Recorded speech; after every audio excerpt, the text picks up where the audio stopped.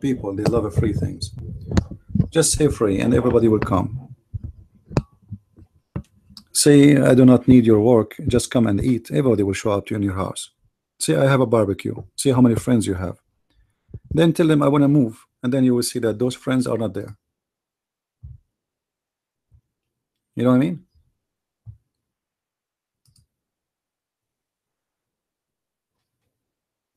Say, tell your friends I have a barbecue and everybody is welcome. And you will be astonished how many people will show up in the barbecue party.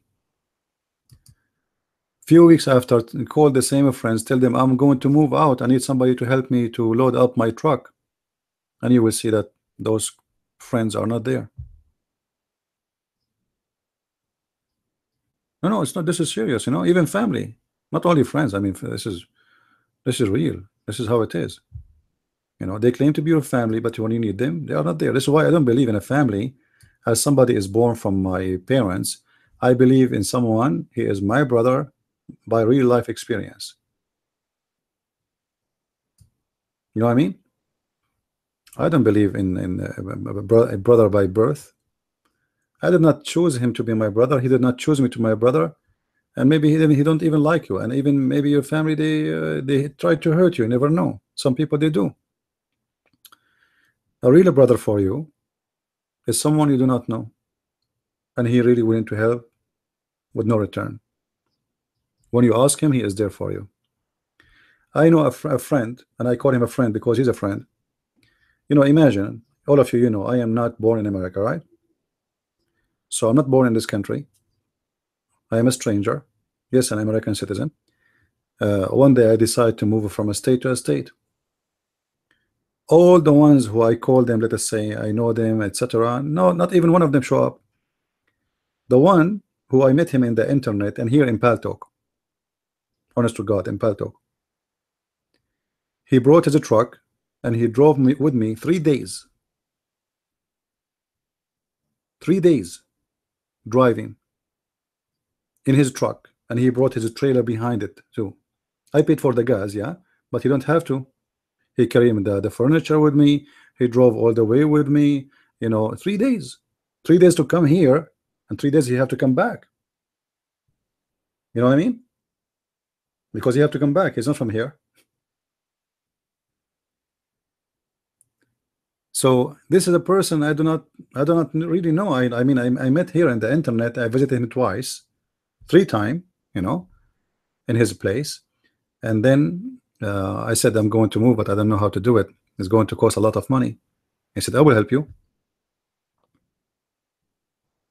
I said, are you sure? I said, yeah, why not? And on time he was there.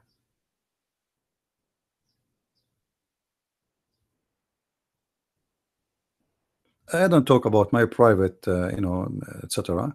But the point is, it's not your family who they are your family. It is someone when you need, he is there for you. That is the real family. So don't fool yourself with names and titles. They can be false. Uncle, cousin, brother, sister, they can be really false. And actually, they might even try to hurt you. The truth is that there is some people, they are there when you want them, and there's people they don't even know you when you need them. And actually, I advise every one of you to create an event of needs, which mean create anything, like even if it's a tree. Say, hey guys, I need something. Let us see how many will come, and then you will know really who is your friend. You know what I mean? Not barbecue and, you know, try to find out who is really your friends. Because you might spend 15 years accompany them, and then you get shocked when you notice that they are a bunch of liars and fake people.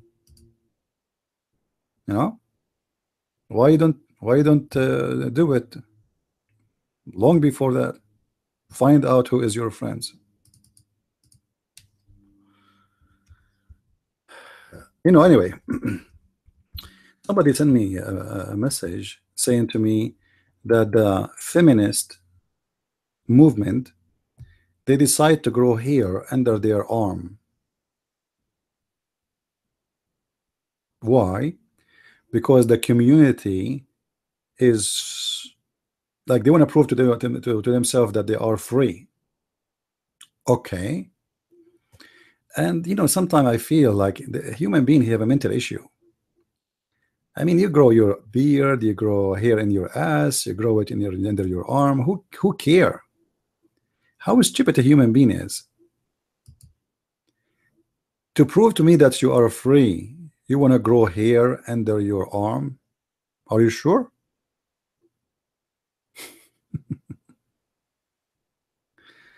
Uh, sometime, sometime you laugh at their madness because you don't find a reason for it.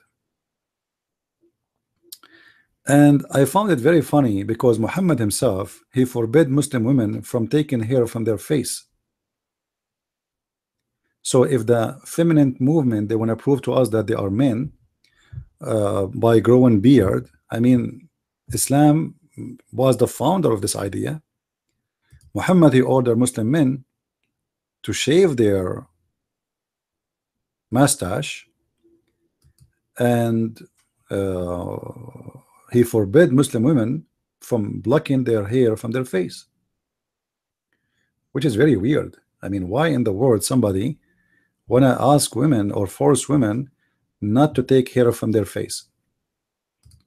Now, if keeping hair in your face will make you feel free, please grow hair everywhere. We don't care if you even look like a gorilla. I mean, how stupid this movement is. I don't know what's wrong with those people, Uh, like, you want to grow hair? Where exactly? Where? Do you want me to give you some of my hair? I look like a gorilla. Once I went to the swimming pool, they kicked me out. They said, "Sir, you cannot swim wearing your clothes." I said, "I'm not wearing my clothes. This is my hair."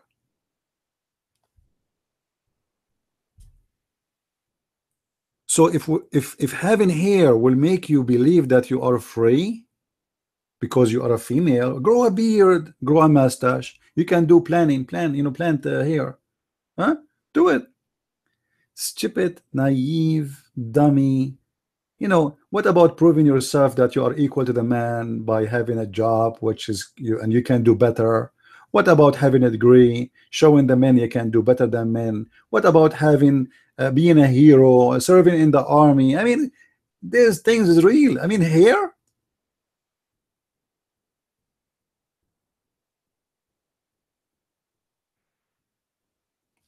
that's what I'm saying. Sometimes a human being is, he don't even have a brain of a donkey. What's wrong with those people? What hair? If you grow hair under your arm, that will make you a real person? Okay. And why you need to announce it? Grow it. What's wrong? What about start from now on, you piss standing. Don't piss sitting.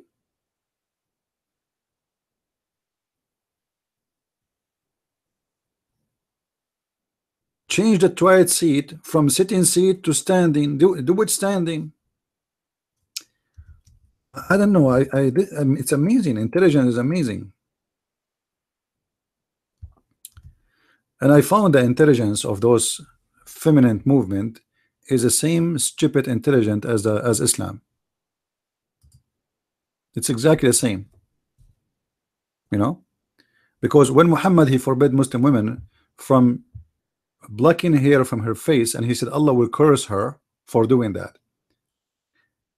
You see, Muhammad, his idea of women growing hair is different from the idea of the feminine movement.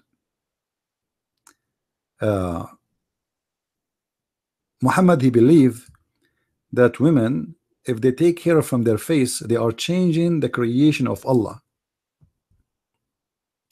The feminine, they believe in the same thing. They believe that they are born to be male. They are not females.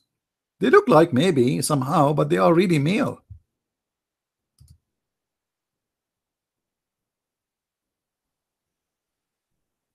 Crazy, madness, stupidity, mental, I don't know. And in Germany today, they approve gay marriage. I mean, what marriage mean for someone is a gay? What, he married a guy, he married a wife, she is a guy? What? What marriage mean? Marriage is somebody want to have a family. I mean, what is the family of two men living together? This is a family? And why you need to make it as a marriage? What is the purpose of this marriage? The whole purpose, by the way, is about money. It's not about right. It's just because they want to take tax. Because when they are married, they will pay less tax, etc. You know, it's stupid. You know, go good, marry, enjoy it. Marriage is about, you know, having a family, and it's a religious belief. Not only about having a family, because you can have a wife. Sorry, you can have a woman living with you all your life, and she is not your wife. Marriage is a religious practice, is not for non-religious. So if you are not religious, why you want to do have marriage? The whole idea is for them, it's just about money. They pay less tax, they get more discount in many things, etc.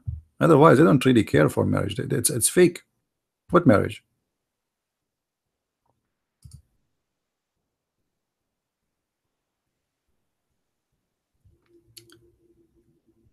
Anyway, stupidity is amazing, and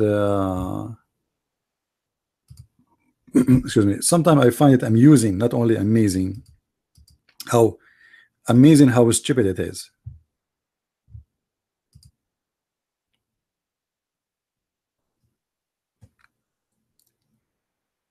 You know, like when I was in Asia, I saw a lot in there. You know, the gays and etc. It's really a big population there. And if you watch what they do, or even those who they call themselves the feminine movement, you will see a girl, she is dressing like a boy.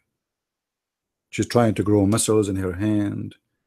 She's wearing pants with those things, you know, you hold to your shoulders. She is putting the hat in the wrong direction. She is trying you know, and I laugh at it, because at the end of the day, this girl who is trying to be a boy, she is trying to prove to us that she's wrong. Why? Because if being a boy is not good for you, why you are trying to be one? If you are proud to be a feminist, why you are trying to be a boy? I mean, you can say whoever you are. Why you have to dress like a boy? Why you are acting like a boy? Why you are walking like a boy? You know what I mean? Because not only they change the way they dress, they try to act like men. You know, they want to grow muscles, they want to etc. But that's mean you have something missing inside you, and you need to be a boy. You are desperate to be one. And let us see, when nobody marry you, what will happen to you? Go. Hey girls, hello, bye-bye. I believe that those who do that, they are lonely and they are desperate and they are angry from men somehow. I'm not against women, you know that, you know. This is not the scenario at all.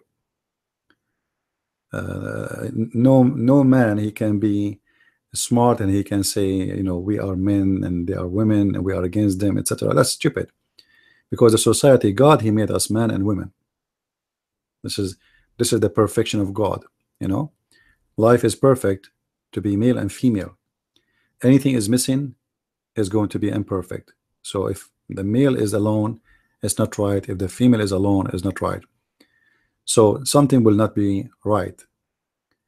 So it's not the women, she need me and I am better than her. No, the women, she need the man, and the man, he need the women, and both of them, they complete a perfect family. You see the family is based on harsh and soft. Always there's the negative and the positive. And if you try to find something a match with you, it have to be somehow different from you. Otherwise, if perfect like you, it's mean that will be boring. You know what I mean? Like a man, he like a woman because she is soft. He's harsh. He's tough. He's a man. He like her softness. He like her kindness. He like her beauty. He like her gentle. He like her, she is more clean, organized, etc. So he like things for her because she is a female. The second the female she lose that point, she became a male. I mean, why the man he need her anyway?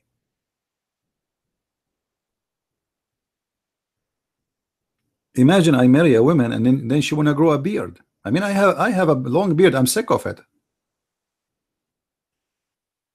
You know, or somebody she tried to speak to you with the voice of a man.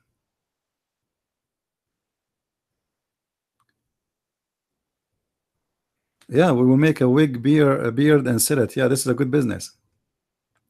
Anyway, I find it very funny, very stupid. But for us, still the topic is Islam. But I found it that's very funny that the feminist movement they decide to grow hair under their arms. I mean, like what? Okay, should we send you flowers, or we should send you a miracle grow to grow your hair? I mean, how we can help? What is the best way to do it? If there's something we can do to help you with this project.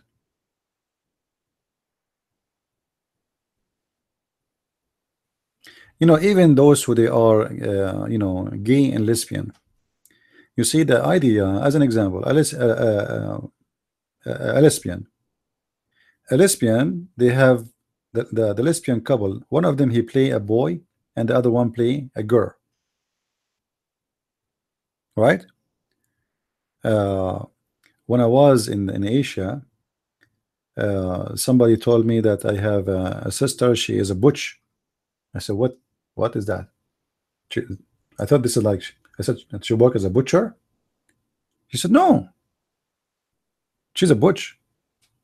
Yes, I don't know, what is that? Is that a job? Is that? I said, no, no, no, it's, you don't know what butch mean? I said, I don't know. I look like a naive. She said she is a lesbian. I said, so she is a lesbian. What butch mean then? Why didn't say lesbian? She said, well, she is the boy. She is the one who dressed like a boy, talk like a boy, wear a hat like a boy. She don't wear a skirt.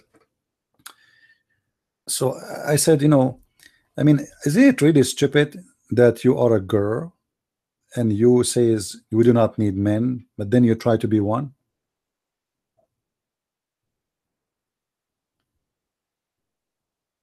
You know what I mean?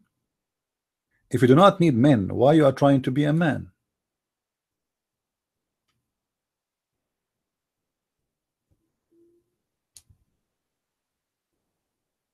If girls they like to be lesbian and they like to be together, why they need a partner who play as a man? I mean, they are cheating.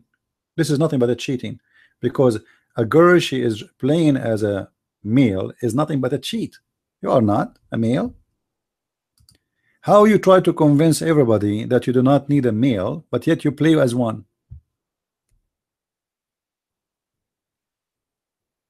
I don't really understand them. Yeah, and then in Asia, I found a lot of lady boys too. Now, lady boys is a different story. Let me tell you this story. This is a story I witnessed when I was in Manila. I was in the coffee shop. This coffee shop I go to because they have a free internet. You know, um, you have to order something. They give you the code anyway, so use it as much as you want. So there's a guy next to me in the counter, and he's a blonde. So obviously he is uh, BBN. Are you trying to get you banned? Do you want me to ban you or send you to Allah free shipping and handling? I will do it. Trust me. One more time you say it, I will send you. So anyway, the guy next to me, he said hi. I said hi. Where are you from? You know, state. Really, I'm from the state too. Okay, you know, he's a blonde, blue eyes guy. He is from Texas, I think, or Georgia. I forgot. Anyway, so he said, "Man, today is a horrible day for me." I said, "Why? What happened?"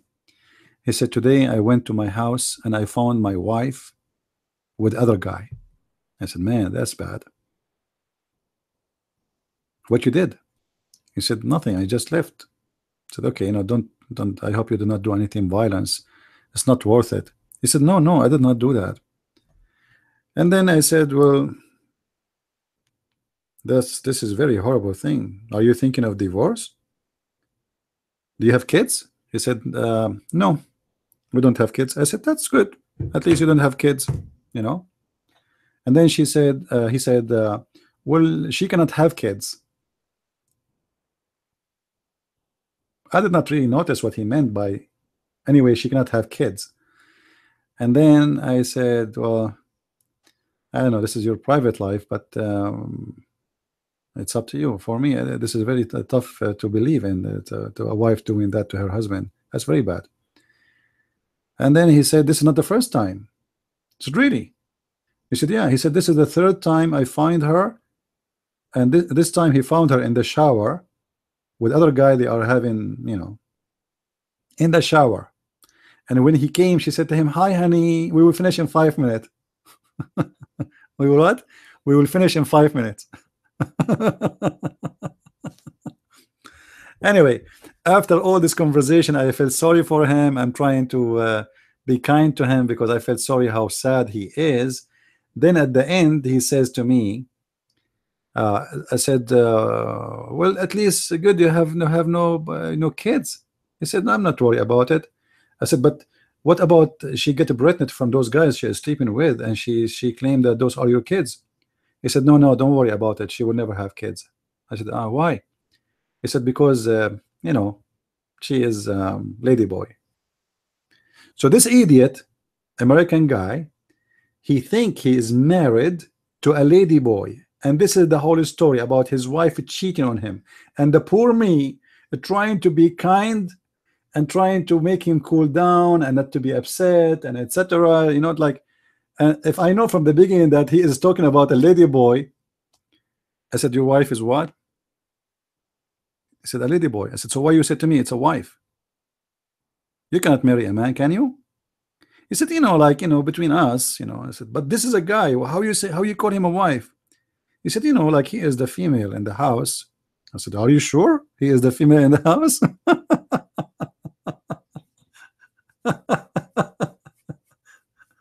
Unbelievable. I mean, a human being is really weird. A human being is really, really, really weird. Sometimes it's hard to believe how a human being can be messed up. And drama, and my wife, she's cheating on him, and etc. And you know, and he found her with someone, and then we find out what, that this is a lady boy. Anyway, uh, and by the way, I find Islam is very similar to those kind of sexual wrong orientation. Why? By the way, you know, I believe that people are free at the end of the day. If they want to do something, they can do it anyway. I mean, they can do it behind door, you can do it in public, they can. Uh, it's a choice you do. For me, I believe it's a very wrong choice. However, but I find Islam is very much close to those people. Why? You see, the heaven of Islam concentrate too much on the pleasure, in the sexual pleasure without orientation.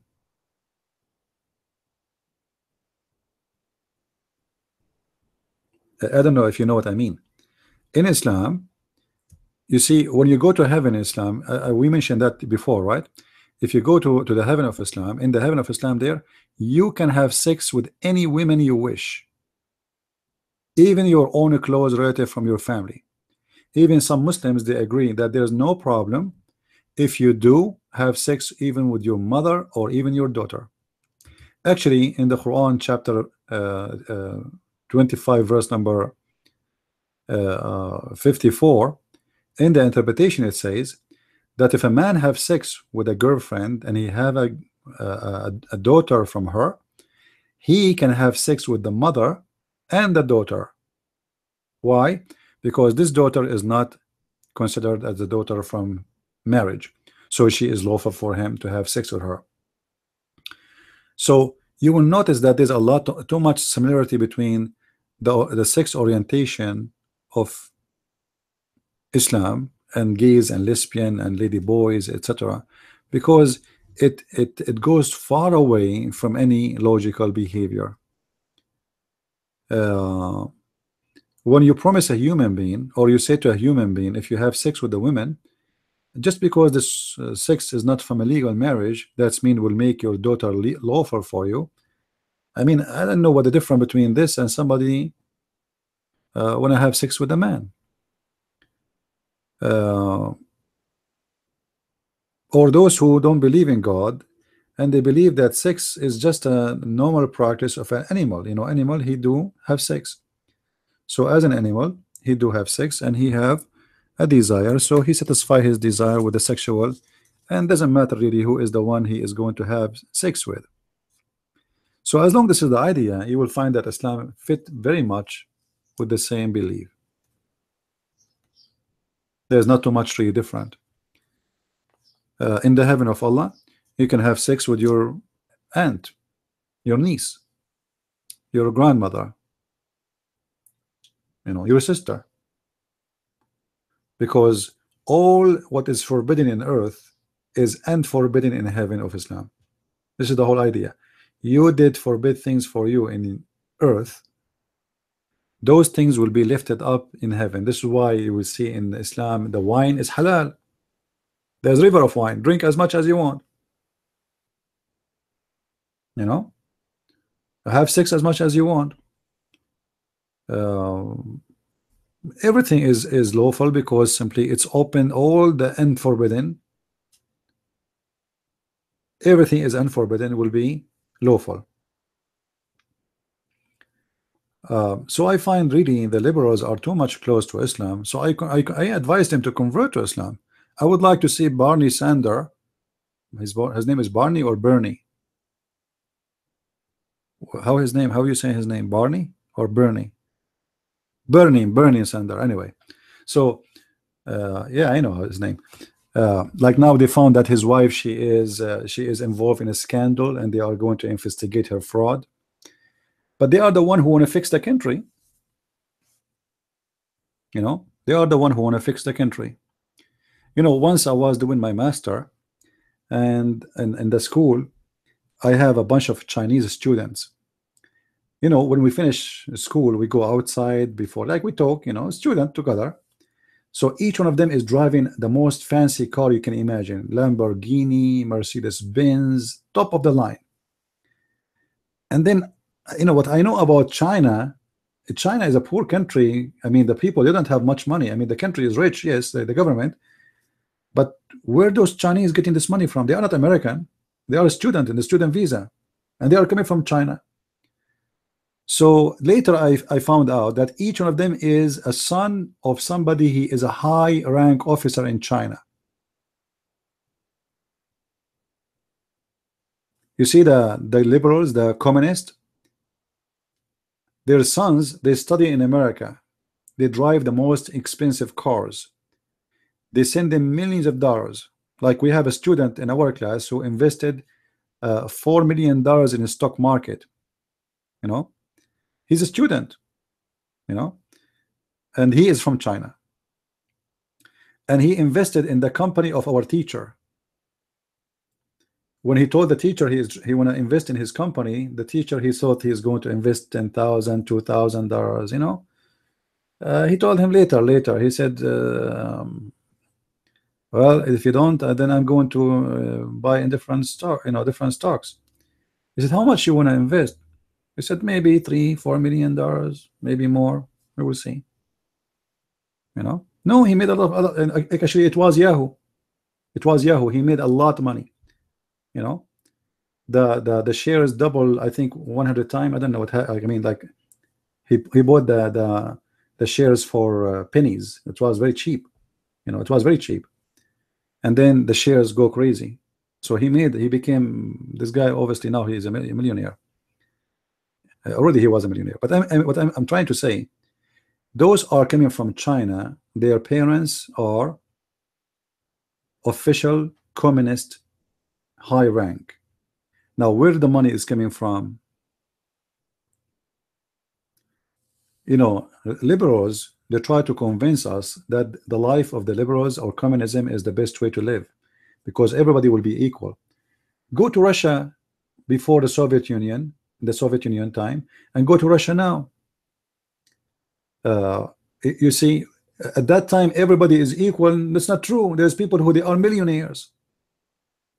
The high rank officers, they are millionaires and their money is abroad, not in the country. And there is very few people even have a TV. Go to South Korea and go to North Korea and see the difference. The difference is like a sky and earth. Any one of you been in South Korea? Who been in South Korea before? Guys, if you go in South Korea, when you enter the airport, you will feel like you are entering Disneyland. Women in Korea, with my respect to everybody, they don't dress like other women. They dress like Barbies. They spend too much in fashion. So everybody wearing a hat, everybody weird clothes. I mean, it's really, but you can tell they are spending a lot of money. Two countries, one is not under the communist, and the other one is a free capital country. Once they cannot afford to buy bread to eat, and their children, they are dying from hunger, and the other one is flourishing like crazy. Life in Korea, by the way, is better than life in America. A citizen in Korea, he makes 2-3 times more than you.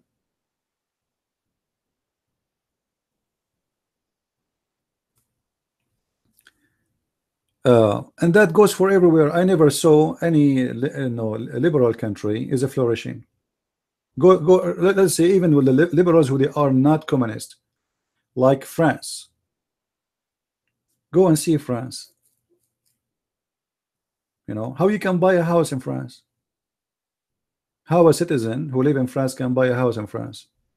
He will spend his life to buy a house. He need to live maybe 3-4 times to buy a house.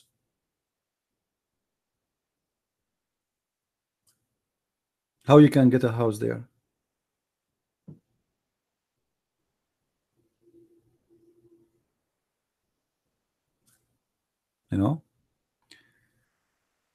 You have to have a very high income to be able to buy a house there. Otherwise, you will live all your life renting. Because the country can make good money, but the spending is high. This is what liberals do. They spend a lot, and mostly they spend it in stupid things. They have tax on TV. Actually, even in England, I remember when I was in England, the guy, he came to my house, he gave me a paper, he said, "This, you have to pay for this." I said, "Well, this is for what?" This is for TV. TV? You pay tax for TV? America is heaven, man. America is heaven. Like, we complain about tax, but if you compare what you pay in America to what they pay there, you will see you are paying nothing. And then they give me to pay for the parking. I said, "I don't have a car." They said, "Will your apartment have a parking? So you have to pay tax for the parking." Pay tax for the parking? That's madness. Why you want to pay tax for the parking? Like, what exactly the point? Are you the one who maintained the parking? It's private property. It's part of a building. So what the government have to do with it? So they try to suck. They give you a high salary in the right hand, and they take it from you in the left hand.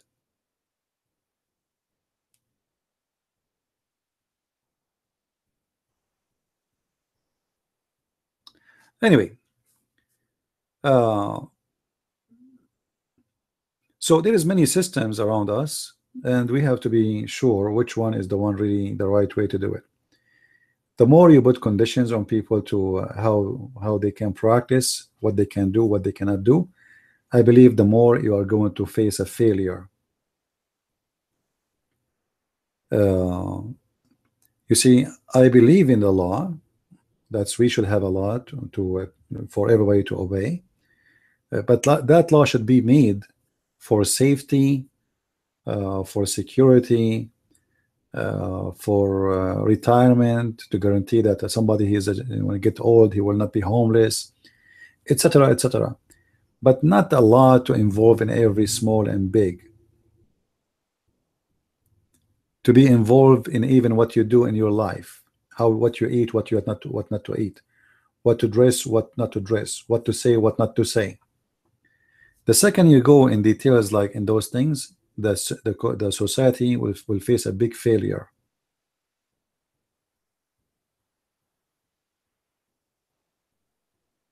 Yeah, I know most of European, they are, you see, I say about myself, I'm a poor guy, right? But I own my house. Thank God. I don't pay rent. There's many areas in USA, houses are very cheap, extremely cheap. You can buy a house.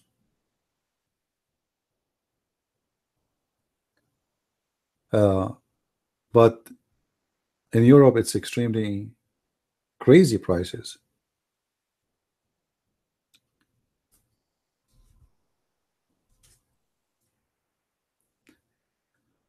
Anyway,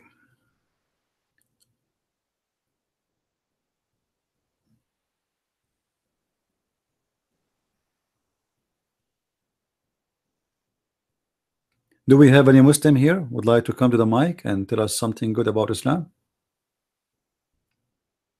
Anyone?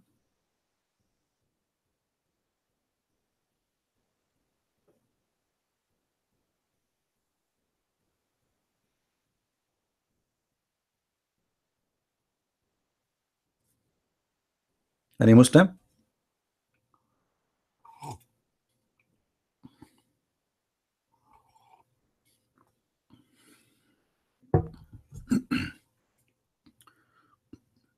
Not even a Muslim? Clear is a Muslim? How are you, Mr. Clear?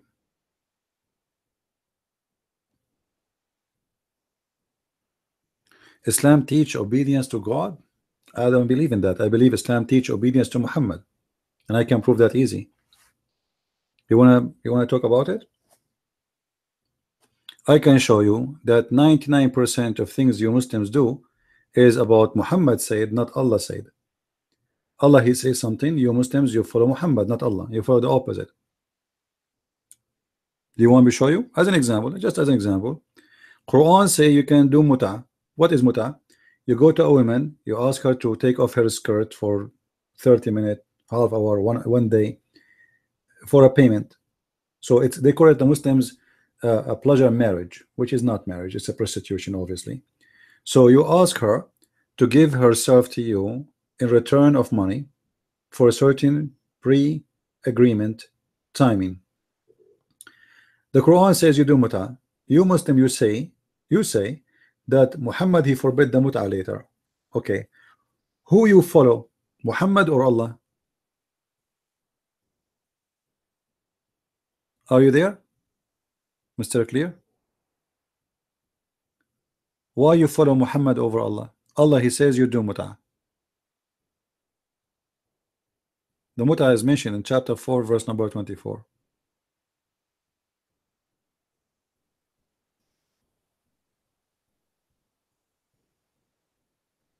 Any Muslim want to answer? And I can give you endless verses, endless. You know what endless mean? Endless of them. About Allah say something, Muhammad say something, and who is the winner? Allah.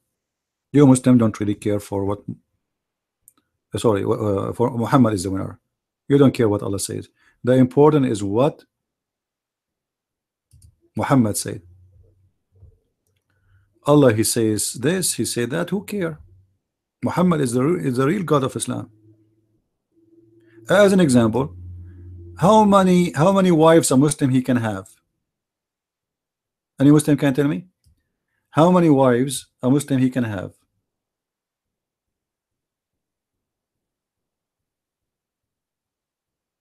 4. How many wives Muhammad have? 13, according to Muslims books. The fact the number can goes up to 50 something.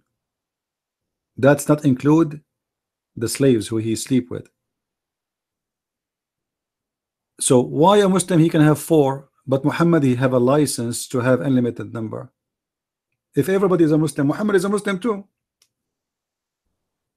Muhammad is a Muslim. This is what the Muslim they say to us. Muhammad is just a Muslim. He is a servant of Allah.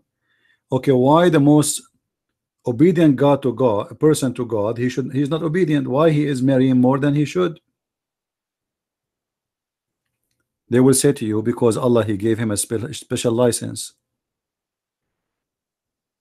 Hey, no, my friend, I'm talking about Quran. I'm not talking about hadith. Guys, did I say hadith? Mr. Mito, you asked me where is the muta. I told you in the Quran. Now you are saying I say what hadith? Chapter 4 verse number 24. As simple as that. It doesn't say muta. Okay, do you want to come to the mic and I will make you read it by yourself? Do you want me to make you read it yourself? We come right now and let us have a challenge. If it doesn't say muta, I will close my room, and I will promise you I will never open my chat room to expose Islam anymore. What do you say? Do you accept?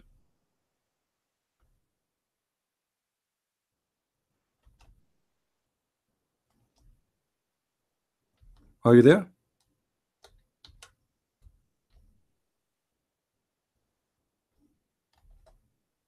Do you accept? All right, the mic is yours then. Sorry, I didn't see your hand. Here we go. Your mic.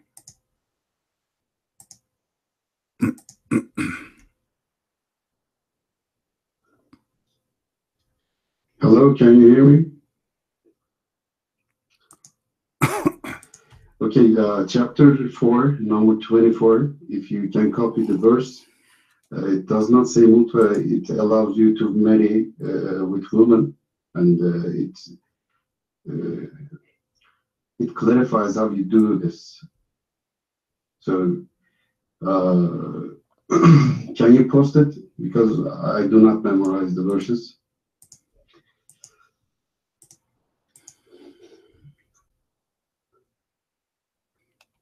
Okay, so it directly,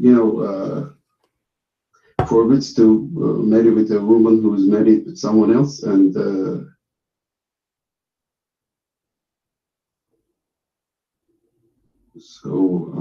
let me see. So let me clarify the concept. Okay, as far as I know, muta means that if you want to sleep with somebody, you just made a muta marriage, and after you're done with it, the muta cancel. What? Please show me a single verse that it is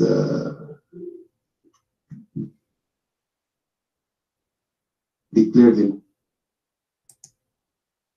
So is the Quran. Yes, Quran says you can take 4 wives, but Allah orders that you will never make your wife. So it is good for you to take only one. So Funny declaring that you can take 4, it doesn't necessarily mean that you have to take 4. I don't know if I'm clear or not.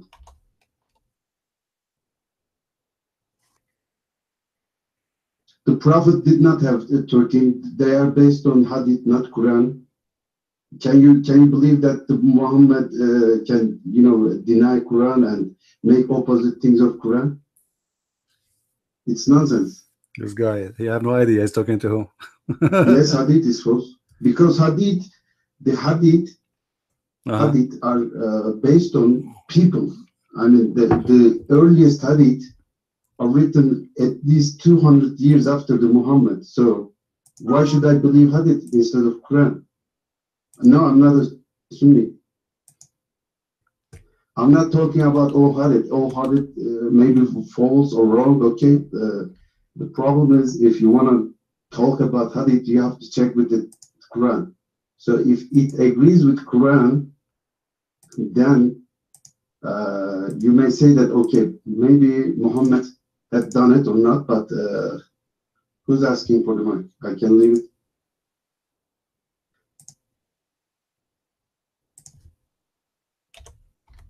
So without hadith, the Quran declares in most of the verses that it is clear, it is a complete book.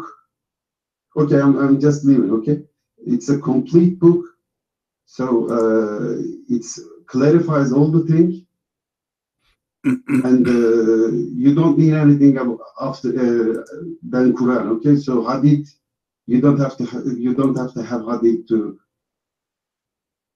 No, I'm not a Shia. I'm just a Muslim, as Quran says. Do not divide your religion. Just hold the rope of God and be together. Okay.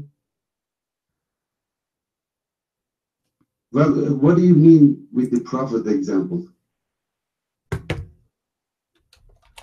I am neither Sunni nor Shia. Okay, I'm just a Muslim. Okay, I'm leaving. No, we don't want you to leave. We want to have a conversation together. Come on.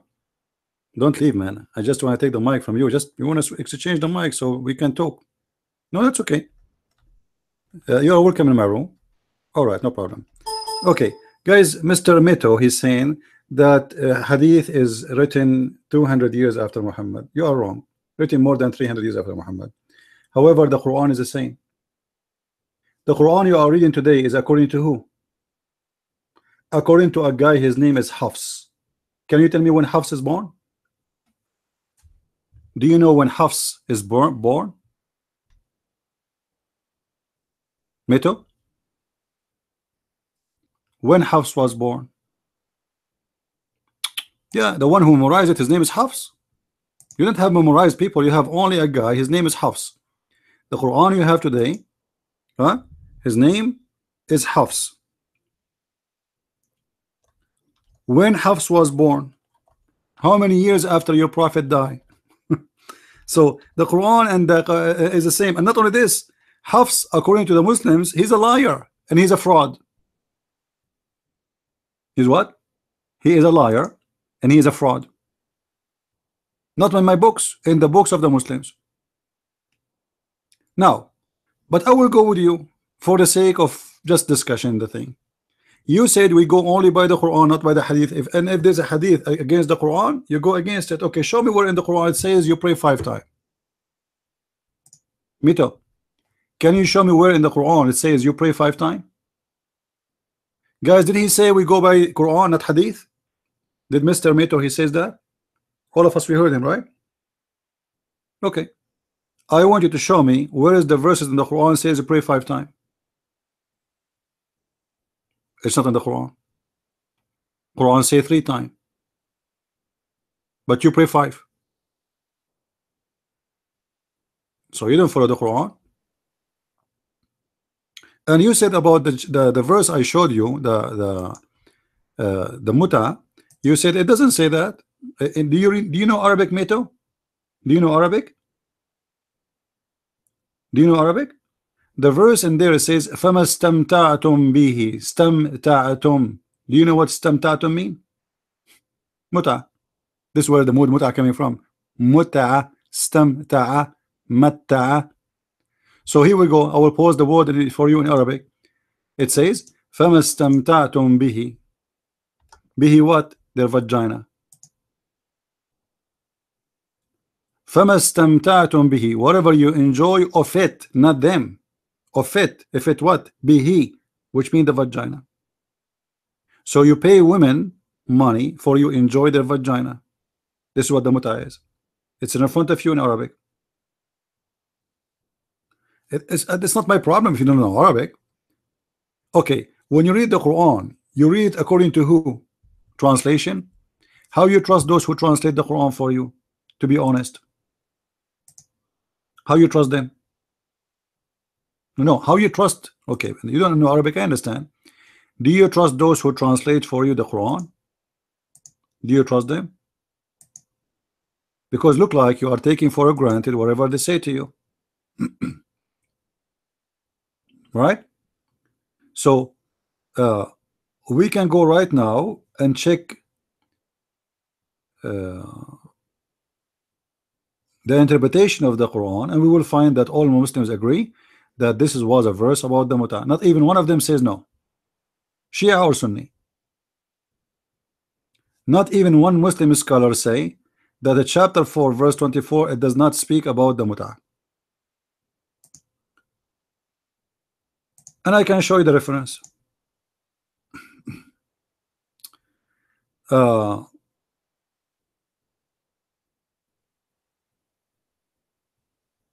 Actually, the Muslim, they used to practice muta by exchanging clothes or even fruits with women.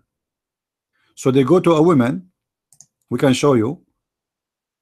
There's a book, it's called Asbab al-Nuzul, and there's many tafsir. And all of them, they will mention the word muta in a clear way. There's no question about it. No question. Let me show you something. You know, I don't like to say things without proving it. All right.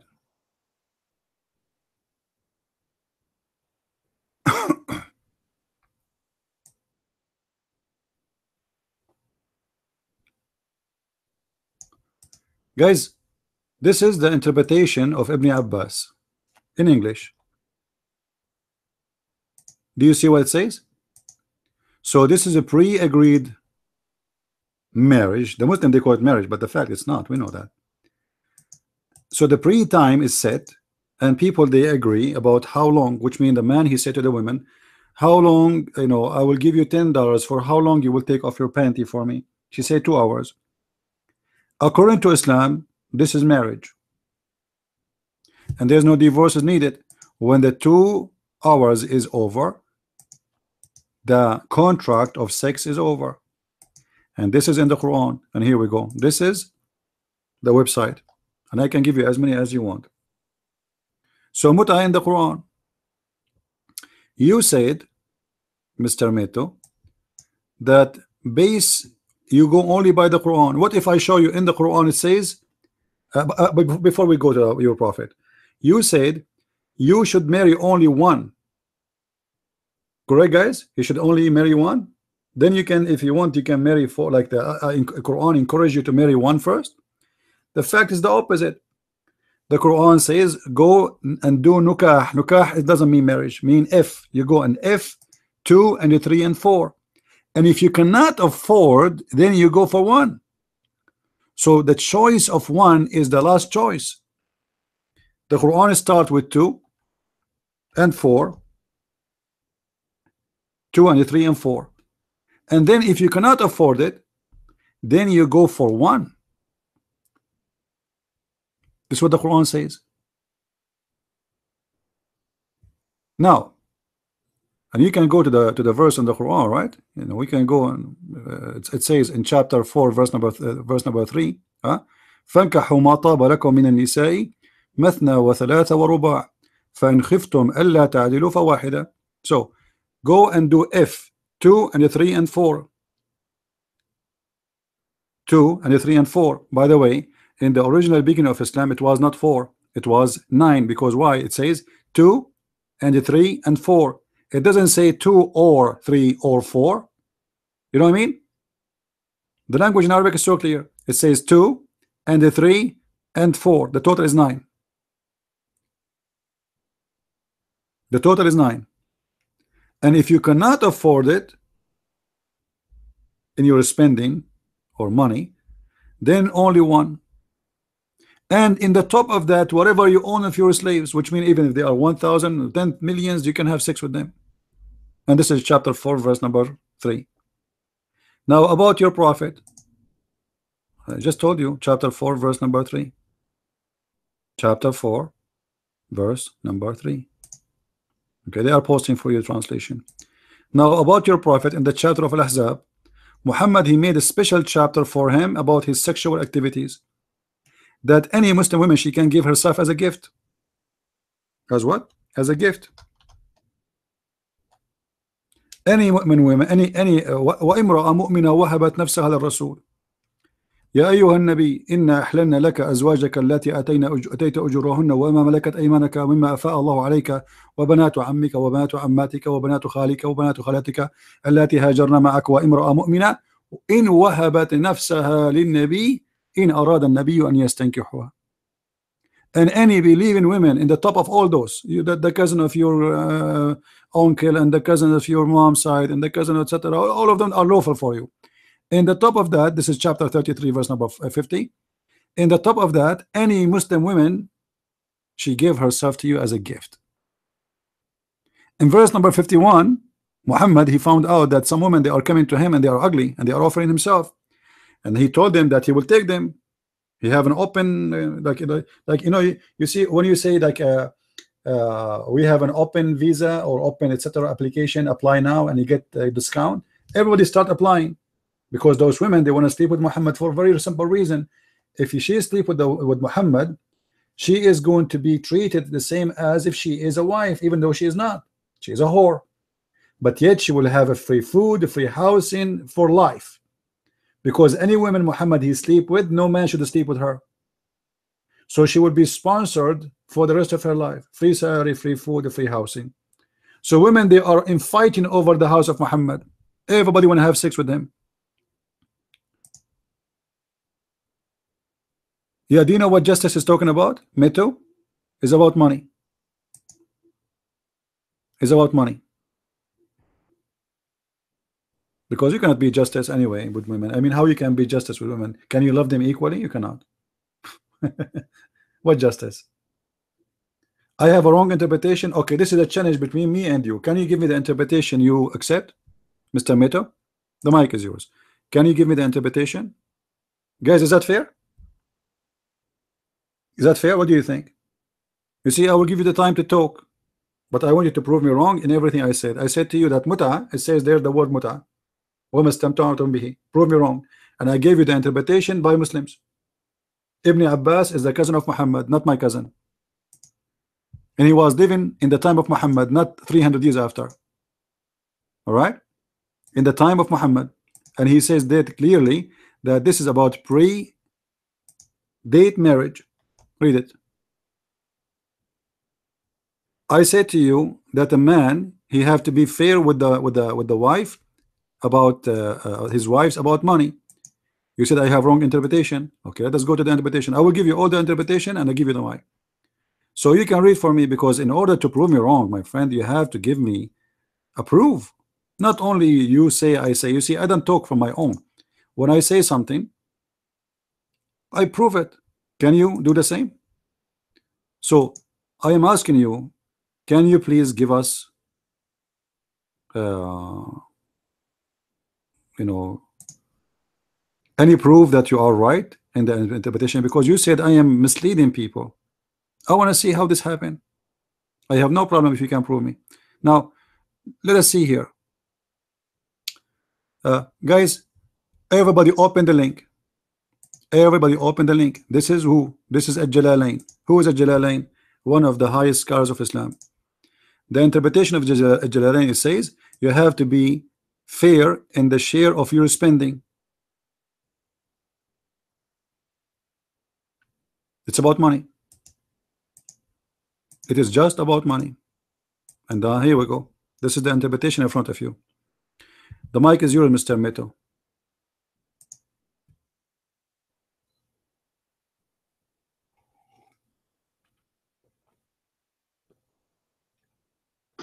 I hope you can hear me. I do not know the verses exactly and memorized like you, because I'm not a missionary or somebody else. I'm just trying to understand Quran. He is not a missionary. Trying to apply it to my life.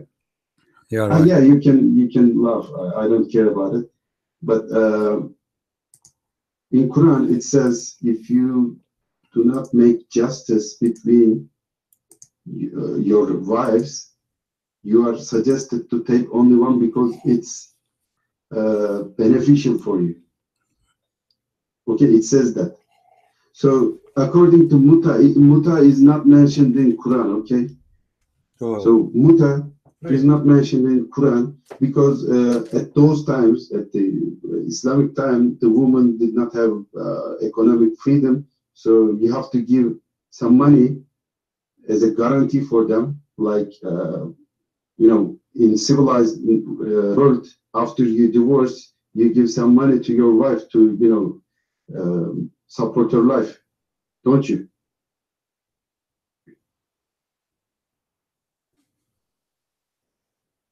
Do you have that? How do you know Muhammad take more than 4 wives at the same time?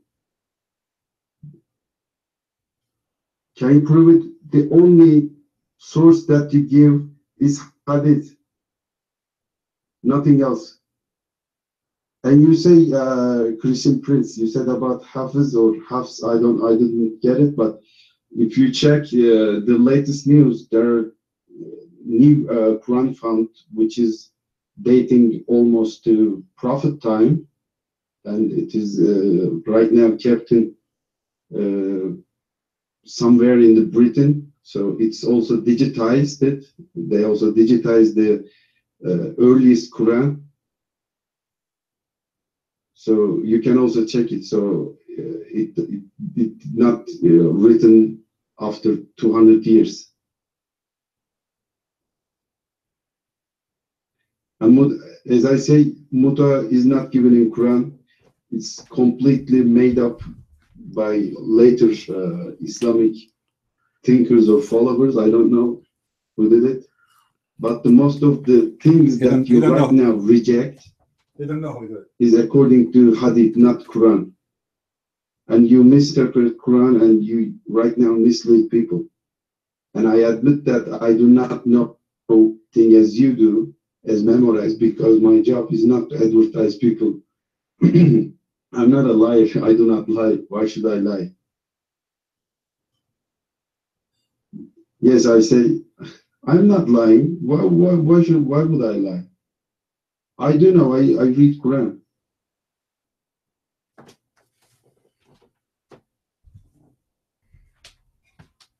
Poor guy. You're writing too much. I cannot follow it.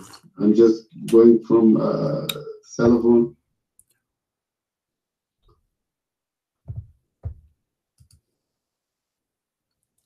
No. Why would I have 4 wives? And if you go to Bible, you can see that Solomon had 700 wives. I mean, if you want to disprove something, go to the book first. Yes, the Solomon has 700 wives or something like that. But you follow Holy Bible. You believe every word in it, right?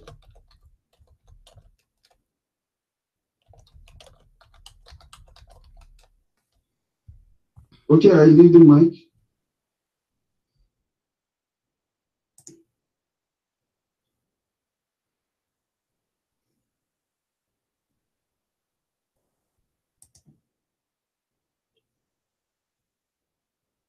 Well, I think your mic stuck. You said you leave the mic. Listen, Meto, listen. David in the Bible, he did marry 700 wives, not because God he told him, because he's a king. David in the Bible was a sinner. Who told you that David was a perfect man? He cried to God asking him for forgiveness. Your prophet, he did make verses specifically about his private part. David did not do that. David, he asked God for forgiveness. So there's a huge difference between someone he admit that he is a sinner, he commits sin. God did not say to David, go and marry women, as many as you want. Nowhere in the Bible it says you can have more than 1 wife. So I can now go and commit sin Are you going to say Christian Prince he commits sin so God told him to commit sin? There's a huge difference between me doing something and God telling me to do it. Muhammad, he did, and he made verses. He said cinnamon. No, I think he said. Anyways, it doesn't matter what he said, but we know what we're talking about. It doesn't matter what people do. People, you know, the Bible. This is mean. The Bible is true, a true book. Why? Because if the Jews and the Christians they corrupt their book, why did they not change that? Correct, guys. If the Christians and the Jews they corrupt their book, why did it leave these things? They leave those things there. They are bad, supposedly. So someone like you will come to us and says those things happen. This is a proof that Muhammad did lie when he said we corrupted the book. This is number one. Number two, I'm showing you the verses, and the funny you says to me, chapter 4 verse 24 doesn't say about muta. I just told you the word. I read the word for you. Mastamta'tum bi ma, which means whatever. Stamta'a, enjoy. This is what muta is. Mutta. So you do not know Arabic, and you are reading from a translation, and you insist that the Quran doesn't say muta. How you get this from? It doesn't matter if you are Bible or Quran expert. How you became expert in a second? You are saying I am misleading people. How you know that? I just gave you your scholar saying it clearly that this is about muta. Is your scholar is misleading the people too? Is a Jalalain, is he a Christian missionary? Okay, what about Ibn Kathir? Is he missionary too? What about Al-Qurtubi? Is he missionary too? All your leaders, all your guys, all the scholars of Islam, they have the verse wrong except Mr. Metu. Metu, who do not know Arabic, he want to tell us what the Quran is saying in Arabic. He want to tell Al-Qurtubi, Al-Jalalain, Ibn Kathir, everybody.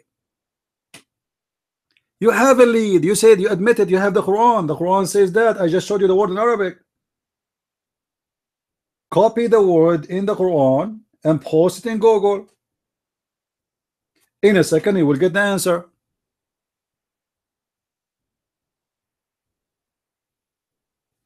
Why you don't want to do that? Well, you have a leader as a man. Muhammad is a man. Is he God? Is Muhammad a God?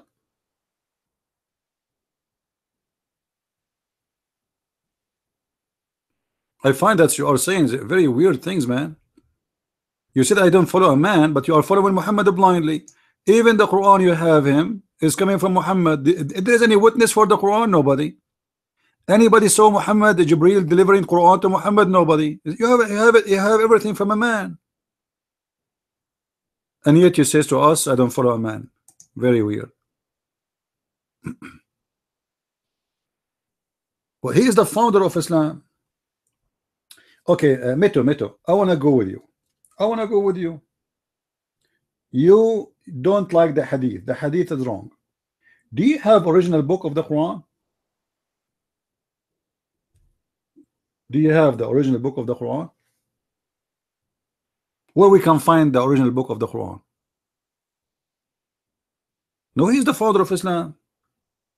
Because as you see, Muhammad, he make a chapter about his testicles. Have you ever heard of a prophet? He make chapters about his penis?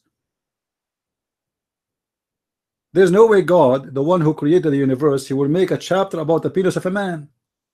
I mean, what is the interest of God? Imagine God, hello? I am Allah. Yes, Allah.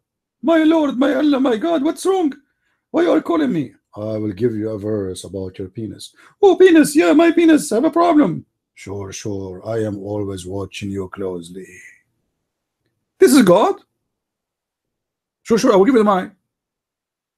Think about it. A God, he make a chapter about the testicles of Moses or the testicles of Muhammad. This is not God.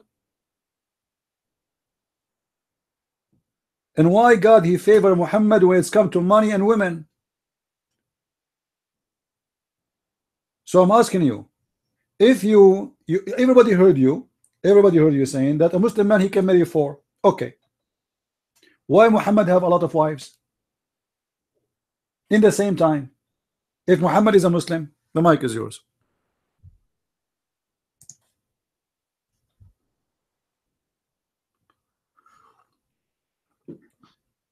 Can you hear me?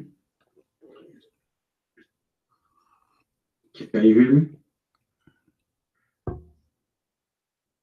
Okay, this is the last time that I take mic and make some explanation. Then I will leave because I did not come here to hear the insultments of yours. Okay, I'm just making a.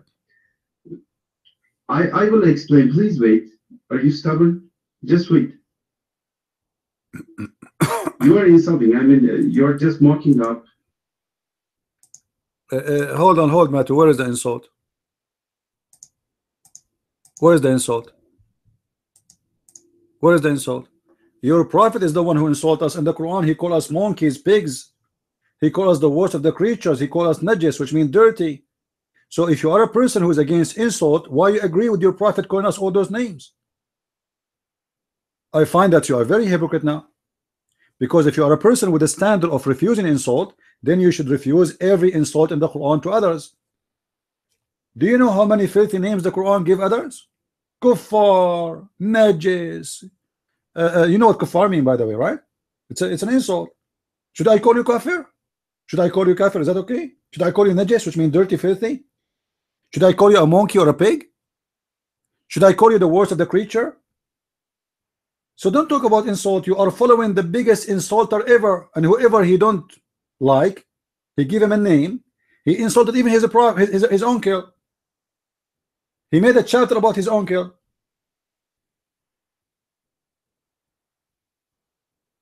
So yeah, but don't play drama, you know, Meto. Don't play drama here. Don't play a victim. And I find it very weird that you are deciding to leave without answering me. Because I showed reference for everything I said. Why you don't show me reference? Prove me wrong. You don't speak Arabic. You don't speak Arabic. You do not know what the Quran is saying.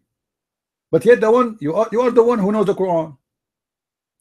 I showed you your scholars, and I can show you as many as you want. And those are your scholars, not mine. And yet you say to me you are not going to follow a man. So who are you? Aren't you a man following yourself? Because when you say I'm going to follow my opinion only, it's mean you know the Quran more than everybody, and you decide that you are the only man to be followed. So you follow yourself. Never mind.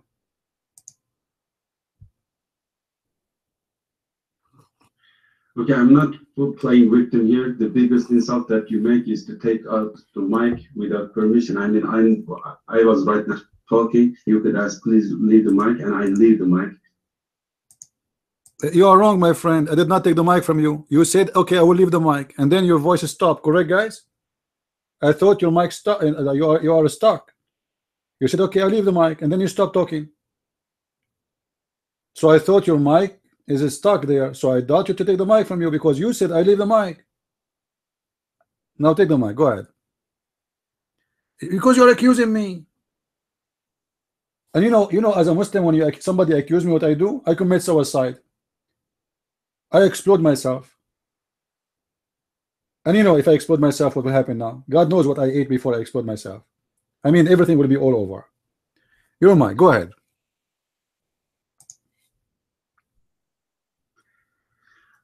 Man, as a civilized person, if I accuse you, you just say, okay, leave it to me, and I give it to you, okay? So you don't have to jump to mic. So you said Muhammad is the founder of Islam. So this is wrong, okay? If you know Quran, or you know better than I do because you memorized all this, okay? So, yeah, okay, Maxim, he knows better than me, okay? So I'm not a Muslim or I'm not a thing, okay? Islam was the only religion that is sent by God towards our planet. So, okay, everything that God sent was Islam. It wasn't Judaism, it wasn't Christianity, it is Islam. Okay? I don't care about Erdogan. Okay? Just don't mention about it. I don't care about Erdogan. So every word, every prophet that is sent by God to this planet was the messenger of God, and they were all revealing Islam, nothing else. So Muhammad is not the founder of the Islam, he is the last messenger of Islam. Okay? Okay. Yes, I am sure. Every single prophet was Islam prophet. Right. Nothing else.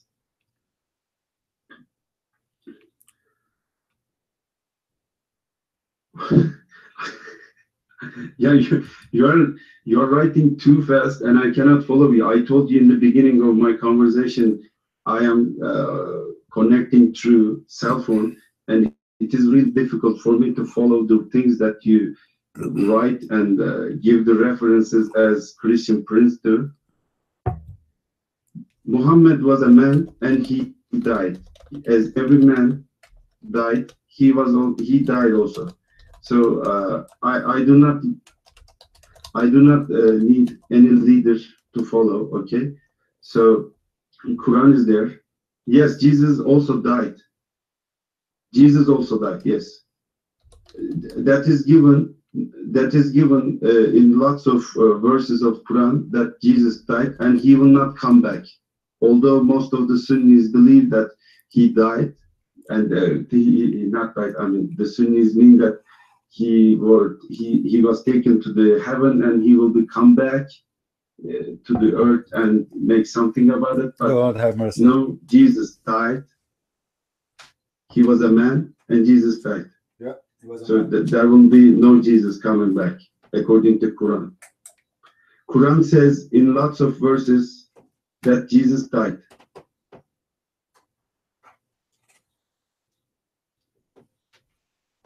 Where is Adam's grave? Where is Noah's grave?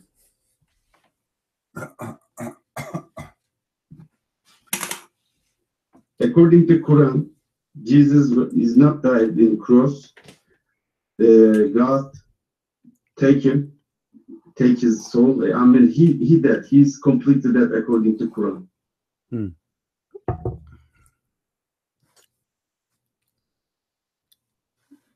Yes, Quran says he died.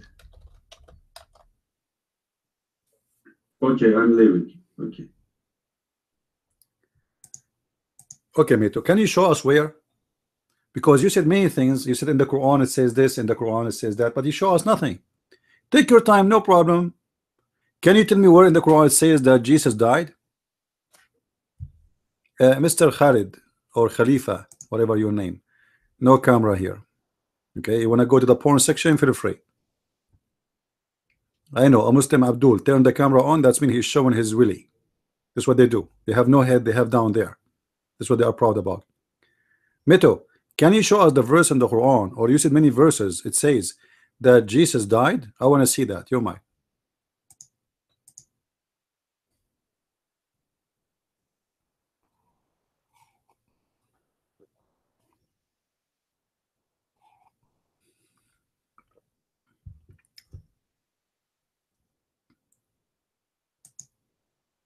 Okay, I think Mito is searching Google. Give me one when you are ready, Mr. Mito. All right, Google is good. I mean, Muslim. By the way, Google converted to Islam too. And the Allah He sent Islam is the only religion. Allah He sent only Islam. Yeah. Yep. And Allah He told us to kiss the black stone. Okay, this is a religion. It says worship Allah, but you kiss a stone. Yeah. This is a religion of God who says to us Allah is in the sky, but yet we have to go around the house. You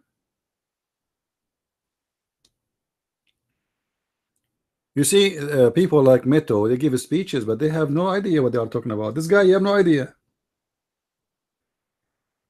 Actually, this guy, if he speak in a public, in front of Muslims, they will kill him. Trust me. If you go to Muslim countries and he say what he said, they will kill him because they will consider him apostate.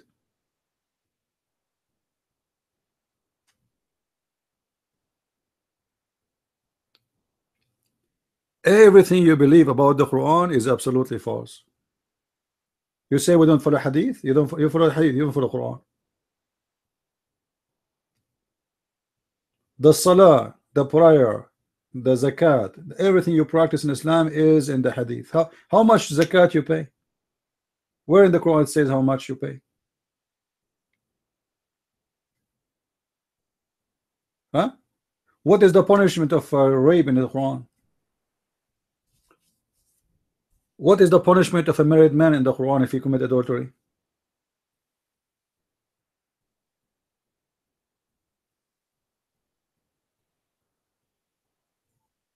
You have nothing, my friend.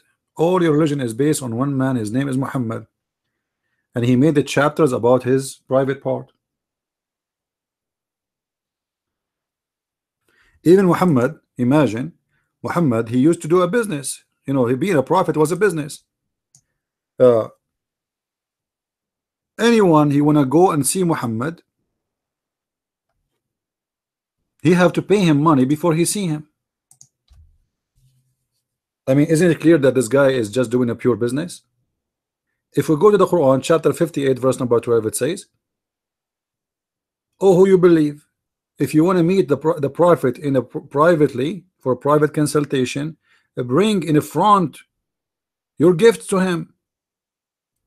Sadaqah, the Muslim, they say charity. What charity? Charity is something somebody voluntarily he give it. You are saying to them you have to give it. This is not charity no more. Correct, guys? If I say to you, you cannot enter my room unless every one of you pay me $10, is that a charity now?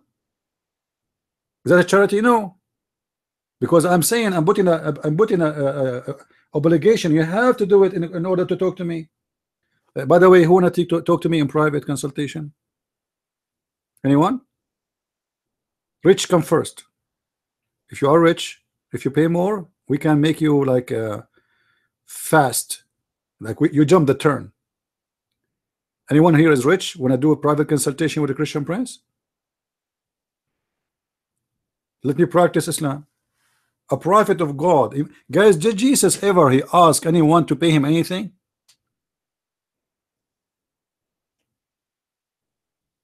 And Jesus, he bring life to the dead. Imagine what Jesus can do. Imagine if I can meet him, what I can ask him for. A woman, she just touched his dress. She did not even touch him. She did not even talk to him. She was healed. Is that correct? So his present is a greater blessing. You can heal your body, can heal your soul, can make a change in your life. And yet the Messiah, kings will kiss his shoe just to bring them, you know, after they die back, or bring somebody who is their daughter, their son back to life. Jesus never asked for a penny.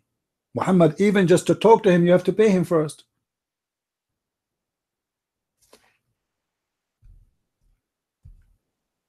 What kind of a prophet? We cannot meet him or see him unless we pay him. Huh? What is the problem? He's a prophet of God, but yet he will not talk to us unless we pay him. I never heard of a prophet like this.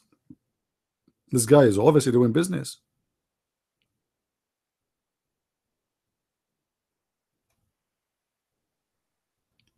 I think Meto is looking for the verses in Google, but Google is not helping. He's looking where in the Quran, where in the Quran, where. Yeah.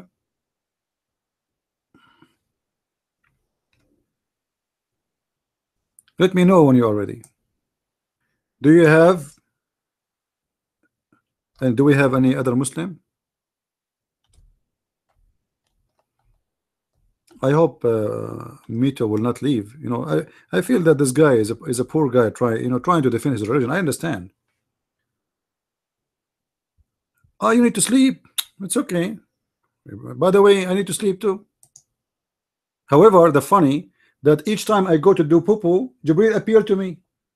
Do you know that Al-Fatiha, which you read every day 5 times a day, was given to Muhammad when he was doing poo-poo? Honest to Allah, my friend, each time I go to do poo-poo, I'm afraid to see Jibril there. Have you ever heard of an angel of God, he deliver Quran or the revelation of God at poo-poo time? I mean, can't he wait?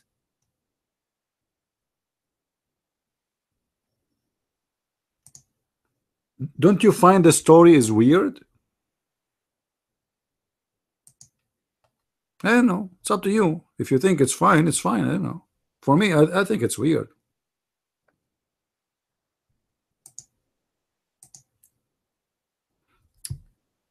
Cole, your mic.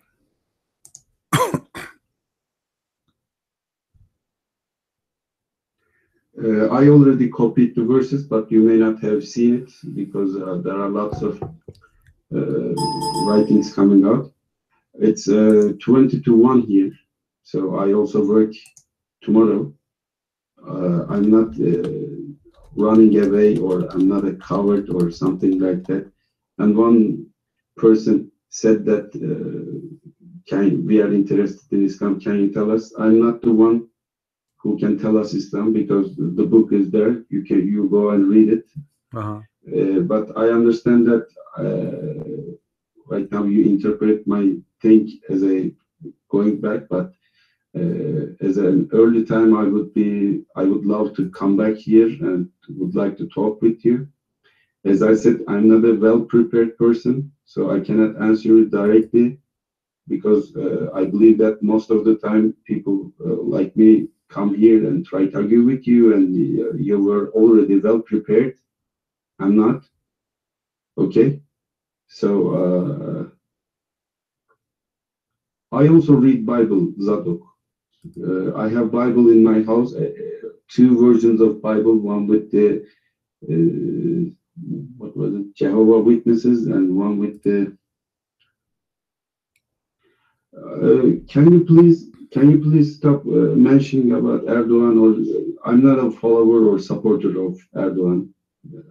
I actually do not like him. I never voted for it. Okay. Yes, I do read Bible. Why wouldn't I? I don't worship. I don't worship to Erdogan. I don't say I not know Quran. I say that I did not memorize all the verses as Christian Prince says. Okay, so I read Quran. I tried to read Quran, but I did not memorize most of the verses. Okay, so I also try to read Bible because I want to know what you guys are believing. Yeah, we invaded Cyprus. Yes, yes. Okay, and I again here declare that I would love to come back here because I love to speak with other people, because even though I say I have the true Bible that you mentioned, Moses, and Islam doesn't say go and murder other people. Islam only allows you to make defense war, not attack war. Okay. The only war is allowed in Quran is defensive purposes, not inhabited slumber. What people say here before Erdogan, Turkey was not a Muslim. They support this.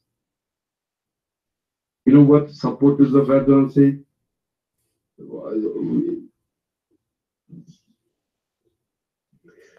Okay, so again, as I tell you, I would love to come back and talk with you again, because even though you claim you know everything, I'm just giving up, just finishing up.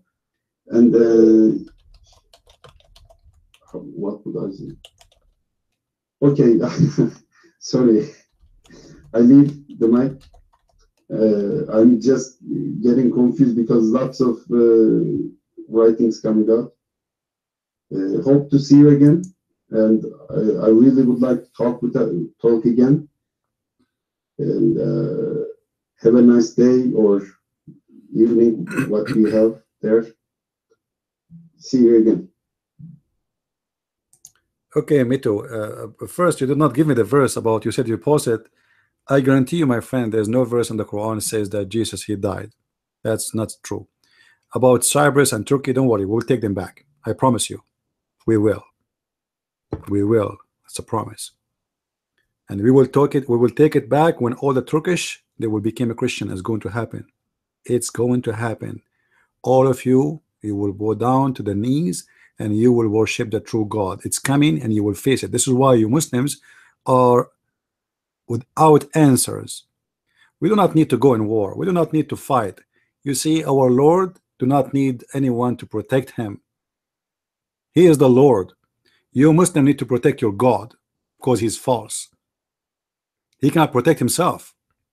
So you will see, and you are, I'm not going to say you are in a way. You are this, just an example of all the Muslims. All of you, you have no idea what I'm talking about. How many Muslims are in Turkey? None of you knows what Islam is about. Islam is religion of prostitution. Islam is religion of hate. Islam is religion of sex and gays and lesbian. Islam is religion of filth, lying. Your prophet said you can lie 3 cases, and they can show you from the Quran how you can even take false oath from the Quran. And when you say to me you have your own interpretation, this is absolute lie, because I showed you the interpretation of your scholars. I never said this is my interpretation. Is that correct, guys? Now we have Mr. Abu Sara. You are welcome in our room, Mr. Meto. You can stay, you can leave, it's up to you, and we will not say you are running. Abu Sara, how are you? How are you, Abu Sara? If Jesus and Muhammad, they came for the same mission, how come Jesus, he did not say any woman she want to give herself to me so I can sleep with her? If Jesus and Muhammad have the same mission, how come Jesus did not say to us, everyone who believe in me, I will give you endless penis, and I will give you 70,000 virgins? You have to prove it to us, Abu Sara. In order for Jesus to be a Muslim, you have to marry a child like your prophet. Is that correct, guys? To be a Muslim, you have to act like one. Jesus never killed. Jesus never raped. Jesus never steal. Jesus never lie. Your prophet did all of those.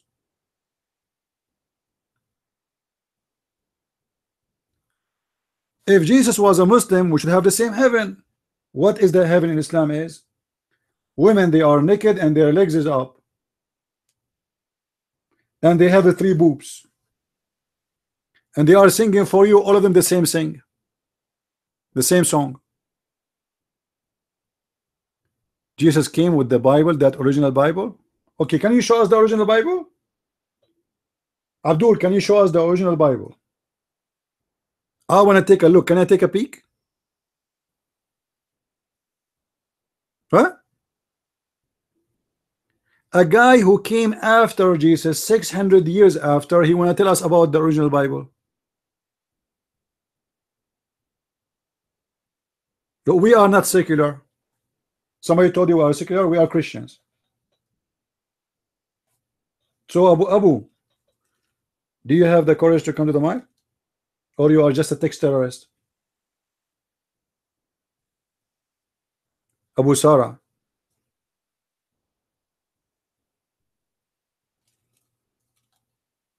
Are you there, Abu Sara? Come to the mic. Let us see how much you know your book.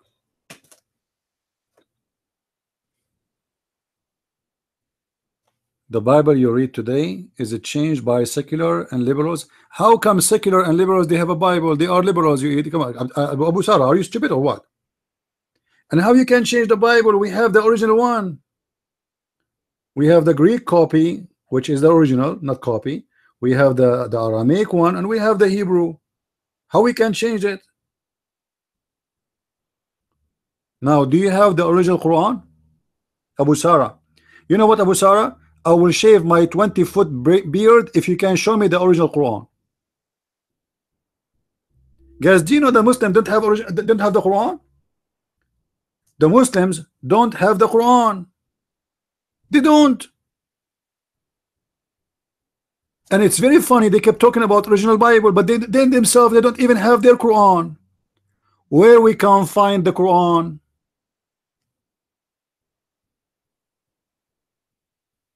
Huh?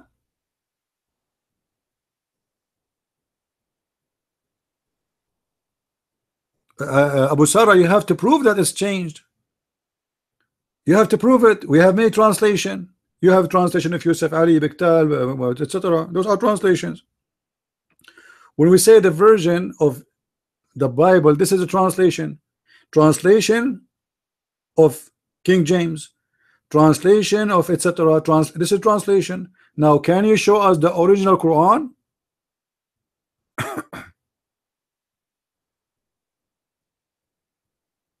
Who is a Muslim have the courage and the knowledge to show us the original Quran?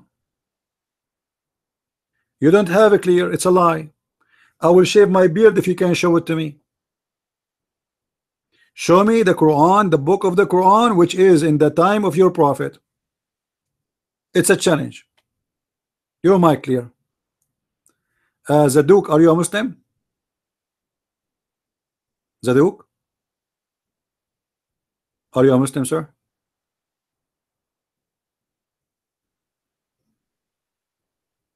Okay, well, if you are a Muslim, I will give you the mic then. Go ahead. Your mic.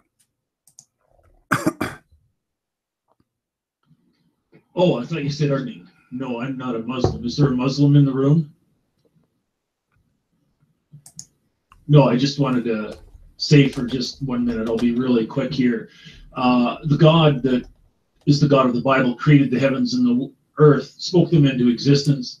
He's able to preserve his word. So we have the preserved word of God. When Christ was on the earth, he said, by his words and by the words of this book, all men will be judged in the last day. We don't have to worry about the preserved God. You can have the mic back. All right, thank you, Zadok. Clear, the mic is yours. What do you want to tell us? Go ahead.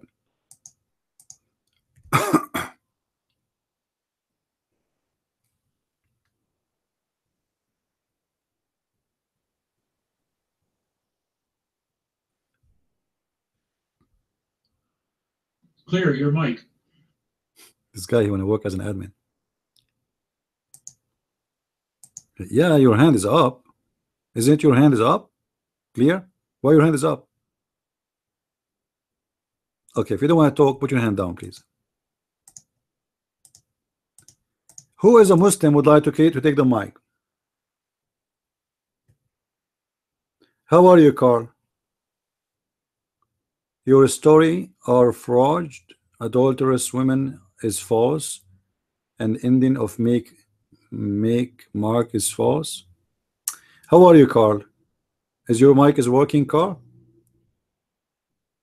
Is your mic is working?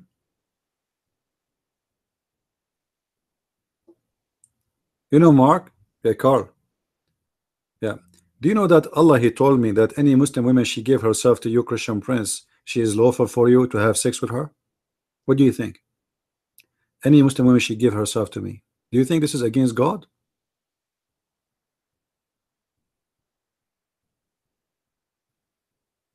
What do you think? Talk to me, Carl. Talk to me. Focus with me. Jibreel, he told me that any Muslim woman she want to sleep with me, she is lawful. What do you think of that?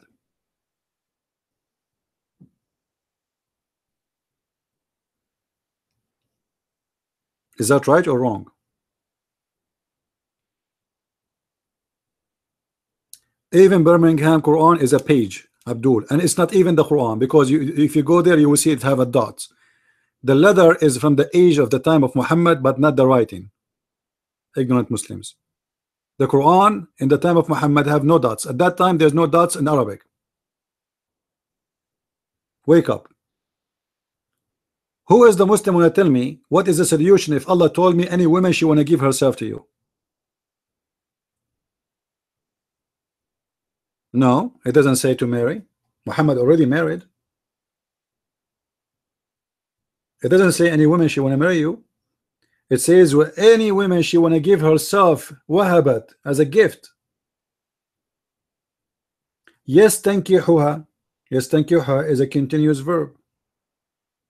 To if her, continue. You don't do nukah in the continuous to marry. You do it only once. You marry only once the women. You don't marry her every day. It says yes, tankihuha. You if her every day. Here we go. Each time I get a Abdul here, he says to me, where is the verse? I mean, can I find a Abdul ever? He can show me where, like he cannot, he will not ask me where's the verse. As if those guys, they never saw the Quran before, they never heard the Quran before, and they have no idea what the Quran is talking about.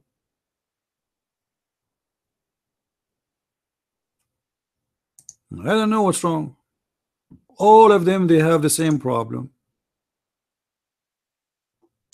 All right. If we go to the Quran in the chapter of Al-Ahzab, it says, وَإِمْرَأَ, chapter 33, verse number 50, وَإِمْرَأَ مُؤْمِنَةً وَهَبَتْ نَفْسَهَا لِلرَّسُولِ للنبي إن أراد النبي أن يستنكحها خالصة لك من دون المؤمنين. And this is the proof that this is not about marriage, because it says only for you she will be. Only for you. Only for you. She will sleep only with you. If it's marriage, anyway, we know that marriage, women, she will not sleep with someone else. Correct, guys? Do Muslim men, are they allowed that they share their wives with somebody else? No. So why it says only for you? خالصة لك له, only for you. She is going to be only for you.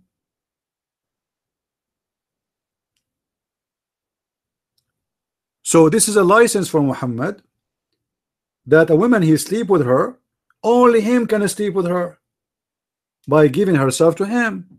Otherwise, a wife anyway, nobody can marry her. She's married.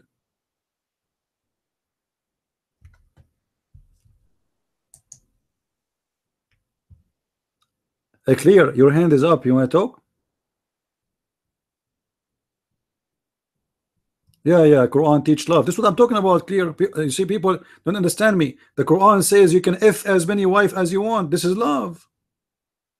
This is a lot of love.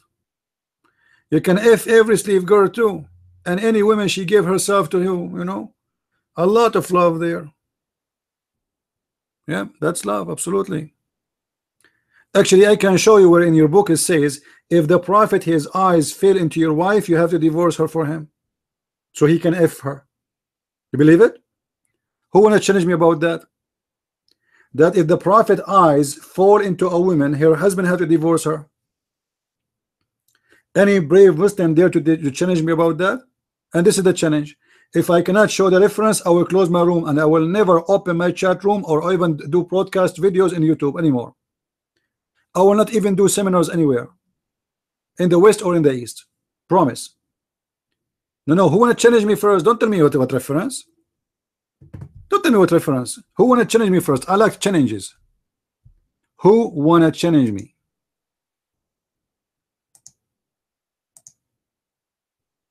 Any Muslim? Cowards. Anyway, I will give the reference. Imagine a prophet of God, if his eyes fail onto your wife,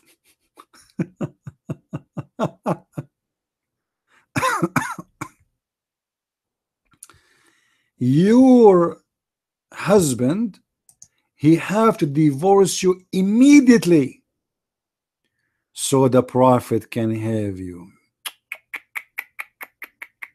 I mean, this is obviously, this is from God. Can't you see? Huh? Can't you see?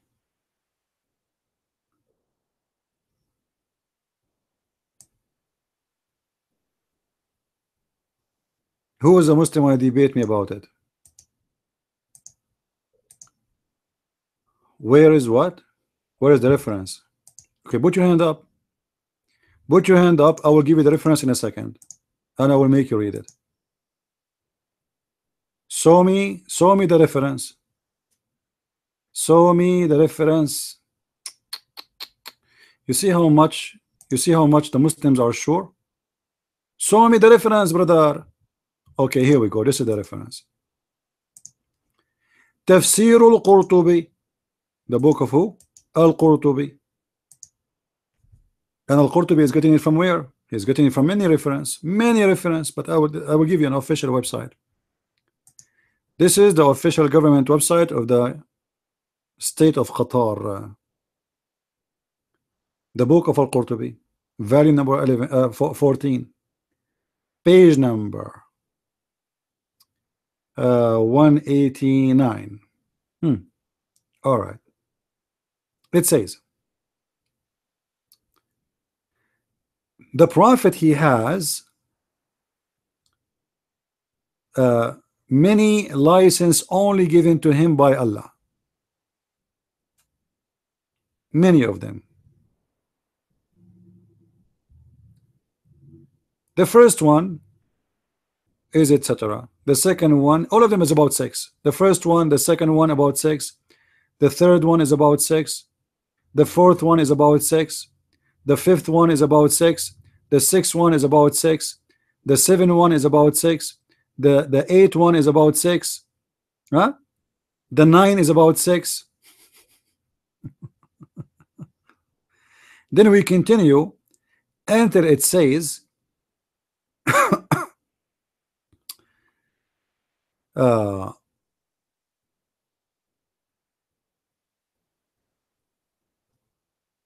let us see, just to quote for you exactly the location, because you might know many do not speak Arabic, so they can translate in Google if they want.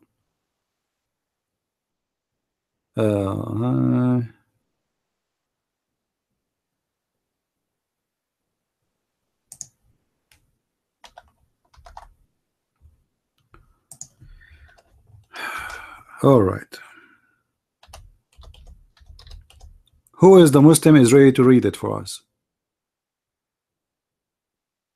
Who is the Muslim is ready to read it for us?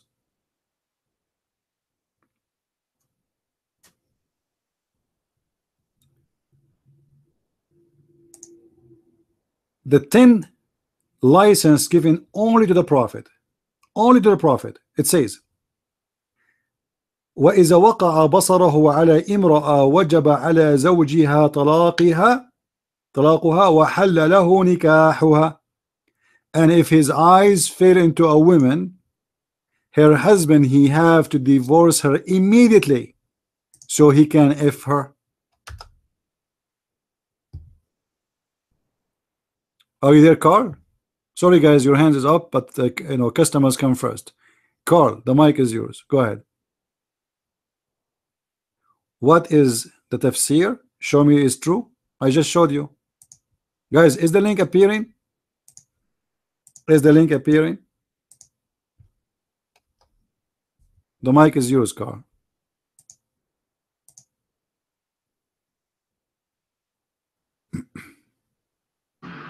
Can you hear me? Can you hear me? Okay, I asked you what is the isnad of the tafsir and show me it is true. Or did he just say this out of randomly? Don't play the game with me, isnad. Go read it. It's in front of you. And if the isnad is bad, why you have it in your book? Guys, he learned to Arabic word. He says, where is the isnad of the hadith? Do you know the isnad of the hadith? Suppose he's a scholar now. Do you know the isnad? It's there in front of you. It says who said this is according to this. It says, read it. Now you tell me what the isnad is. Don't play games with me. Do you know what the isnad is? I gave you the reference in the front of your eyes. So why it says there, if the prophet his eyes fall into a woman, her husband have to divorce her immediately, so the prophet he can have her. Your mic.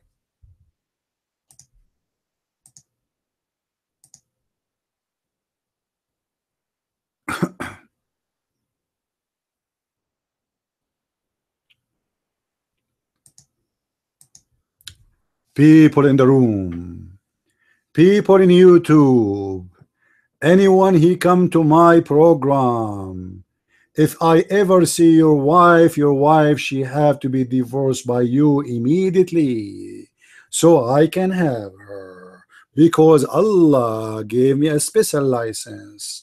I'm a prophet. I'm getting tired. You need to spoil me, okay? So what you need to do, give me your beautiful wife. If your wife is ugly, please, I don't want to see her. Okay, we take only beautiful ones, and they have to be very young. Like what? This is a prophet of God? If his eyes fall into a woman, her husband have to divorce her? Obviously, Muhammad was a gang leader. Correct, guys? A gang leader who have no morality, and he have no dignity, and he don't even respect his men. And he treat his men like pigs, like dogs. So anyone, any women of their wives, excuse my language, for Muhammad, she is like a bitch. Hey, come over here, take off your panty. I have a husband, I don't care. Hey, how you are divorced? How 3 times? What kind of a prophet this prophet is?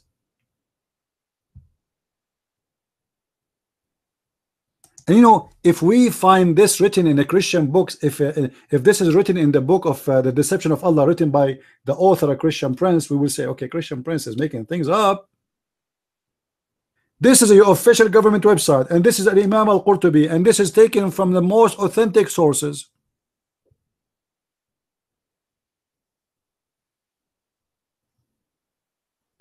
Do you like Ibn Taymiyyah?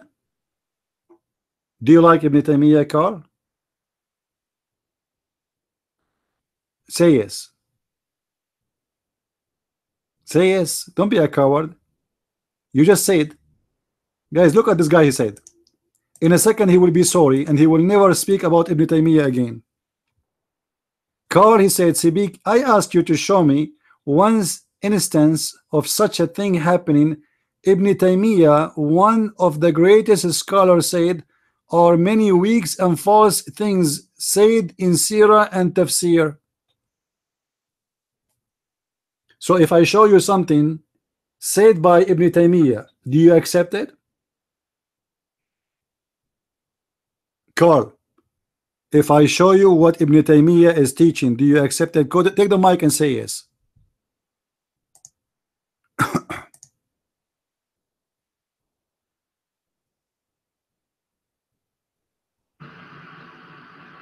Why would I accept everything he says? I don't accept everything he says. He's a great scholar. If it is true, I accept it. Hypocrite liar. A second ago, he is the one who's telling you what to do, what not to do, and now you don't accept everything he says to you. What a potato you are. People are laughing at you. But I'm so glad that the prophet did not see your wife yet. Honest to God, if he saw her, man, she will be in his bed immediately. And I'm sure he will be proud. I mean, you and the prophet have the same, you know, the same. He put it there, you put it there too. I mean, you are blessed, man. That's a blessing. That's amazing. So Ibn Taymiyyah, he said, not every scholar he says is true. Does that include him? So how you Muslim learn about Islam then? And how Ibn Taymiyyah he learned about Islam? Because anything he read about Islam, it might be wrong too. Who is the one who will decide it's wrong and it's right? A man or God? Obviously, all of Islam is about what a man said, not about what God said. You have nothing of what God said. Nothing.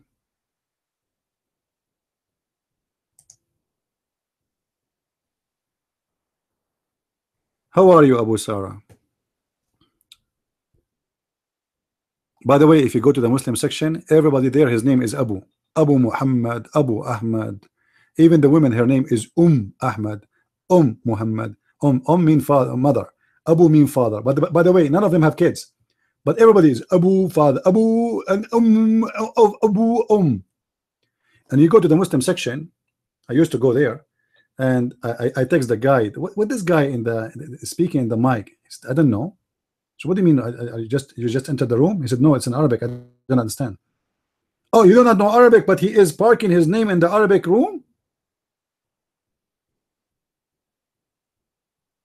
Nobody in the room understand what the guy in the mic is saying, but because it's Arabic, Allah, so beautiful, it's Arabic. Stupid nation. In China, they say he left as a donkey, he never came back as a horse.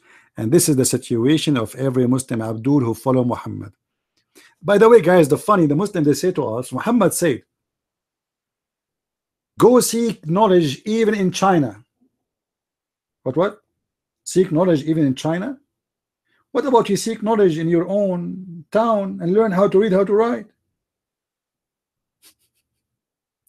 Seek knowledge in China. Hey,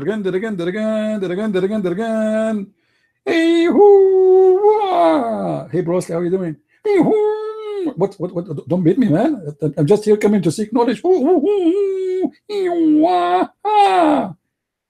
I just come in here for what the Prophet said. Come here to seek knowledge, not to seek beating. Please don't beat the hell of me. Look, seek knowledge in China, but he do not know where the sperm is coming from, and he think it's coming from the backbone. I mean, this is too much. Yeah, this guy, his hand is up, but he will not talk. This guy, he hand up, I think, to get a blessing from us only. Muslim, they like to touch my feet always. Cole, the mic is yours.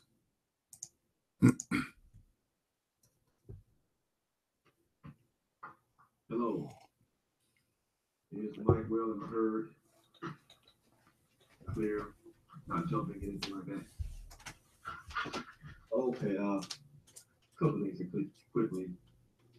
Hate that the last guy left. But for his benefit, should he listen to the video, or should anybody else who listen to the video be in his same predicament? Clearly, what you have with him is somebody who did not know what he was worshiping or why he was doing it. Claims to be a Muslim, or doesn't want to claim a sect, Shia or Sunni or things like that. He says he's supposed to say, he's just a Muslim, period, leave it at that. I can respect that attitude. I actually do that with Christianity. I'm a Christian, and I count myself with any number that understands Jesus is the Lord and Savior. And he's coming for all of us. So that's just, I understand that. Now, in his case, though, clearly he was lacking understanding on some very big questions that demand to be answered. As he says, he doesn't follow the Hadith, but he wants to be a Muslim, but he does obey the Quran. Clearly, he never asked himself any of the important questions, the answers of which for Muslims, most of which are found in the Hadith. I should say the answers that they claim to have. Now, those answers come with other questions, but clearly, he never asked himself, why obey Muhammad? Why is the Quran so sacred? I mean, if the Quran is the definitive, the manual, so to speak, for his life, why should he listen to it? Where did Muhammad get it from? What was it like? How did he get it? What order was it in? Did anybody see him get it? Are there any witnesses? Who is Jibreel? Who is Jibreel? Who are these people mentioned? He never asked himself any of these questions that would naturally derive from somebody taking his faith seriously and trying to learn from it. And clearly, when you do that, that's when you get the complicated, that's when you get the other questions as follow-up, and that puts you in the various predicaments that we see, in Islam.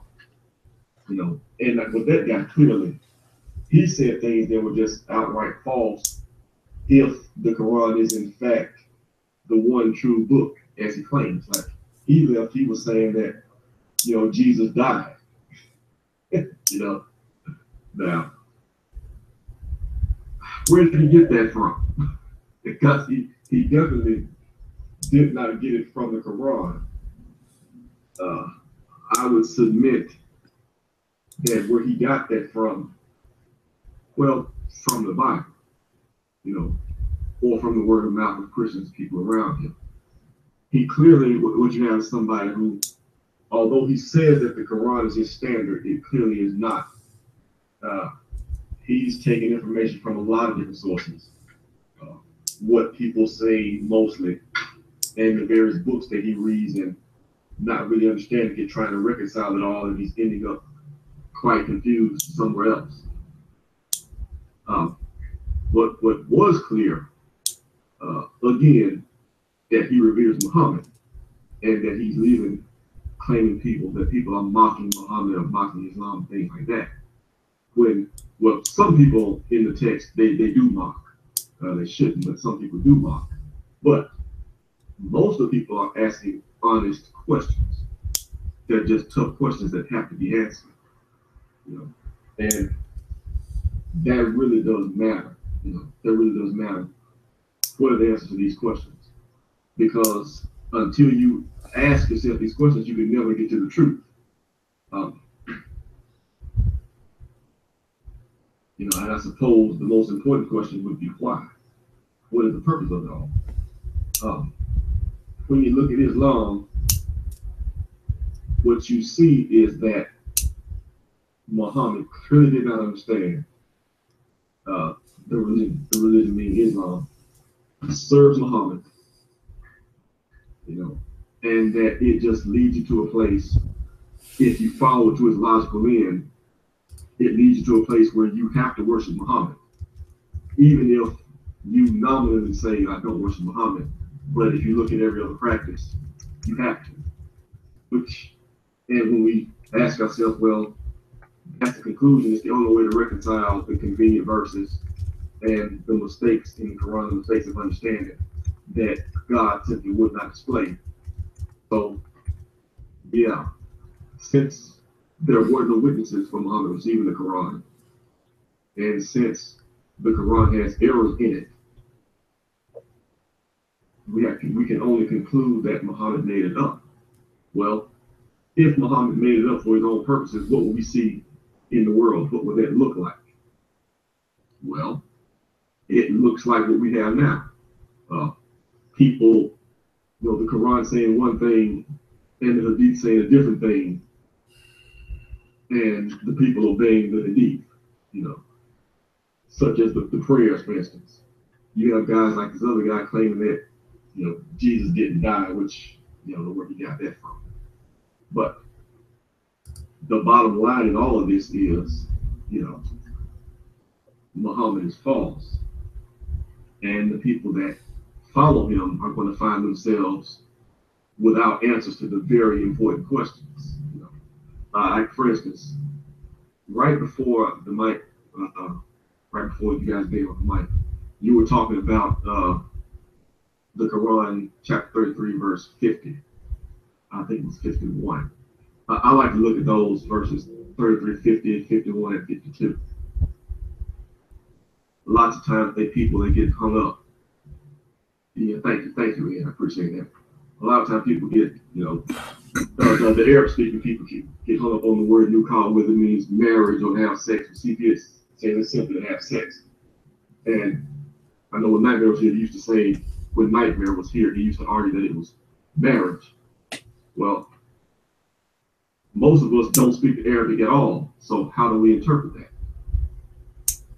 If you look at it, the very first clause of 3350, we have made lawful to thee thy wives to whom thou hast paid the dowries. Well, if it's talking about marriage, why would it need to make your wife lawful? See, if it's only the one or two definitions, if it only means marriage, or if it means to have sex with, why would it need to make your own wives lawful to you? It doesn't make sense to say it's lawful for you to marry somebody that you've already married. Now, it does make sense to say we have made it lawful for you to have sex with your own wife, whom you paid your dowries, and those whom thy right hand possesses out of the prisons of war, and then cousins,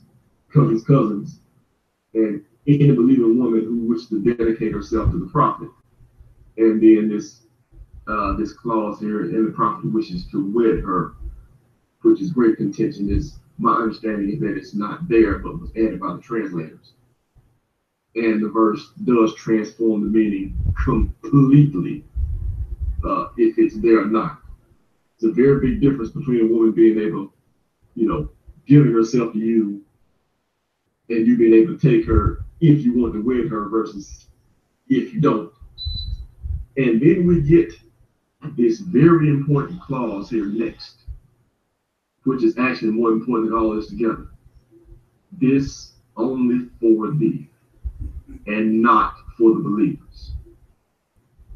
A convenient verse that gives Muhammad more permission, more rights than the rest of the believers of the faith,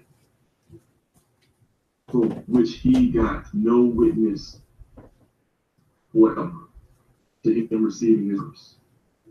He came up with it himself. No questions him, and we're supposed to take him as prophet. And they take it. Yes, there are great implications about whether or not this verse in open like now says any woman that wishes to give herself to him, or whether it means he can any women as he wants to marry. But just again, it actually matters more whether he's manipulating the Quran for his own personal gain. Now, if any person wants to look at that and ask himself, what would a man do? Would a man manipulate? Would he manipulate what he says to give himself special benefits? You can only conclude, yes, that's not difficult. That's not a goal we can make.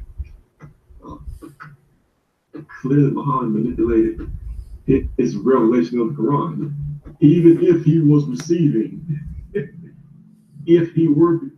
revelations from an angel, what have you, he surely would have added something. It makes no sense to add that.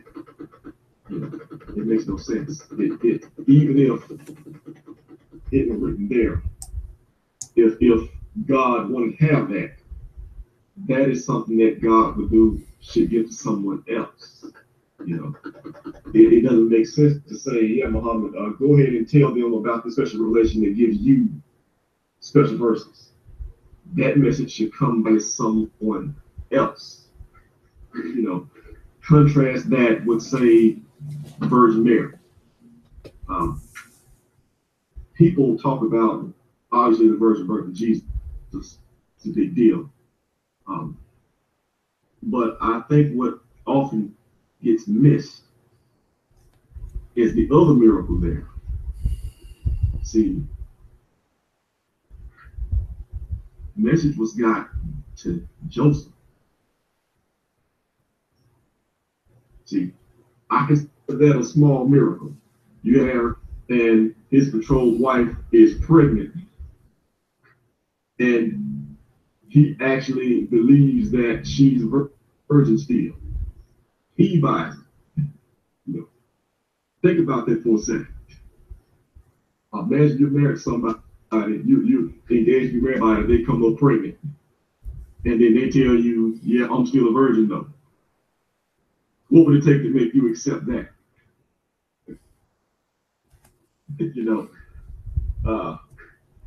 But not too far to depth of that.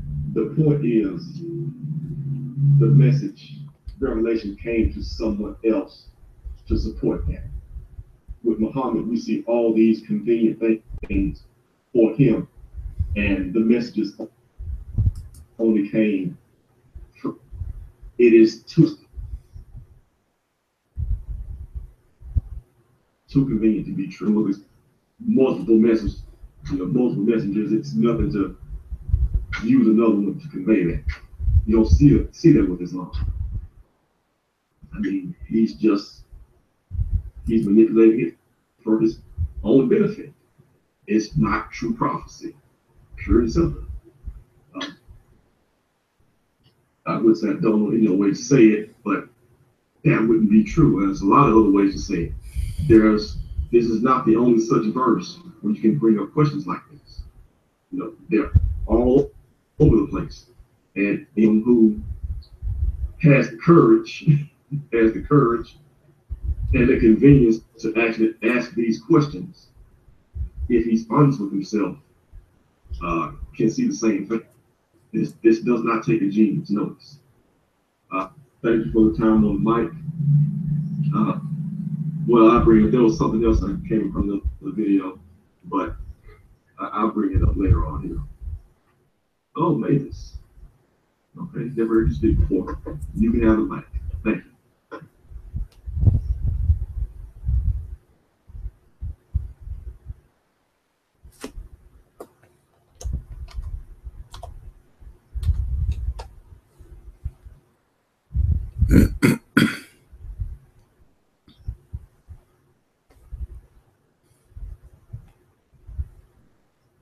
Mavis, are you there? If so, is your mic.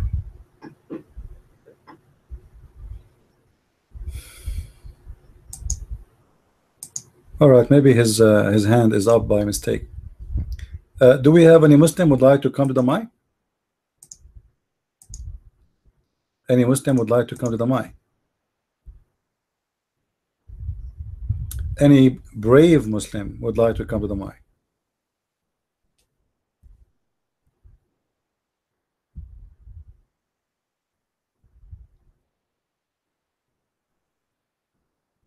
Okay, Mavis, you did not take the mic. We asked you to take the mic. You did not take it. Try again. Go ahead.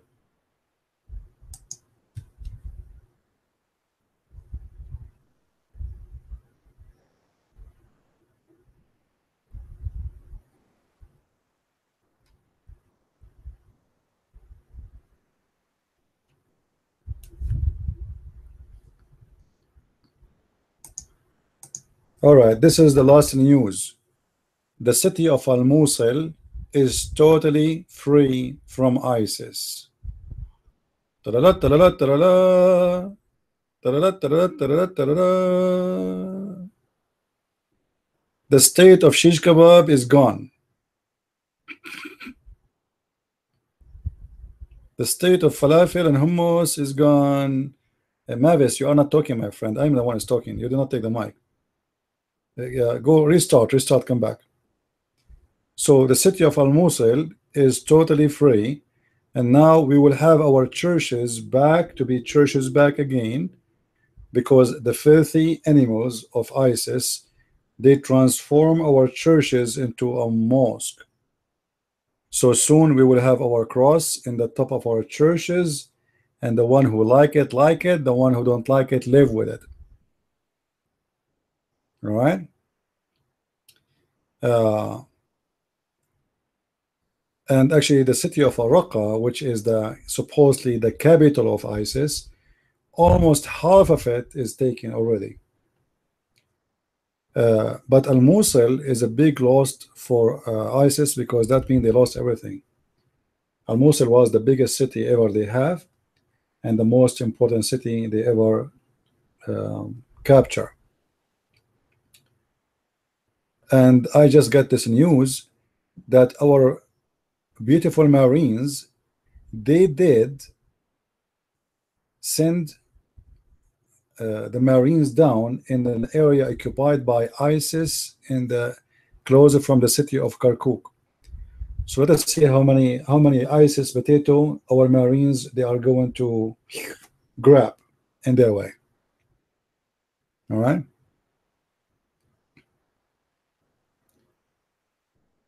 Let us see what else in the news.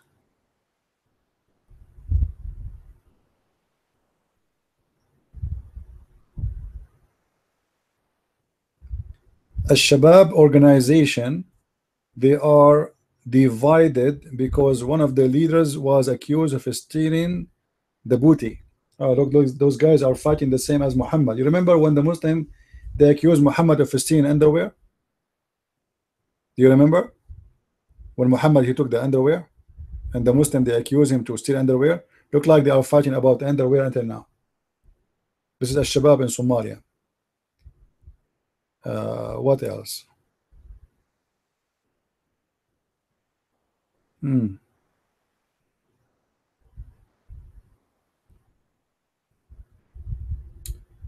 Trump, he is showing no more patient with Pyongyang. I hope they will not beat him with some nuke. We don't want nukes. All right, what else?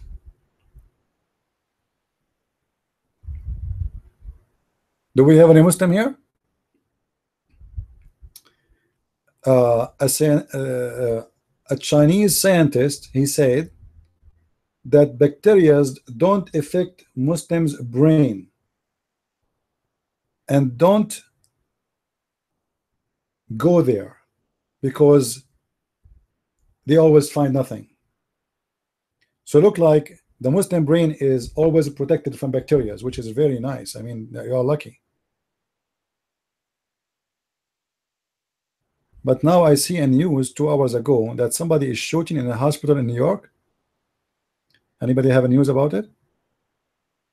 Who is this crazy, filthy idiot? And they killed him. I hope nobody die. Ex-employee.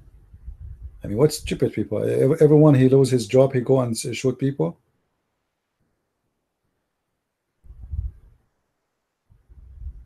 And he's a doctor. Really, he's a doctor? What kind of doctor this doctor is? He must be a donkey. He must be like Muhammad. When the guy he came to him, he said, "My is." Remember the guy when he told him, "My brother is sick still." He told him, "Your brother, his belly is lying, and Allah told the truth." Almost he killed him.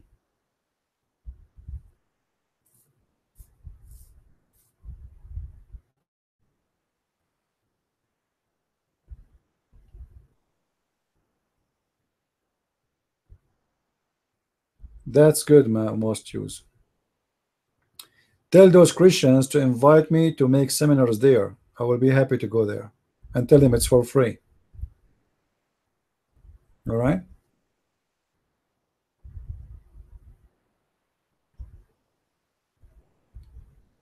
Any Muslim?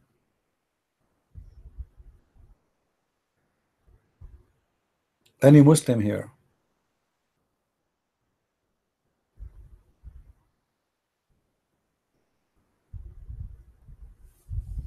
You know, sometimes people, they might say, why we have those cults around us and bad things happen. Sometimes bad things can happen, and or I believe they happen for a reason, and sometimes even the reason can be good. Right? It make me study my book more. It make me give my more of my time to God. It make me you know, focus more in the right things. Otherwise I can be just a person who go and, you know, work like everybody and make money, buy a house, buy a new car, etc. You know, sometime bad things can do good. You know, just to make Islam more clear to you, Islam is the same as the manure. You know the manure? Anyone here do not know what manure is?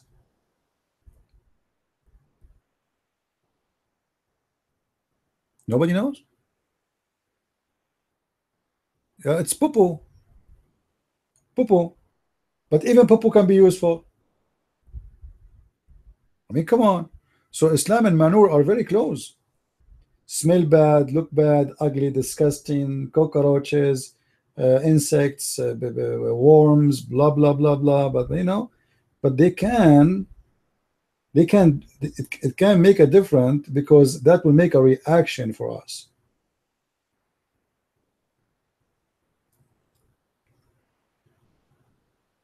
Yeah, before I do not know what manure mean.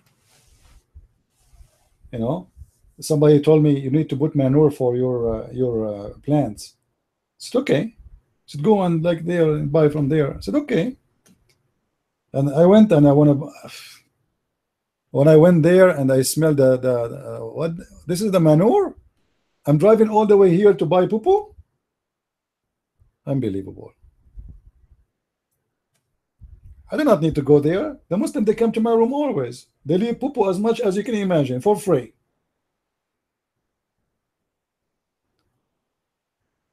Muhammad, he never stopped doing poo.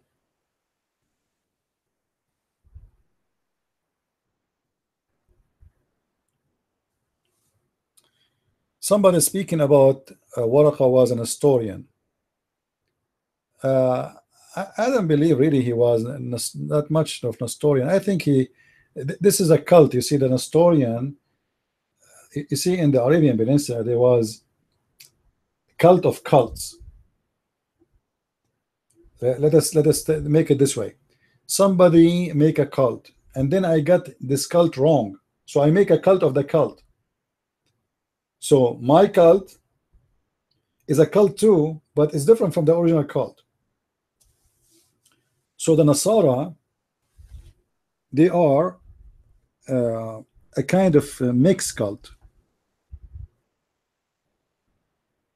because at that time there was many. You know, we mentioned before. Yeah, somebody he mentioned that before. I know what Nestorian is, but the Nasara, they are not really Nestorian. They are the close. You know, they are like, they have some. They share all those cults. They share many things, but I believe the Nasara was exist in the Arabian Peninsula is a mix of collection of cults. You know.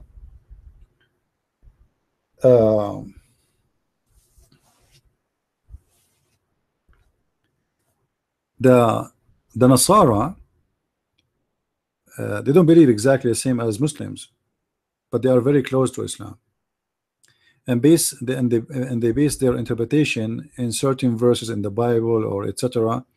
But for sure they are rejected totally by the Christians at that time, and now for sure. Jehovah's Witnesses even more better than them. You know, they have a lot of stupid things in their cult. And Muhammad, he was infected badly by the Nasara. But Nasara are not totally the Nestorian. There's mix.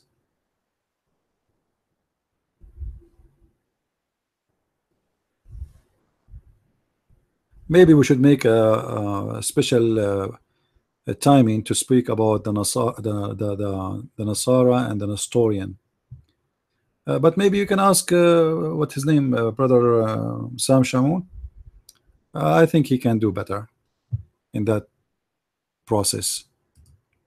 That is his what he like to do, you know.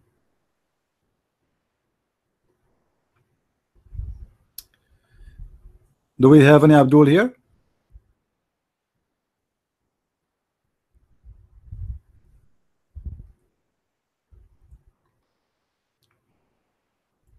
See, there is always secrets about any cult, and the best way to find the secrets about any cult is speaking the language of that cult. You know what I mean? If you don't speak the language, you are missing a lot. So the original Nasara, they are Jews who speak Hebrew. They are not Arab. And what happened when you convert people from other languages and your books is still in Hebrew and they don't speak Hebrew, what will happen? Those people, they will have a wrong. They are copying the cult, but they are not exactly the same.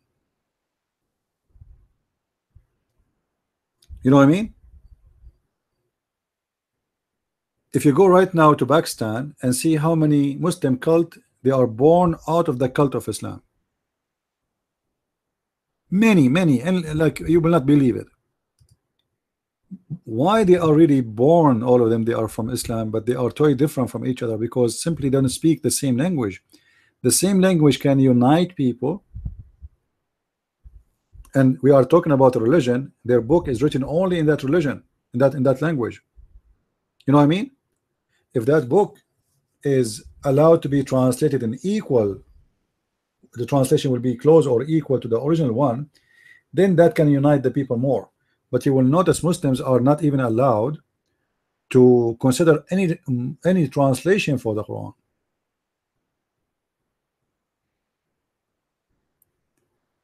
and that will allow everybody to have his own version of his book or his own interpretation. So there is the Sufi, and there is etc. and etc. And the Sufi, they have many section, and you know, there's tons of them. And then you will see that they are totally different. Some of them, they want to dance in the mosque. Someone, they want to creep in their belly. Some of them, they want to the same. Actually, you find some Christians, false Christian churches, who do crazy stuff in churches. I'm sure some of you saw some videos which is very weird and disgusting. Those are cults, and usually those cults, they flourish in an area where people are ignorant. They are not educated. A guy, a scumbag, he will take to that area and he will try to control the crowd. And he will see what is the majority of the crowd is, Christians, Muslims, whatever they are. He hijack the wave. You know?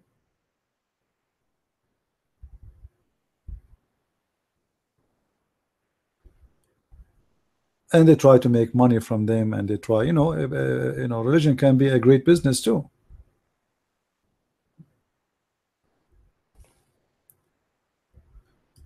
Anyway,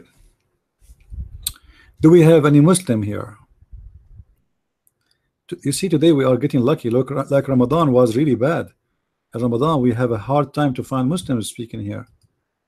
This month is getting better.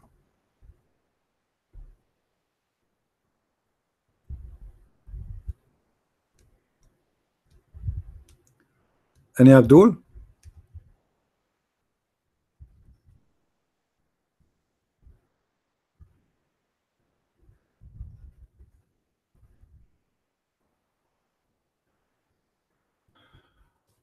Anyone?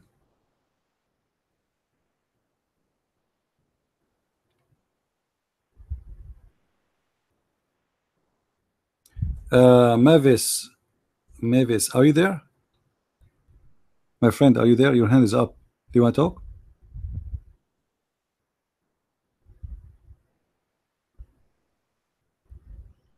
All right, call your mic. Oh, just wait. Let us see if he can take the mic. Take the mic, Mavis.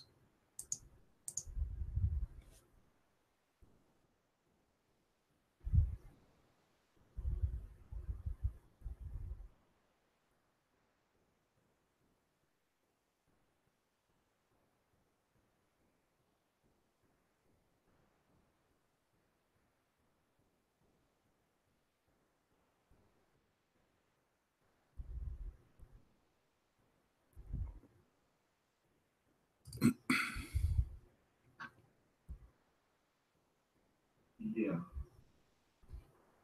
Yeah, maybe I guess you can take the mic here. Am I clear? Okay, yeah, just I wanted to follow up before I have to go here in about the next 5 minutes. I wanted to follow up with this last thing you said. You mentioned the language, and basically the cult of cults, as you say, resulting from people having a different language and not being able to translate the source scripture here. I guess, well, the reason I wanted to bring it up is that it kind of goes along with what I understood about it. So correct me if I'm wrong here. Basically, the idea is when you bring in people from different cultures, they'll have an understanding, different background, may even have different faiths in their own language, in their own history. But when you convert them over, even though they convert, they bring some of that with them. You know, implicit understanding of some of the words, you know, that similar but have different connotations, and over the whole of their culture, the whole of their language, that kind of adds up. And you sort of drift away from the understanding. But if they were allowed to translate the scripture, you know, that indeed is a strength of scripture, that you have a written teaching for the people to go along with and follow. And if you're able to translate that, if they were able to translate that into their own language, they could kind of buff out some of the misunderstandings and, in a sense, what's the word for it? Kind of lay down a benchmark for the future generations, if they have that. If they were to have that, a translated scripture that they could go back to. So you contrast that with Islam, whereby they're not allowed to really translate it, or at least not to rely on translation. So you can kind of get this unchecked creep, tradition creep, so to speak, because they have to keep relying on tradition, but there's no way to say that what Muslims take as, believed by tradition now, that it's even the same thing as it was at an intermediate point, say 500 or 600 years ago, which would still be almost 1,000 years into their history. If that's the case, that actually would be I guess another strength of Christianity, that we have various historical translations in different languages going back to time, and we can basically draw a map backwards in time to the beginning. That's basically what it is. That was what I took from it. Most of that what I already had, but what you said kind of confirmed it. And I just wanted to mention that to you so you can correct any misunderstandings I may have along the line. You'll see me leave the room, but I am going to be listening over YouTube. So go ahead with the answer. You're mine.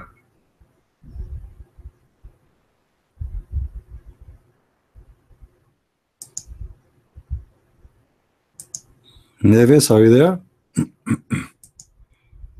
Are you there? Simply what I'm saying, Cole, that if you don't speak a language of a book, and that book or the God of this book insists that you have to learn about him in that language, then anyone who speaks that language, he can take advantage of you. You know what I mean? As long as you have no other choice and you don't speak the language, and especially in the old days, because like now we have internet, we are more educated, we can use software for translation. Like today's story is totally different, but in the old days everything is limited. You live in a city and there's only one guy, he speak Hebrew, and the Old Testament is written only in Hebrew. So now whatever this guy he say, you take it for granted because he knows I don't. Right?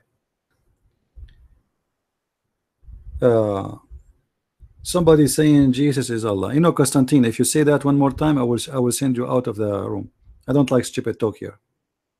I warn you. Don't insult my Lord. So that can happen anytime. Anyone he want to take advantage of you. Imagine I sent you buy something from me, and the manual is written in Chinese, and I speak Chinese, you don't, and then you tell me what it says so I can practice the manual, and I start telling you lies. You follow because you don't know, you cannot read it. Islam as a religion focus in the Arabic language. Everything is based on the Arabic language. Anything else is not Quran. Anything else is not accepted. Even prayer is not accepted. You have always to use Arabic. Then how I'm going to be able to know what is really this religion is teaching and I don't speak the language? We saw today an example, Cole. You remember the guy who was here from Turkey? Do you remember him? The one who, yeah, he was far away from anything written in the Quran. He have his own. Why? I assure you that because he heard something, he believed it. Somebody told him this is what it says. He believed it. He's not lying to us. This is what he believed in. He is not Arabic speaker, but yet he is sure that the verse doesn't say that. Why? Because somebody did fool him and told him it doesn't say that. And that can happen to Christians too. If somebody want to fool them, he can. Why? Because if you don't speak the language and that book is written only in that language, then an average person who is uneducated, how you will know? He don't. You know, especially in old days, a farmer is not educated. He don't know how to read, how to write, but yet he want to learn about God. Then he got someone to teach him, but this guy is a liar. He can't fool him. And this is exactly what Jehovah's Witnesses do. Jehovah's Witnesses, they cannot target someone as educated about the Bible. They target those who knows nothing about Christianity. They are Christians by name. So the stories now is different.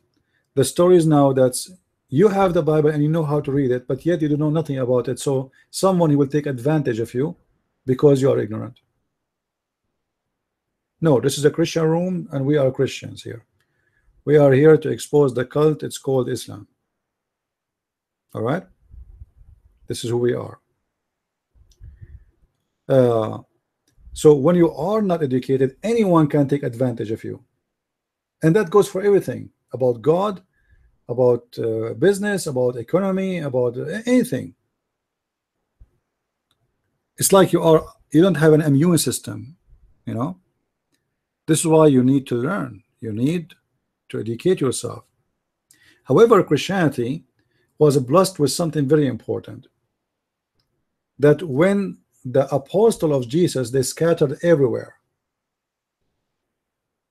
the knowledge was not in the hand of a priest. Do you understand what I'm saying? Because they were preaching and teaching to everybody, and they were not preaching a book as much they are preaching the meaning of the book. You see, we as a Christians, we do not memorize verses in the Bible as much we understand them. We do not focus in memorizing. Is that correct? We don't focus. Because what is important is what the Bible is saying about God as meaning. Muslim prophet, do you have a microphone, or you are here to get busted and spanked? Do you have a phone? Do you have a microphone? No mic. Okay, then shut down. Shut up and sit down. You are a follower of a man who kissed black stone, and you are talking about garbage. And the black stone was a vagina of an idol, and you are talking about garbage. You are the garbage itself. A prophet of God, he kissed a vagina, and the vagina is not even real, it's a stone. And he claimed that this vagina is the right hand of Allah. And yet you are coming here to insult my Bible. Be a man and put your hand up and let us hear you speaking in the mic. Otherwise you are a potato. Sit down.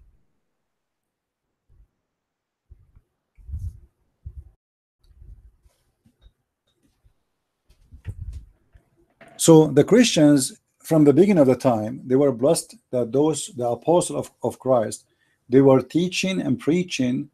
They are not teaching them how to memorize. They are giving them who is a Christ. Christ, the one who gave himself to us, the Christ, the Savior, the Christ who is coming back.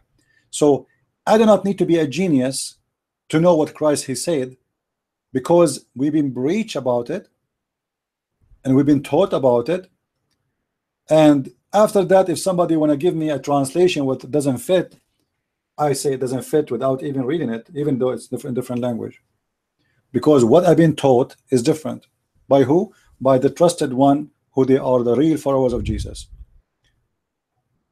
If you go and see the map and you see how and where the apostle of Jesus they went, you will not believe it. They went everywhere.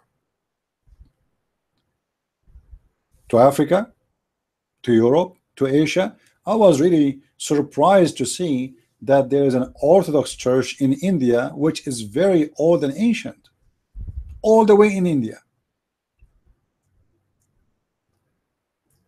and their teaching in India is exactly the same as we know about Jesus. So even though they speak different languages, they are different ethnic, they are far away from us and different culture, but still they have the same teaching about the same Lord. I think the church is exist in what city? Hold on, let me remember the city. Big city in India. Hold on, let me see. I will search it.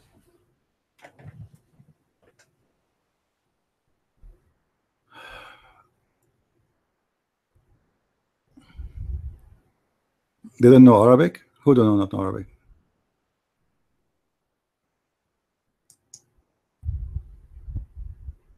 The Indian? They do not need to know Arabic. What for? Anyway, hold on.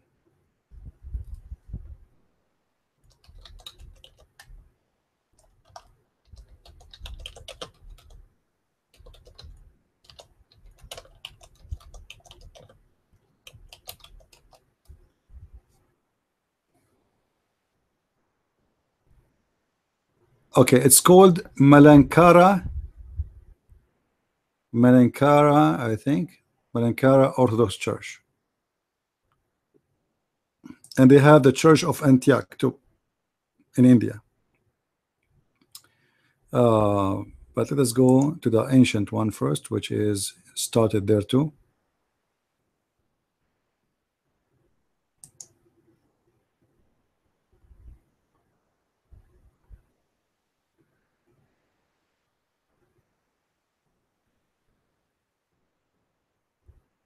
Yeah, you can search it. It's an Orthodox church in India. You know, you can search it. Yeah, they are Syriac too. Yeah, but this is an old one. This is not something new, like established 10 years ago or 20 years. This is really from the time, as I understand, that the one who established this church there, it was one of the students of the apostles. All right. And I think I want to be sure before. Syriac.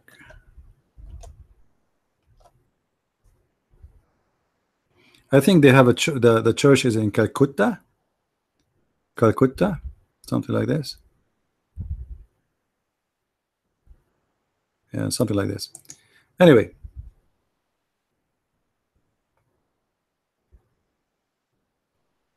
Thomas Christians. All right. Kerala, maybe. You see, I did read about it long time ago, long time ago. But I was really surprised about that. This is an ancient church, exists long time ago. This is not a church came with the occupation of the British, and you know what I mean. This is not a missionary group who went there, you know, 50 years ago. Those are from the time of Christ.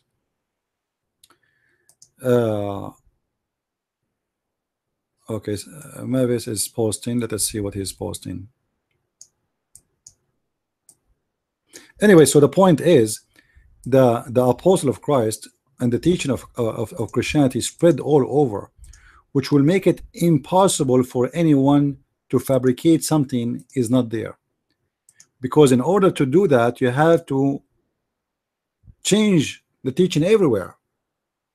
You know what I mean? So you'll find that those who live in India have the same belief as those who live in Europe, the same who live in Middle East, the same who live, etc.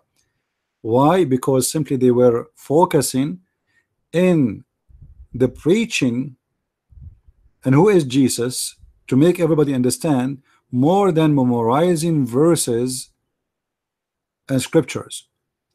However, those who do the preaching, for sure they have to quote scriptures and they have to read it from there. But the public, he learned about the Christ from the beginning, and for sure, you know, by time, like, you know, once somebody says to me, why the translation of the gospel change? Translation. I say to you, translation is getting better. Why? Because more and more manuscript is discovered, and the more manuscript is discovered, the more they can understand better from the original language what meant exactly to give the exact translation, because it's at the end of the day, when you translate from a language to a language, you will miss something. There is no way translation will be 100% the same. Translation is translation. Same as when you do in Arabic, or like imagine I will translate to you a joke from Arabic to English. That usually will make it not funny. Why? Because always jokes is based on background of the language more than an event itself is happening. So you might say for me a joke in English, even though I speak English, but I did not get it, because the joke itself is based on something I know already in my mind, in my history, in my background. But if I don't speak the same language and I don't know the same culture, I will not find it funny. Right?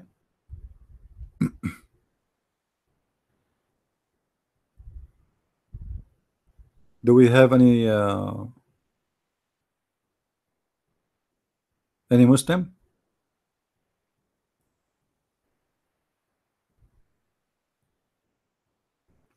Any Muslim here?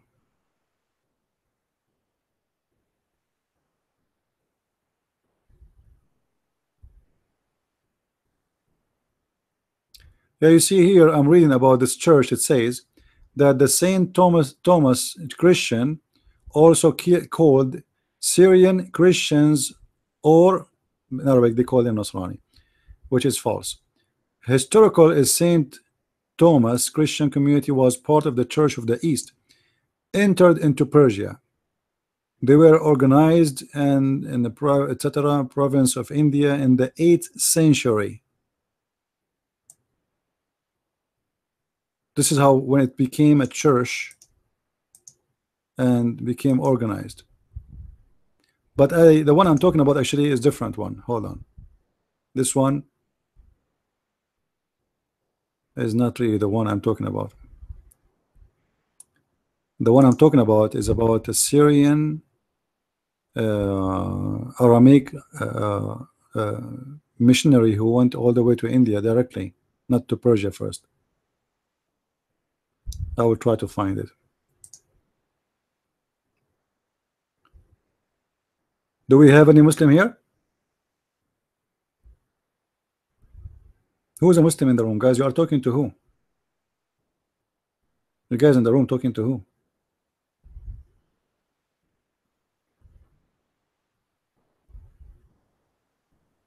No, not Catholic. No, it was Orthodox.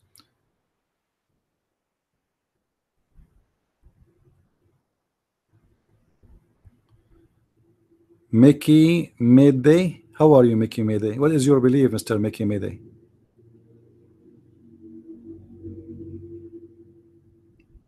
Make my day. Oh, make my Mickey my day.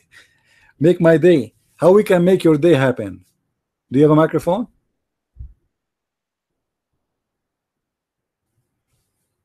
Do you have a microphone?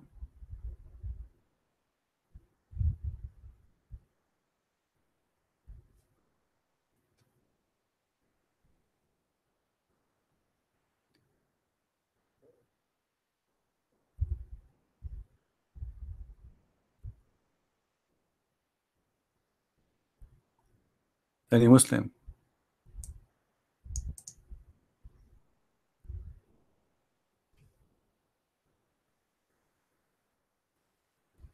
Okay, ignore him, guys. This guy here, he will not talk. Any brave Abdul? Anyway, just to go back to the topic, knowing the language is very important, especially in the old days. However, if any religion based on a language, which means this language is a holy for the language, for the religion, then in order really to have a full understanding of it, you have to have an honest translation in case you do not know the language itself. So you have to get someone who's trustworthy who can tell you what really it says in that language. In the case of Islam, Muslims are not trustworthy and they lie about the translation, and all of us, we knew that. So how anyone he can get the true information about this religion? This is why you see many of those who we consider them Christians, and they are Christians, they say sometimes wrong stuff about Islam. As an example, I heard Nabil Qurashi saying Islam means submission. Is that correct? But this is false. I don't blame him because that's what he learned. Even though he's a Muslim, he was a Muslim, or he was Ahmadiyya, and supposedly ex-Muslim, but yet he does not know Arabic. So he will get the definition of the religion he have from the one who told him. How he will know?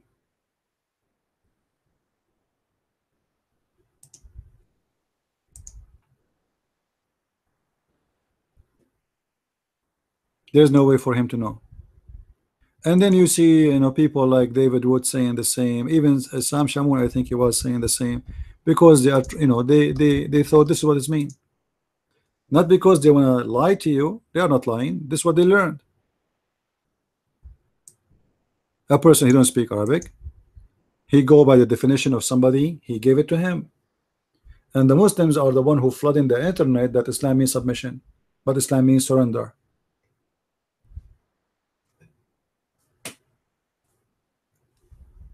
Right? Why we have a cross in the church? So what? Why not? It's a symbolic for what Jesus did for us. He died in the cross. Is that a problem for you? Why you have a moon in the top of the mosque?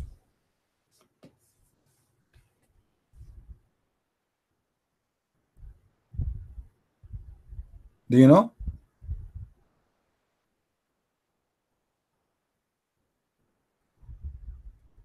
Why you have a moon in the top of the mosque? Do you know?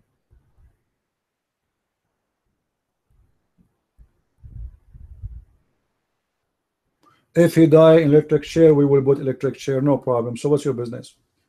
We will not worship the electric chair. So what's the problem? I mean, isn't it, this is silly? If he die in the swimming pool, are you going to make a swimming pool?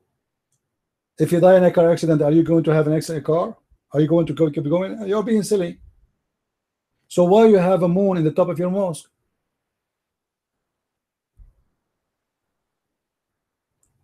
Can you tell us why you have a moon in the top of the mosque? You are the Muslim, so what do you think of Muhammad then? What do you think of Muhammad if you are the Muslim?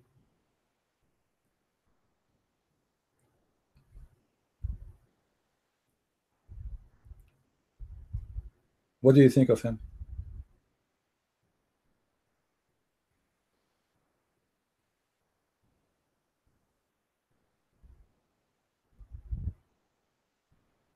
You are ignoring our answers. What answers? Benny, what answers? I don't see your answer. Do you want to take the mic?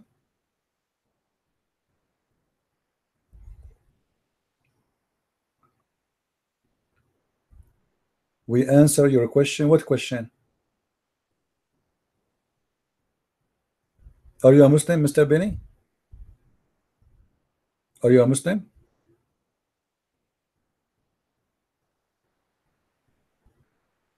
Alaykum assalam. But salamu alaykum have nothing to do with Muslims. This is something Muhammad he stole from the Jews. Even this one is a theft. Take the mic, Benny. Tell me something about your religion. Your mic.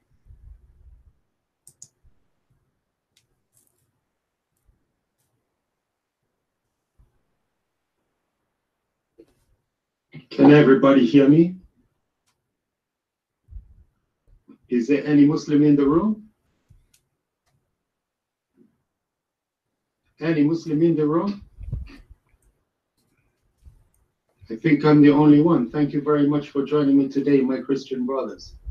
You are going to learn a lot today about Islam. You already have heard the teaching of this young man, Mr. Christian Prince. He is from Egypt, where is the Christian people is a minority, and they are leading a war and struggle for their liberation against the corrupt Muslim leader. I am in a different situation to him. I am living. My friend, I am not from Egypt, and don't speak about me without knowing me. Who told you I am from Egypt? And who told you I'm young? I wish. Young guy. Yeah. Did this guy, he said I am young?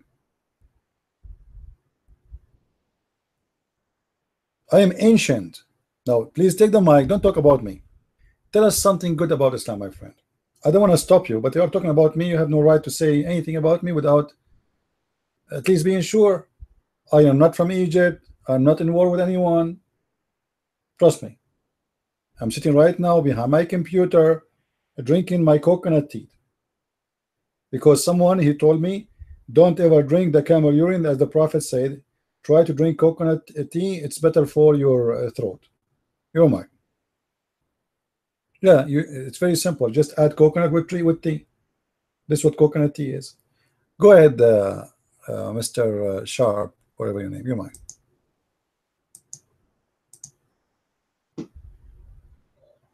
Thank you very much for your attention, and I'm glad you were listening to me. I'm glad you're sitting there filling your coconut with tea. That is fine. That is up to you.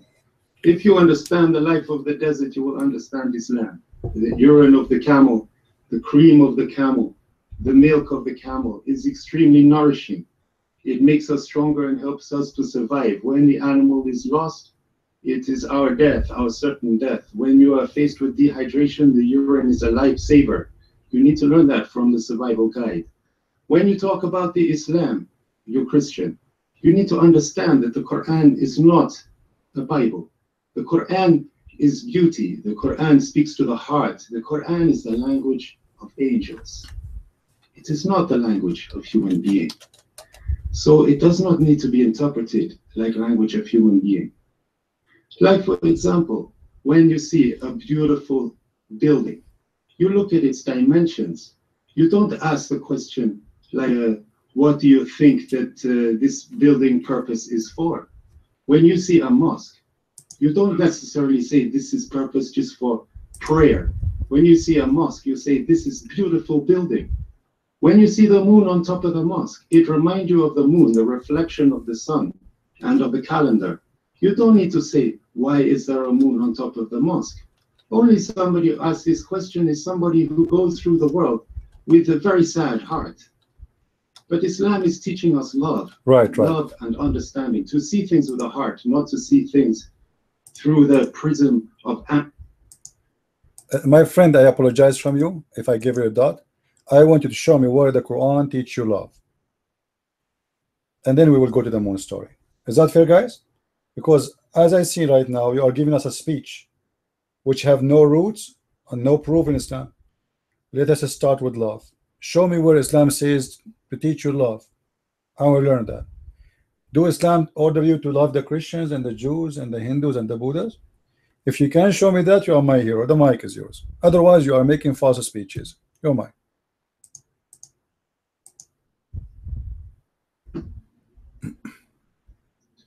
Before you can understand what the Quran is saying, you need to understand the language of Quran. Then you need to understand something about life. So if you don't speak Arabic, you guys, you will be ignorant. Okay, do you speak Arabic yourself? I do. Now stop playing the game. Oh, before you see, understand. So what we will do now with 1.4 billion Muslims do not speak Arabic? How you Muslims accept Islam without knowing Arabic then? You just said in order to understand the Islam and the Quran, you have to know the language of the Quran. I speak the language. Do you? Give me the reference where Allah, he says to you, love the Christians, the Jews. You're Mike. We are listening. And I apologize again for doubting you. This is the only way we can communicate. This program is a stupid program.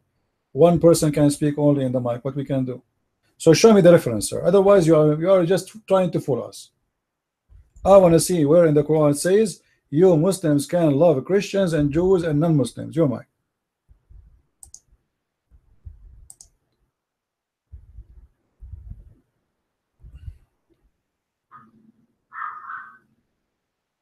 Thank you, Christian, for the redirection. First of all, you need to see that at the time of the Quran, the believers was not only what you call Islamic believer. The believers were Christians and Jews living inside Medina. So when the Quran says, Ayyuhal ladina amanu, it is saying, I am talking to you, believers, all of you believers. It means the Jew, the Christian, and the Muslim. So in Islam, we have unity between all of them. My friend, I can get you busted in a second. أيها الذين آمنوا mean the Muslims only, and I challenge you to show me a proof that the word أيها الذين آمنوا, or those who believe, mean all Christians and Jews.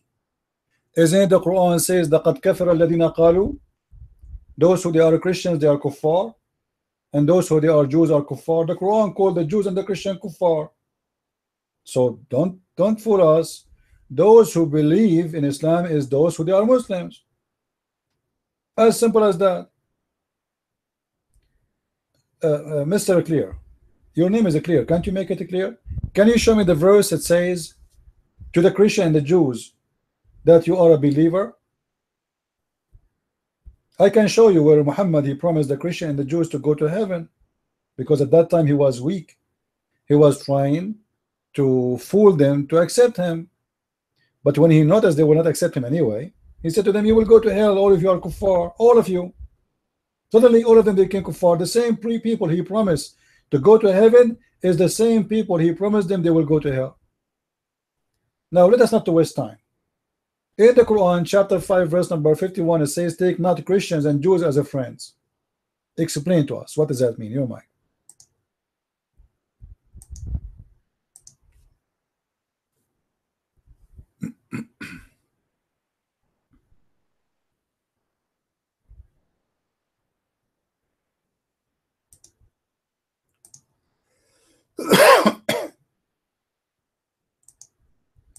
Clear, are you there?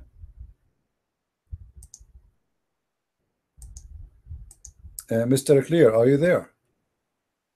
How Islam consider us believers, but the Quran says you cannot take non-believers as a friends? And who are the non-believers? The Christians and the Jews. Let us see who is here lying, either me or you. The mic is yours, sir. Go ahead.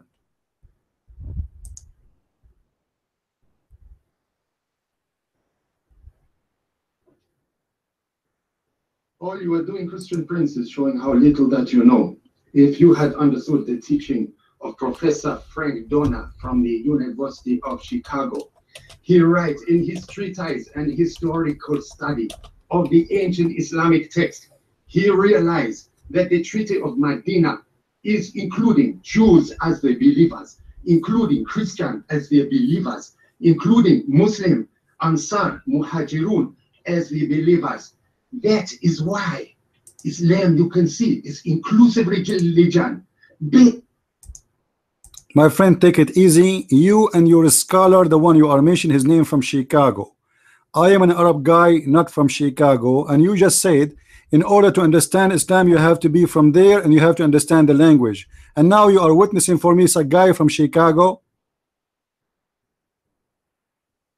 Now chapter 5 verse number 51, it says take not Christians and Jews as a friends. If we are believers, why you cannot take us as a friends? The mic is yours.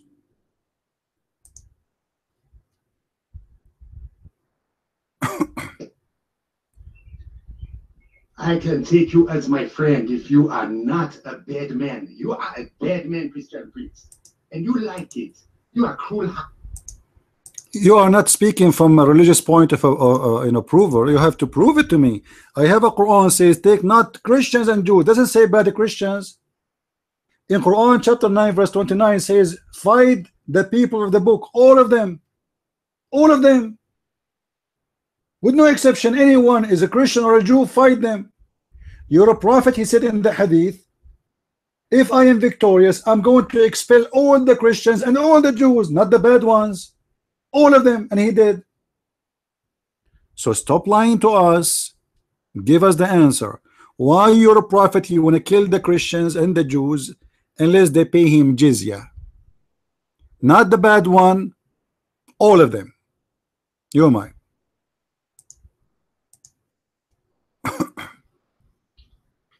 The situation of war is different to this. A Muslim can kill anybody who killed his wife and children. Yes, that is true. If they are Christian. Abdul, stop playing games. The verse is so clear. Your prophet said, fight those who don't believe in Allah, not those who they are fighting you. Fight those who don't believe in Allah and the last days and He's a prophet. So the reason to fight them is they don't believe. Your prophet said, I've been ordered to fight all the people until they say there's no God but Allah and no prophet but me. And they worship as we worship, and they slaughter as we slaughter, and they kill as we kill, and they pray as we pray, and they pay the zakat, and they face the qibla, and then and only then I will stop killing them. So it's not about somebody is killing you, and your prophet is the one who sent the 3 letters to 3 kings saying convert or else. So stop playing around the bushes. You cannot do that in my present. All right. Even Muhammad, he gave a license for the Muslims to kill anyone he is a Christian if he want, and he will not be killed unless he is paying jizya, and then I will give him some protection. Look what the hadith here says. If a Muslim kill a Christian, a Muslim will not be killed for killing a Christian. Where is the justice? Did he run? Did the potato run? You see how they try to fool you? If you don't speak the Arabic, they will say to you, you will not understand. You see, guys, what we are talking about, the Arabic language. In the last 1 hour, they were talking about if you don't know the language, they can fool you, right? Now, none of you speak Arabic, so this guy, he will give you a speech. Islam is about unity, about love. The Prophet was good to everybody. The Prophet, he said, oh, who you believe, and he mean the Christian, he mean the Jews. Now you do not know the Arabic, and he told you you will not know Islam unless you know Arabic. And imagine he's saying that to me, and he know I'm an Arab. I mean, how crazy that is.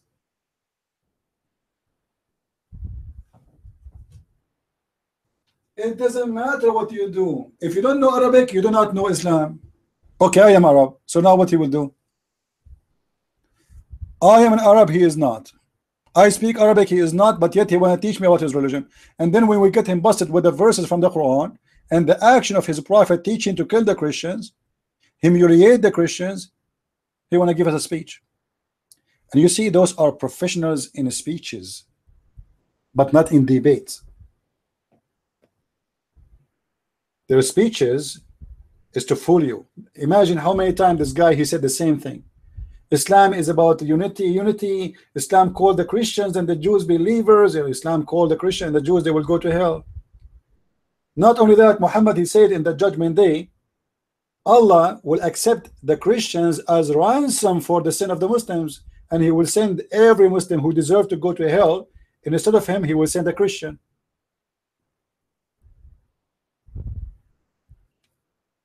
You believe it?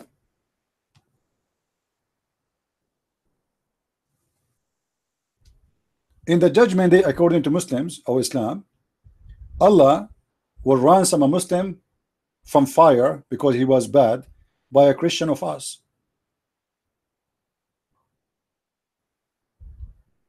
This is the truth. Allah will take the sin of all the Muslims and place it on the Christians. And the funny, the Muslim, they say to you that where is justice to that Jesus, he died for you? Is that justice? Is that justice that God, he put your sin on me? The Quran says that every soul have to pay for its sin. But then the Quran says that the Muslims will be ransomed.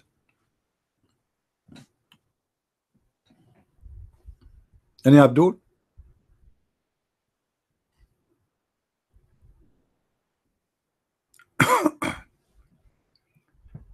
And right away you will see how the coward, he ran away because he knew he's a liar. Otherwise he will stand here, he will get me busted, he will show us reference, and he will prove us to be wrong. but he have no answers. Benny, listen, Benny, I have no time for a stupid talk. Either you want to take the mic and say something good for us, or take your tail between your legs and get out. This is the last warning. You want to debate us, put your hand up. You're welcome. If you are here to call us names, I will send you out. No, I am an Arab. Don't you know what Arab mean? We don't believe in freedom of speech. No, you cannot. You have to call me a prophet, Christian Prince. I am the same as Muhammad. I am his cousin. It's a business. We're switching the family.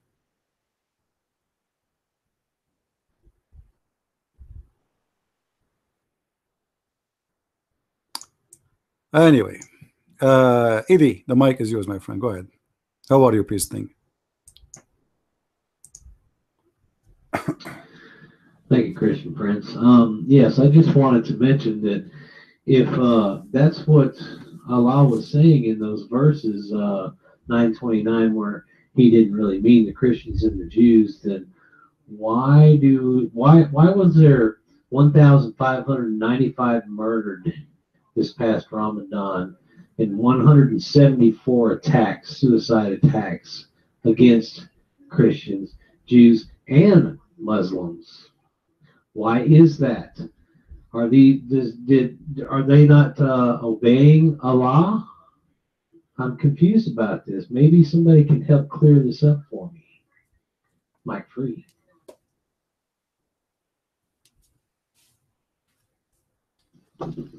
Hello, everybody. How are you guys? How's it going? Now, what was funny, that guy said that the Quran is the language of angels. I thought that the Quran was the speech of Allah, not the language of angels. So, can that guy, explain, is it actually the language of angels or the language of Allah? Yeah, and I just wanted to say that the Quran is beautiful and it teaches love, you know. I mean, where did that guy get that? He didn't mention one single thing, one single reference, nothing. He just came here and he just gave a speech. Some guy in Michigan, some guy in Las Vegas, some guy said this, some guy said that. All he did is just gave that. The only love for Islam is that you have to hate the non-believers. That's the pride of Muslims take. So you have to hate the non-believers, and that's all it is. It's as simple as that. It's mentioned in the Quran that Allah says that He has no love for the believers, and that's what it is.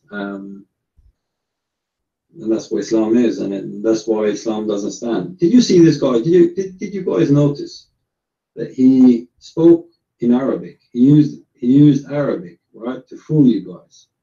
And Christian Prince just caught him by the leg basically, and just caught him straight away. He used the Arabic to try and make his argument, right? Thinking that none of you speak Arabic. I know some of you do, but then he got caught.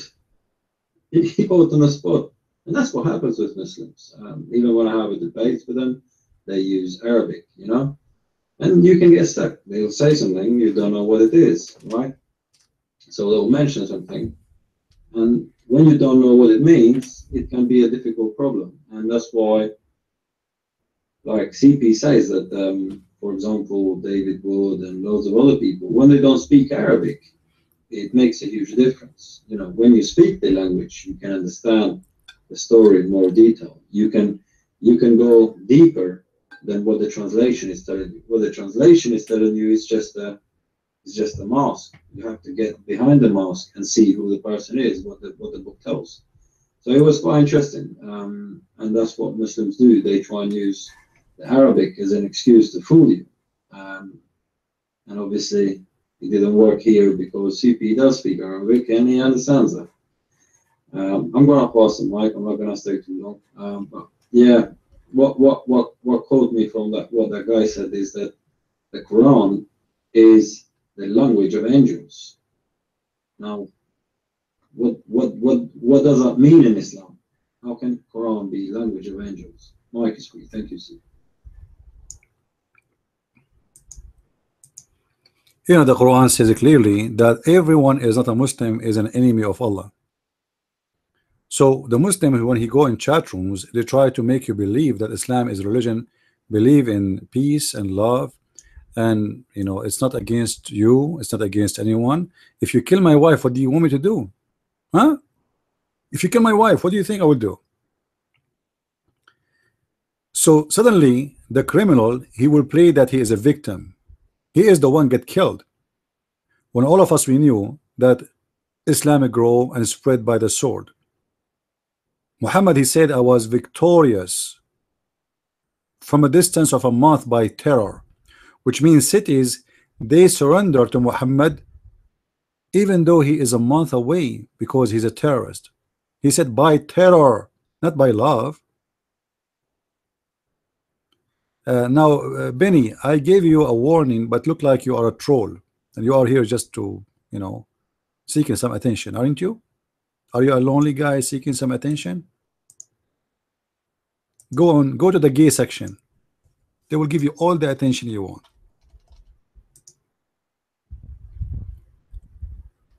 Do we have any Muslim here?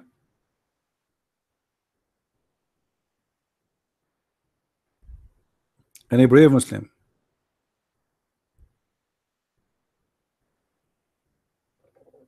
Qurbani is it's a word used in Urdu, right? But it's coming from the word Qurban in Arabic. If you remember the story of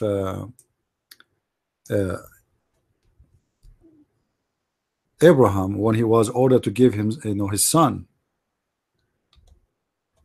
So the Quran speak about the Qurban, the word Qurban, which is not an Arabic word too.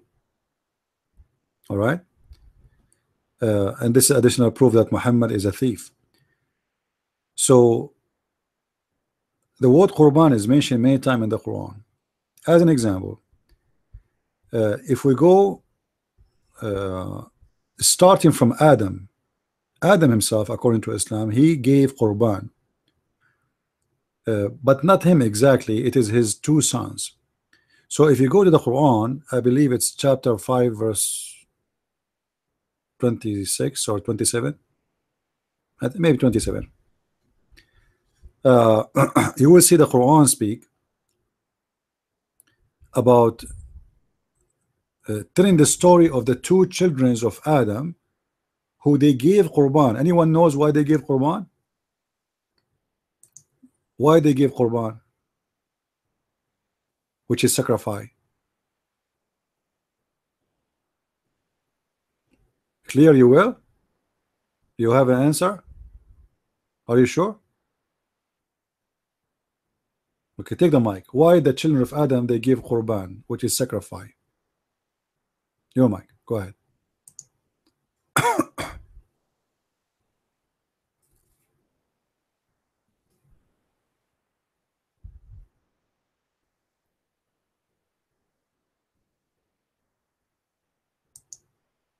I don't know. I thought you want to give us interpretation. Anyway, the story is very simple. According to the Muslims, the two children of Adam, both of them, they want to have sex with their sister Susu. Susu for sure is just a name I'm giving her, you know. Let us say they have two sisters. One, her name is Fufu, and the other one, her name is Susu. So according to Muslims, Susu, she was very beautiful, and Fufu, she have a cross eyes. So two of the sons of Adam, they are fighting over the beautiful one, and they don't want to marry the cross eyes woman sister. So Allah told Adam, give him an idea how to solve this problem. He said, tell your two sons to give me a qurban, a sacrifice, and whoever I accept his qurban is the one who can take Susu.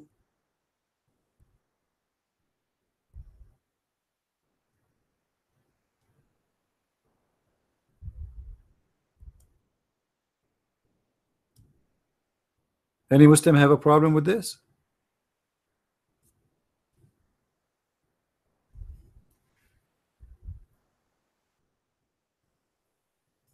Yeah, but clear here. This is not. We are not talking about the sex now. We are talking about how stupid the idea is. Because you Muslims, you say to the Christians, why somebody you want to give sacrifice when your God Himself is the first one supposedly who created sacrifice idea. To the point He is asking people to give sacrifice. What I don't. This is Quran. What do you mean that's not Quran? Chapter 5, verse number 27. Guys, this is not Quran. This is what? This is not Quran. Chapter 5, verse number 27.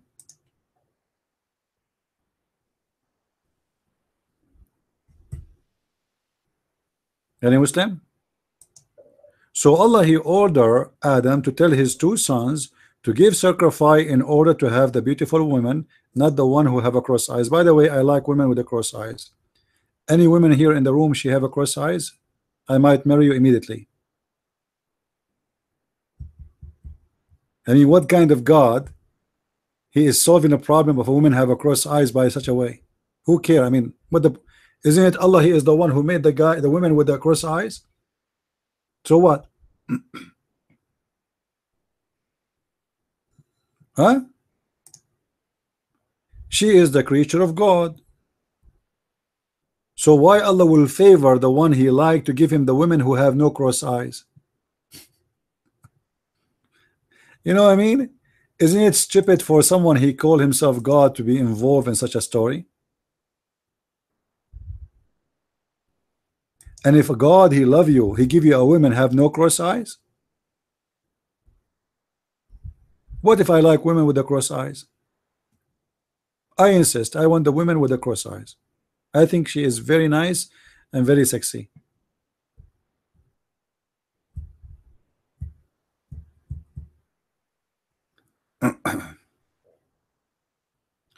Any Muslim he don't like what we are saying?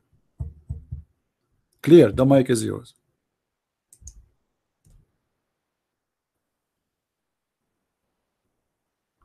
Hello there, Christian Prince. Hello there, everybody in the room.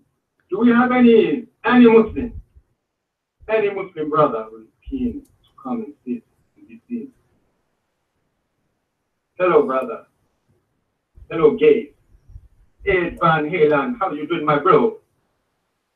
I was a Muslim. Lord have You mercy. was a Muslim, meaning you changed your religion? That is good for you. I am happy for you.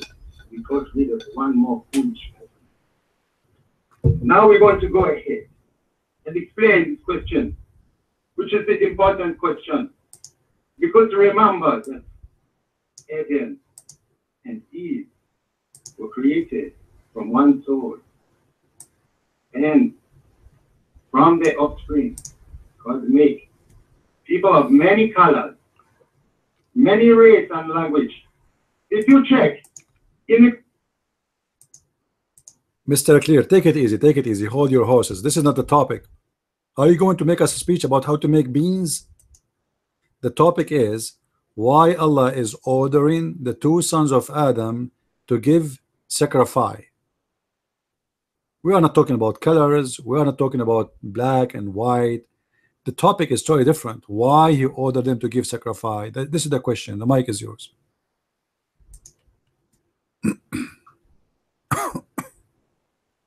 but it is all related. Now I will explain to you. He made the children of Adam and Eve in different color and race to love one another, to know one another. It is in Quran. Go find it.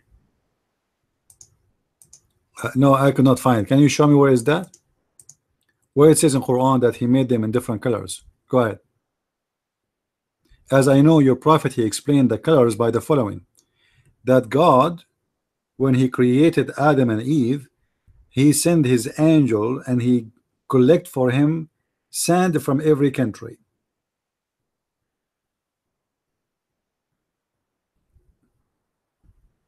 Which is very, I mean, logical. All right. Now, don't go in a circle. Give us the answer. Why Allah He ordered the kids of Adam to give him ransom or sacrifice? Why? Your mic.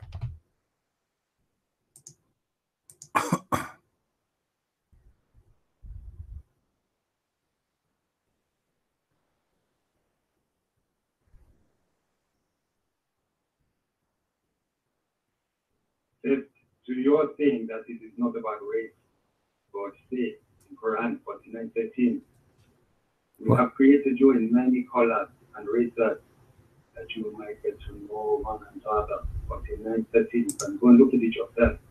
Okay? Maybe not in Egypt, maybe you read it differently. I don't know. Next question. Well, the sons of Adam. The Adam had two sons, Qabil and Habil. You call it Cain and Abel. This is going back to prehistory time.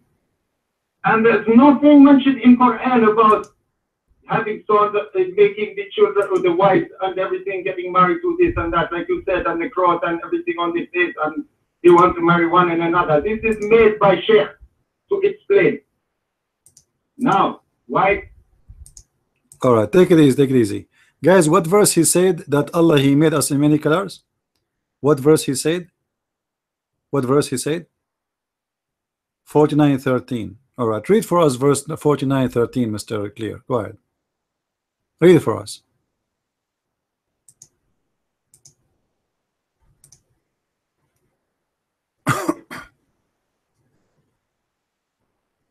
I will read it to you in due course. But first, I must answer your question. Okay, because why is the Qurbani? You are way behind me now. You're trying to throw me balls like tennis. No, then first admit that you are lying. It doesn't say anything about color there. It doesn't say the word color. It does not exist. So why you are lying for us? Now go back to the topic. So why he ordered them to give sacrifice? This is the topic. Your mic.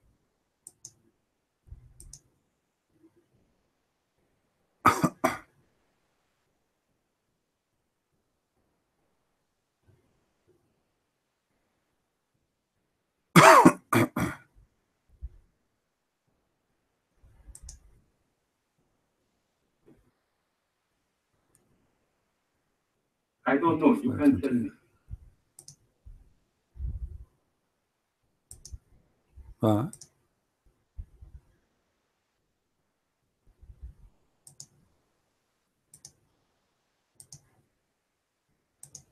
What do you mean you don't know? I thought you are the one who's going to explain to us.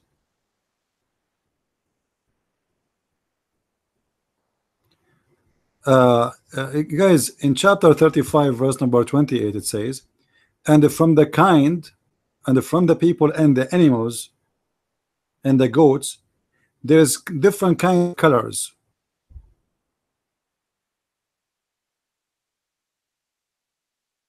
Allah and the knowledgeable, they fear Allah. This is a verse showing us how stupid the one who made the Quran, because what the first part have to do with the second part? What the colors of the animals have to do with the people?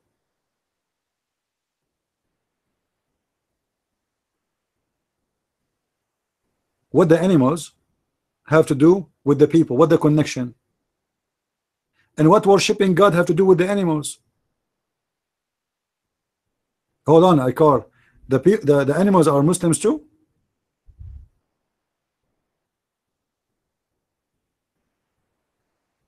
The animals are Muslims too?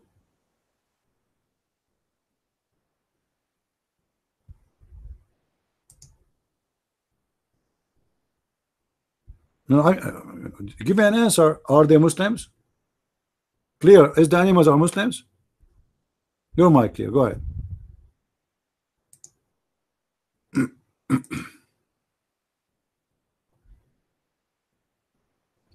Simply to explain, if we are made in tribes and nations, all the tribes is related to a genetic lineage which is connected with the color.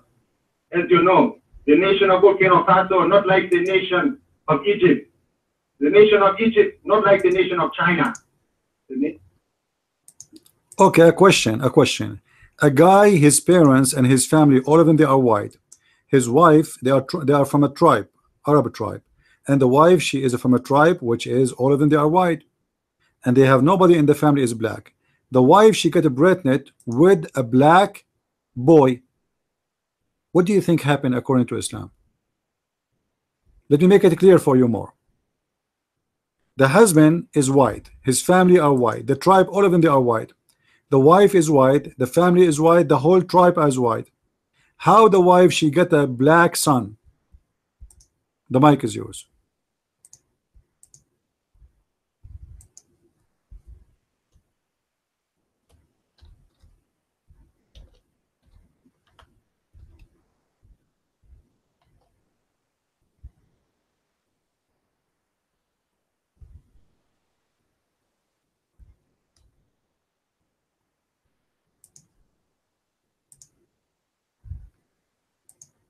You lost me. I will explain again.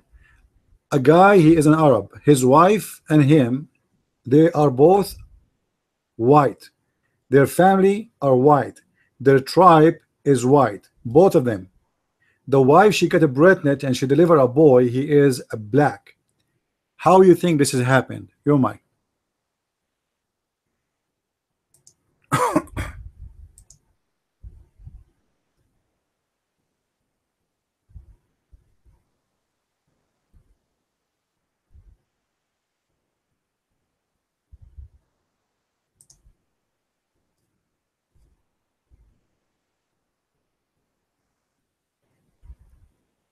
Well, it comes back to the original question. When you put together the white goat and the white goat, sometimes you get the black goat as the baby kid. No, that's can't happen unless they have from previous generation black. There's no way a white and white they will bring a black. No way. Unless from their previous generations of those animals they have a black. I'm speaking about a white man from a white tribe and a white woman from a white tribe. Her family are white, his family are white. They have no black. The wife, she gave son birth to a son, he is black. What do you think the problem is? Go ahead.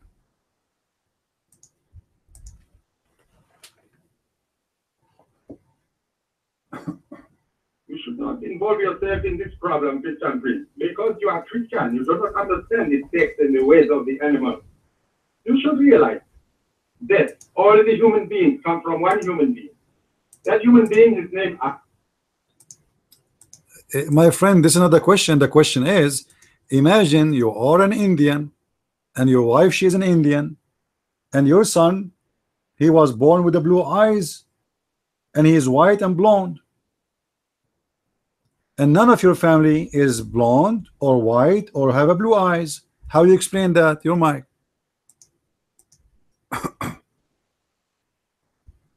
We explain it in simple way. All the people come from Africa. All the human beings come from Ethiopia. But you know, in my family, generation after generation, we never have a child he is a black. All of them are white. Centuries. So why we are not giving my mother and my sister and my cousins and etc. None of them give a birth to a black guy. There's a guy, he came to Muhammad. He said to him, he is from a white tribe, a white Arab tribe, from Bani al-Musayyib, from the family of Musayyib, from Bani Fuzara. He came to the Prophet. He said, well, you know what, my wife, she gave birth to a black guy. And why the guy is surprised? Because nobody in her family and nobody in his family and nobody in his tribe is a black. The only black is their slaves. So do you know what Muhammad he said? He said to him, do you have a camel? He said, yeah. He said, do your camel have some of them they are red and some of them they are like mixed? He said, yeah. He said, it's exactly the same.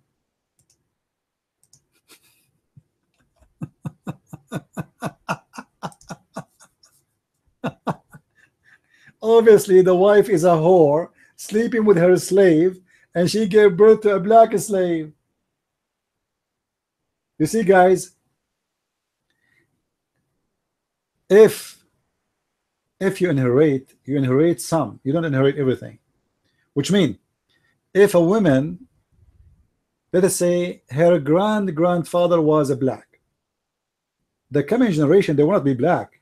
They will be kind of soft in color between white and black. Is that correct? They will be mixed, right? Like Obama as an example. Obama is the black, is not. You can look at any black person, look at Obama. Obama is no way to be black. but he is taken from the African father, some, and taken from his white mother, some. So he's in the middle. Now, how the son is totally black? The parents are totally white, the tribe is a white, and the family are white, and everybody is white. According to Muhammad, what happened is the same what happened to the camel.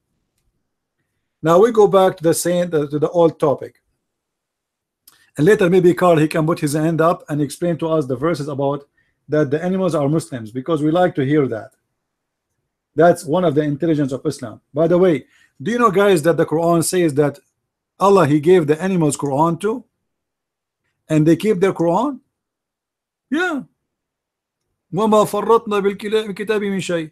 And they did not, you know, like they are even better than the Jews and the Christians, because they keep the book of Allah exactly as it is. All right. If we go to chapter 6 verse 38, it says, every creature in this earth, from a bird or the one who walk, is nations like you, and they never deleted anything of the book. So Allah, he gave them a book, and they will be taken all in judgment day. Imagine Mrs. Ant and Mr. Ant, they will face Allah in the judgment day.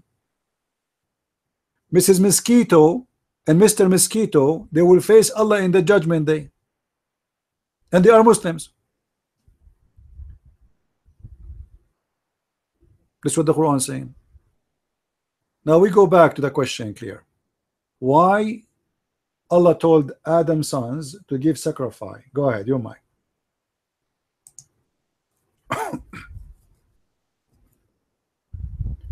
So yes, this is true.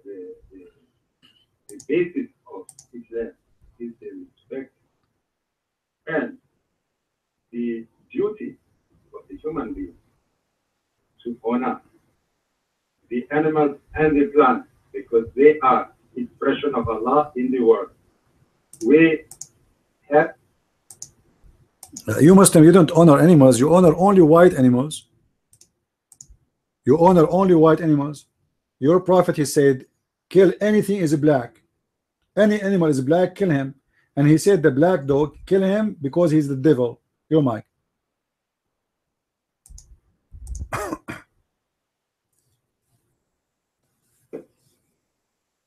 we are allowed to kill the animal which is carrying the rabies, which killed the child in.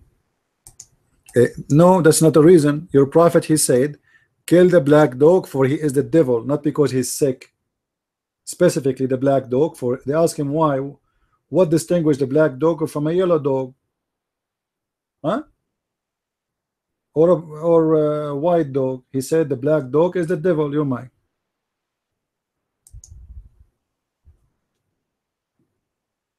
Because that black dog come into the town of Medina. He walked the street, nobody can come out. So the prophet said, kill the black dog. So the people know, because they have to respect the animal. They were scared to kill the dog. They had to get the permission from the prophet, because he was the leader and the peacekeeper. But he said to them, you can kill the black dog, and you can kill the snake when it comes in your house.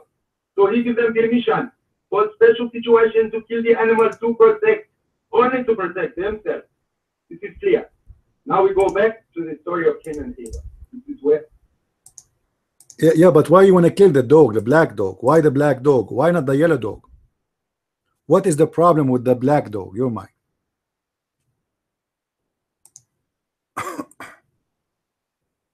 You can't kill the dog which is infected with the rabies. This makes the dog the devil.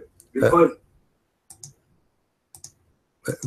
do you know how to read, how to write? It says there, they ask him what distinguishes this dog, the black dog, from the yellow and the white dog. He said the black dog is the devil. He did not say he is sick. He said he is the devil. So what is the problem? His color. If you are black, according to Muhammad, you are the devil. Your mind.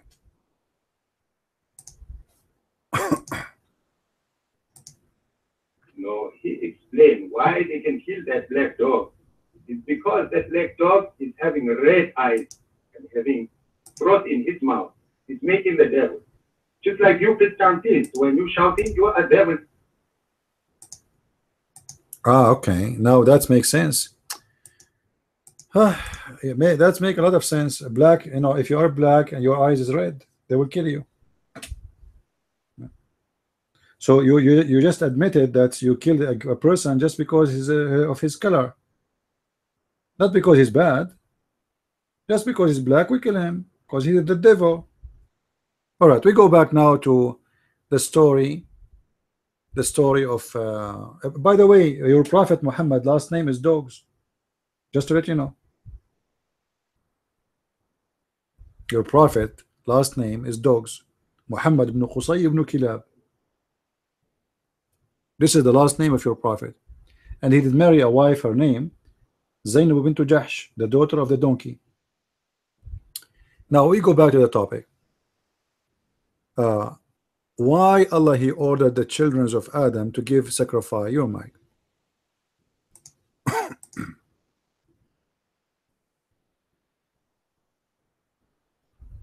The reason that Allah wants from Qabil and Habib, Cain and Abel, in your language. They are safe. That, you know, the Cain, he had the crop of wheat and corn. And he have, from this crop, he used the people of the city as slaves to make their money.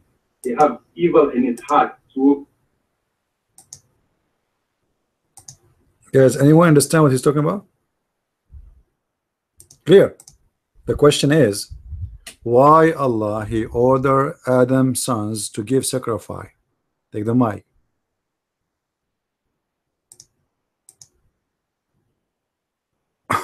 He ordered them to test them which one is true in his heart.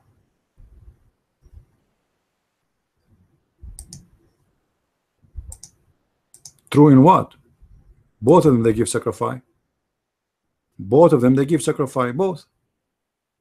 Allah accepted from one and rejected the one. One of them he gave slaughter of a sheep. The other one he gave him veggie.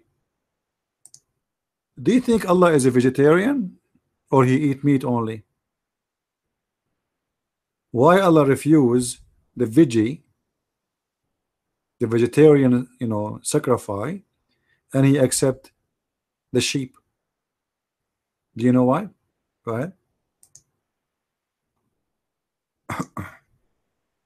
It's like to come with a sensible question, because all of the people are saying the vegetarian food is better, you know.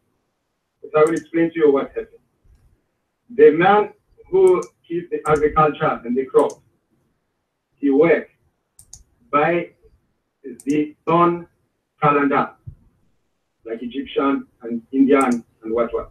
They are using solar calendar and living in big city because the food can be kept in a sack, like in Egypt, where you come from, Christian priest. In Egypt, you have the wheat you keep in sack, like so that they are keeping all of the food supply in the sack, because the people who keep the crop. Guys, just tell everybody we are going to have an auction. This guy is for sale, not as a slave, but as a comedian. Stupid. Are you crazy or what? I'm asking you why he ordered them to give sacrifice and why he accepted the sheep. Allah took the sheep. Allah don't have a fridge. Allah don't need a fridge. Allah need to save the food. Allah took the sheep up to heaven. Why he accepted the sheep, he rejected the veggie sacrifice? Your mind.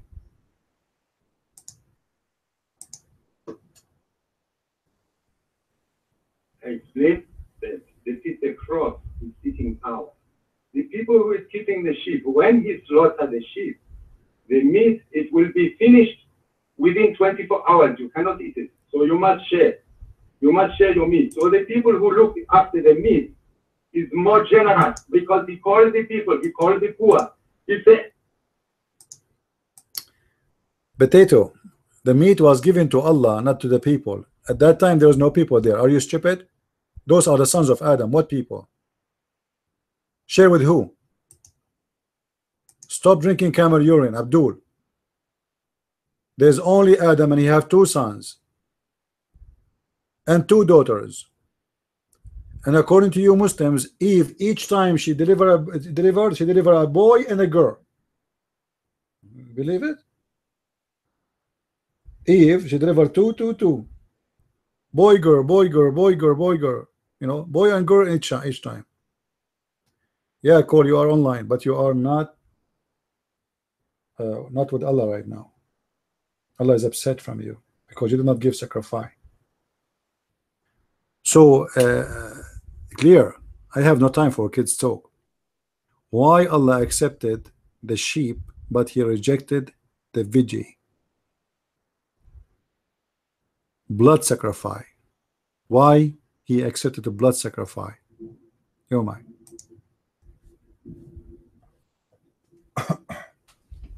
Today you are answering your own question, Christian priest. Last you are showing that you have some kind of understanding. First of all, the people who were living at the time of Cain and Abel, this is clear because it says in the Quran, it says the people who shunned Cain for his actions, he was the first man to kill, the first man to commit murder was Cain. Now I understand why some women don't want to get married. I really understand. I believe you. You don't need to explain. That's it. I'm convinced now.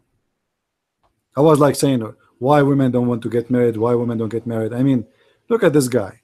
This guy will make any woman, she don't even like men forever. Clear for the last time. You, and the funny, your name is clear. I mean, isn't it funny? Can you make the answer clear for us? Why your God Allah accepted the sheep and rejected the vegetarian sacrifice? Your mic. That you the heart of the sheep owner is clean. That is why all the prophets keep the sheep. They don't grow the crops. Did Jesus grow wheat?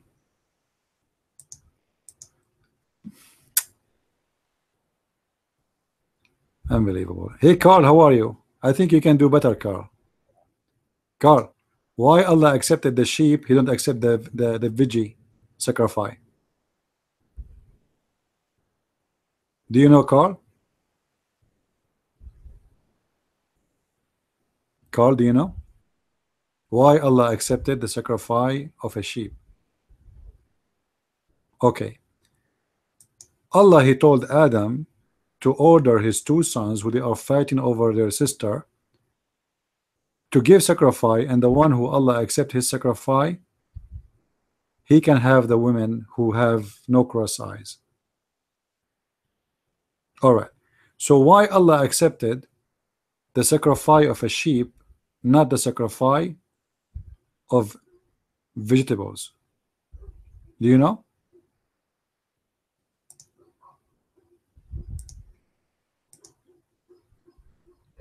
Why Allah accepted the one who sacrificed a sheep, which mean a bloodshed? Anyone?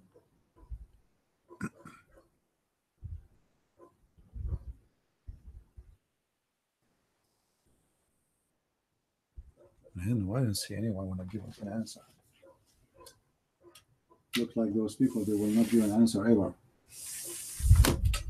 I don't know what's wrong.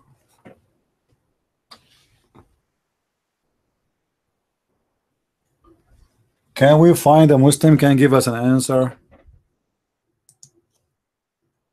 I don't have a dog.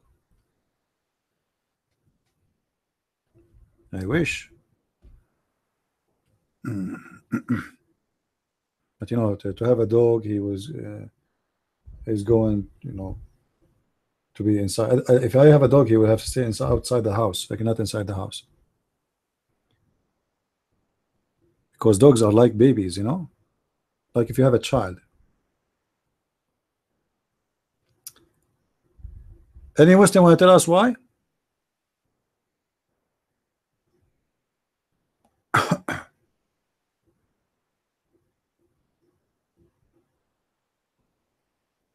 But yeah, but why anyway he accepting a sheep?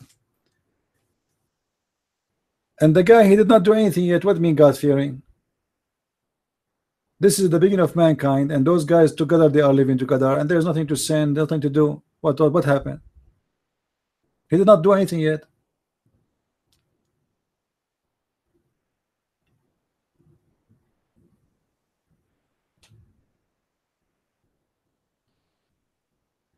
If you answer, you can talk. If you don't, I will give you a dot forever. You're mine.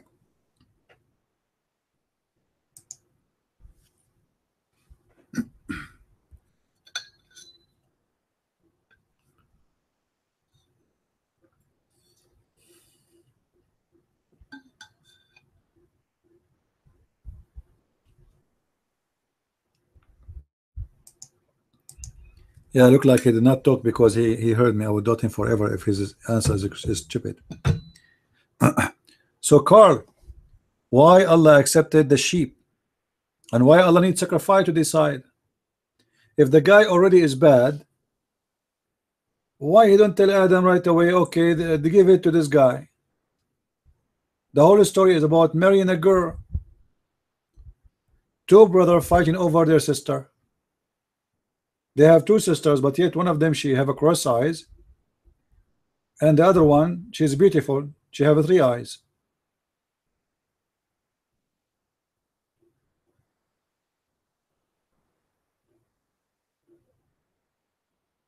So Islam, from the beginning of time, from the beginning of the first man, established the teaching of sacrifice.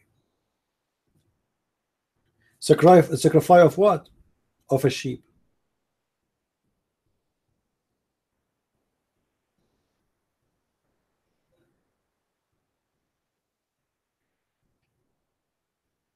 That is the truth.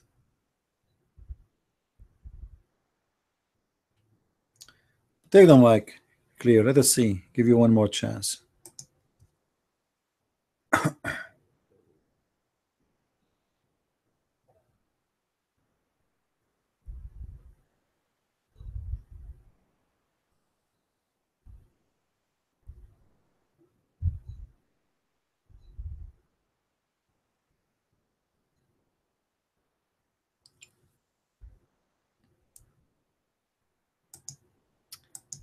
Give us the verse in the Bible, Carl, and let us read together. However, you Muslim, you reject sacrifice because you say that God do not need sacrifice. Why Jesus is rejected? Because why Jesus need to be sacrificing? Sacrifice to who? To God? God is asking sacrifice for himself to sweet himself, satisfy himself. So I see a lot of hypocrisy here. You reject the idea of sacrifice when your God, he, from the beginning of mankind, he established the teaching of sacrifice.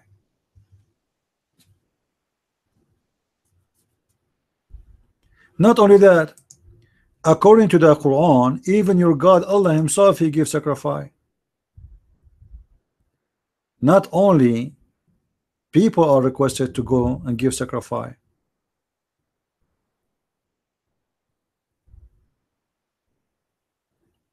Right?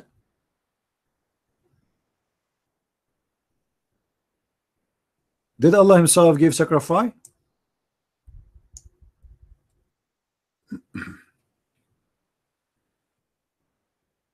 Any Muslim? Allah, when he gave sacrifice, he gave sacrifice to who? To himself? According to the story, Allah, he sent sacrifice from heaven, and then the sacrifice was taken back to Allah. This is what the story says.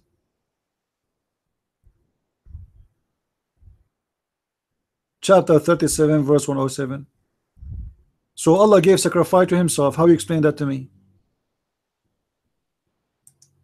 He is the one who gave sacrifice to himself, and then he is the one who take the sacrifice to himself.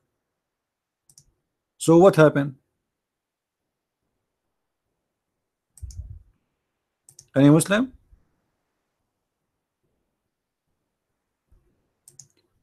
Remember, the Muslim, they reject the idea that Jesus If he is God, he giving sacrifice to who? To himself? He's God.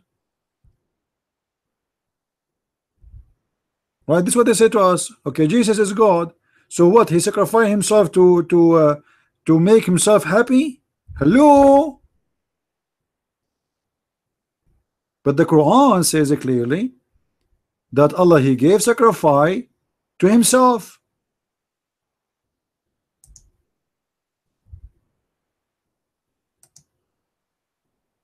Any Muslim would like to take the mic?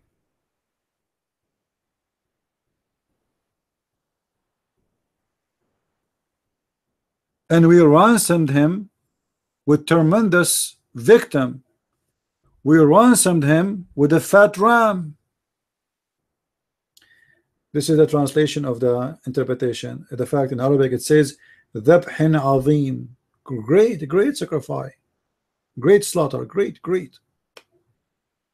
What is great about a sheep? It's a sheep.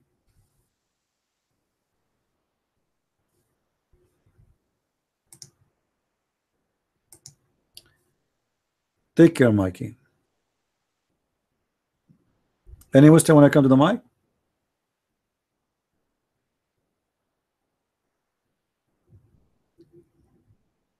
Peon 33. Are you clear? Are you Mr. Clear coming back with different name? Peon? Your mic.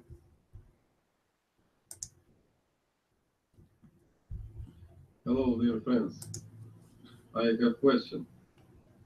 My question. What is God's name? What is God? I need God. I need to find God. Please help find the God. Thank you. No problem, my friend. God is not about a name. So anyone he called himself the same name of God, you give him a name and you follow him. You don't follow God because of a name, my friend. You follow God for he is God. Now how we know that who is God and who is not? That's a good question. God is almighty and he is God of love and not hate. He teach good, he do good, and he asks us to be good. Anyone he teach you to hate others, to be filthy, to be disgusting, and to worship idols and kiss stones and etc., this is not God. God, he love you, he wants you to love others, and he like you to be loved by others. God, he consider you as a wonderful creature of his own. He love you as if you are his child, and he wants you to be happy and not sad. If a God he is trying to put obligation over you, and those are something can make you sad, which is just because of his ego, that is false God. If God he wants you to do things because they are for your benefit, that's mean he is God. If God he wants you to do things because it is his benefit, that's mean he's a false God. This is why you see our Lord, he do things to save us and to serve us, but not because he want anything from us.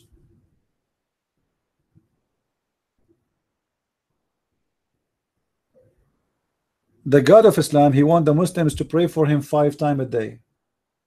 If we ask the Muslims why Allah he created you, he says they say with no shame that Allah created us only to worship him. Actually the Quran says that he created the genie and the human, the mankind, for one reason, to worship. That because he's a lonely, sick God. He need a hospital. He need to buy a big screen TV. Maybe he can get busy with something else. So he worship himself, and he don't want anyone to do anything except to worship him. He need worshippers, so he created them to worship him. In our belief as a Christians, God did not create us to worship. God, he created us because he loves us. He loved to share with us his glory, his gifts, the life he gave us.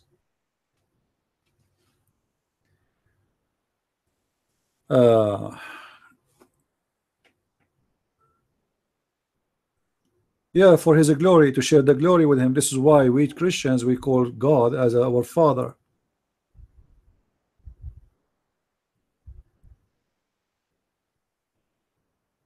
You see, we share the glory with God.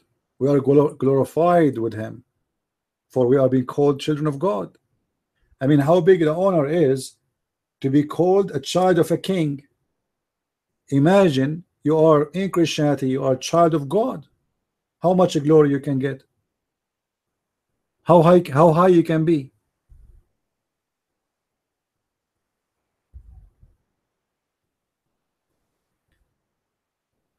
Who as a Muslim here have the courage and the knowledge to come to the mic?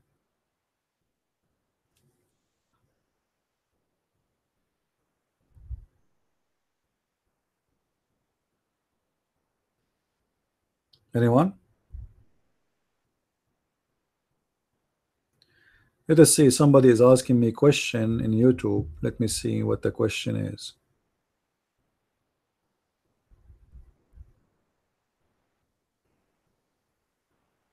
Guys in YouTube, what is the question for me? Anyone asking me a question?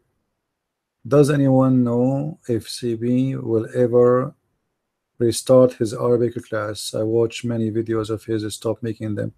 No, I did not stop making them. I have the Arabic class. My friend was a live Arabic class. It was live, but because you know when you do things for free, people don't like it.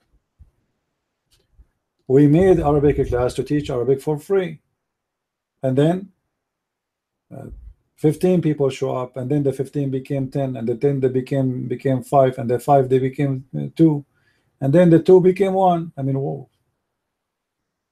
Well, I want to give a time for people who don't care, right?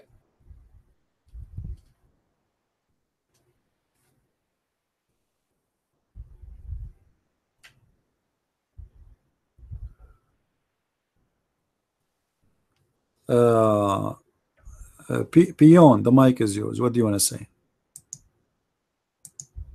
Pussy, fuck, nigger, a lot of. Well, obviously, this is where you belong, and where you belong, you go. You are a filthy creature. Your mother was a very bad woman, obviously, and she gave birth to you in the bar. This is why all your life you heard nothing good except those words. I don't blame you. I believe strongly you are the sons of your parents.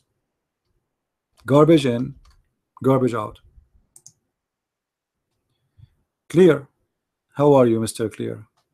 Are you going to get bounced, or you will give me an answer? No. He was talking about something we have no idea what it is. He started with saying bad language. And racist too. What was my question? Sit down then. Until now we did not get the question. Go ahead, Cole.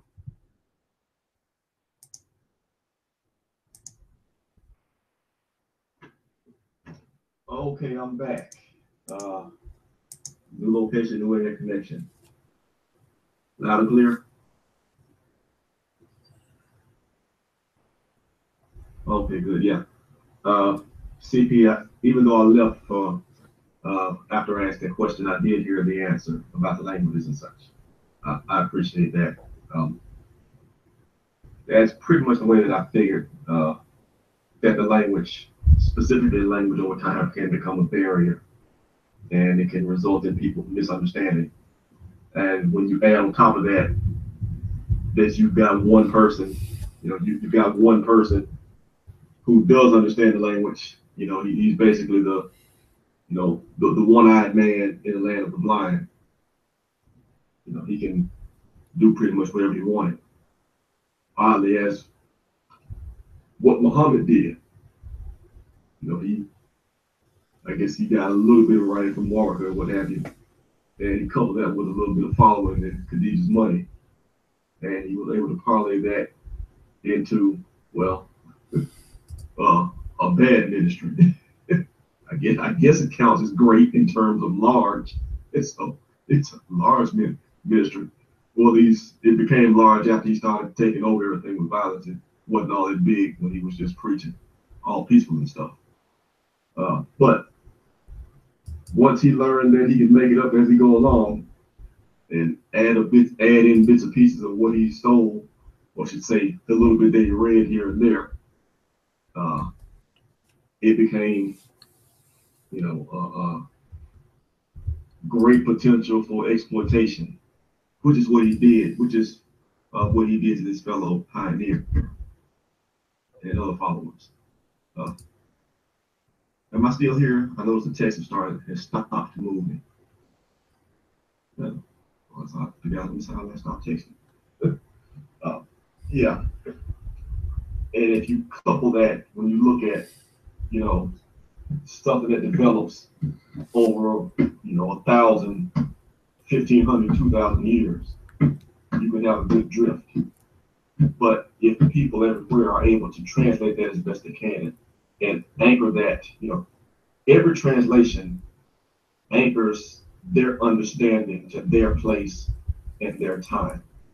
So you can look back at it if you can find it, and you can see what they believe at this place and time, and see how that lines up with what the people of that region believed, 400 years later, 600 years later, or what they believed, 600 miles away, 700 miles away, in different places in different times. It becomes a great testament to Christianity and our faith that we have these manuscripts, and we can look back and say not just what the Christians believed in the year 900, but 1900, what they believed in the year 900, what they believed in the year 900 in Africa, and in the year 900 in Europe, and in the year 900, wherever, and compare and contrast at the different places and times, and you can see that it harmonizes and it gets to be the same.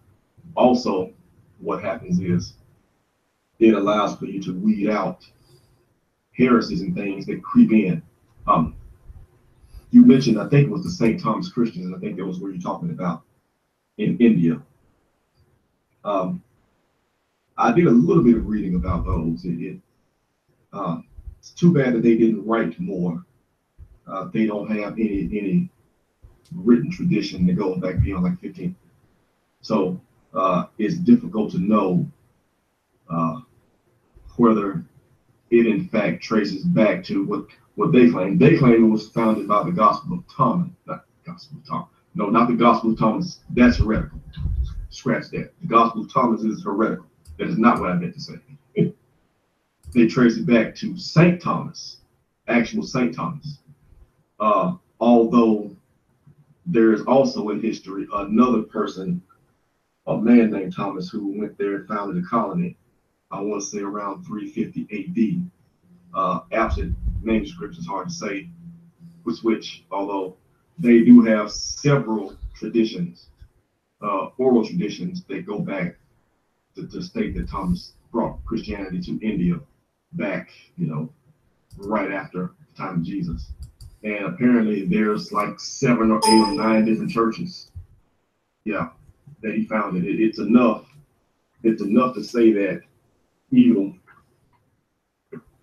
though you can't trace all of that, written stuff all the way back, it's enough to pretty much convince you that, to make it look like, he did in fact go there, because it's, like I said, it's several churches and not just 1 or 2, and they're in different places.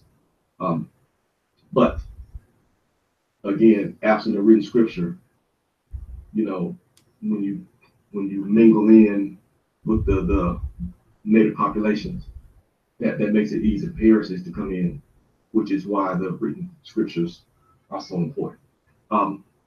That said, I know you guys have moved on. I don't want to stay back up. I just make one recommendation to our guy pioneer who was bounced. I guess he came in and shotgunned a bunch of slurs and such. I guess that was intended to insult and take offense. I don't really know why he was offended. I mean, the only thing we're doing is basically telling the truth about his religion from their own scriptures as we see them. All we do is we open them up and read them. And, in response to that, I would just remind him, that his prophet, Muhammad, was false, and that he made up stuff as it went along to exploit him and the people around him. And That's it. And he's just a fool for believing it. So don't get mad at us, Pioneer. We're trying to help you. We're trying to help you. No, I didn't forget pedophile. I wanted to save that for later. You're messing up. I wanted to, like now, Larry Candy, save some for later. There's plenty. There's plenty there. But, and moreover, now laters are sweet, sugar, we don't believe in sugarcoating stuff, not here. I guess, I guess that's my fault.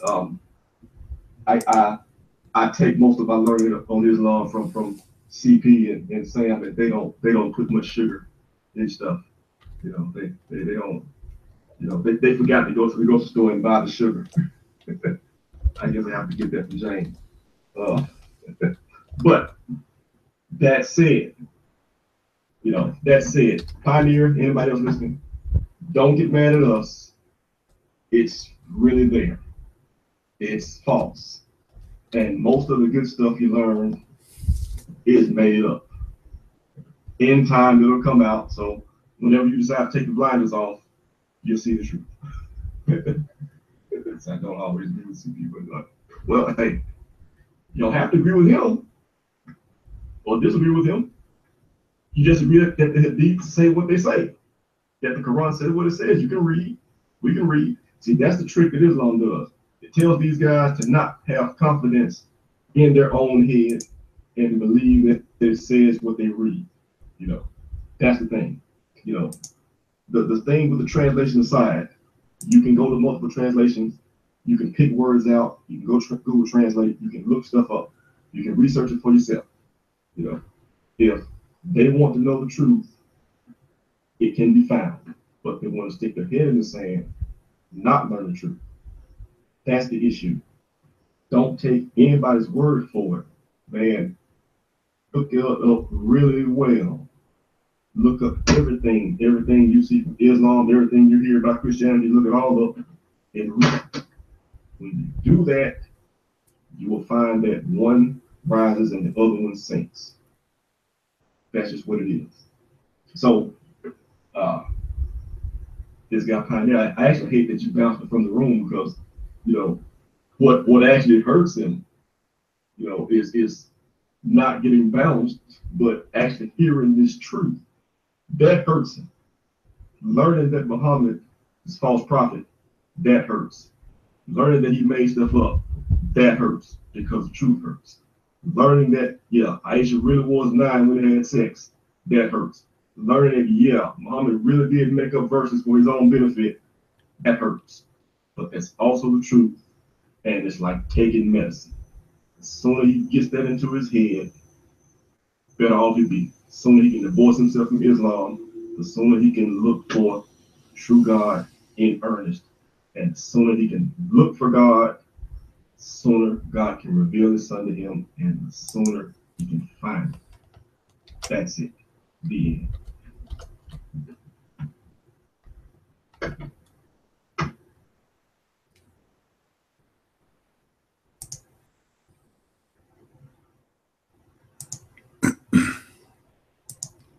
All right, Eddie.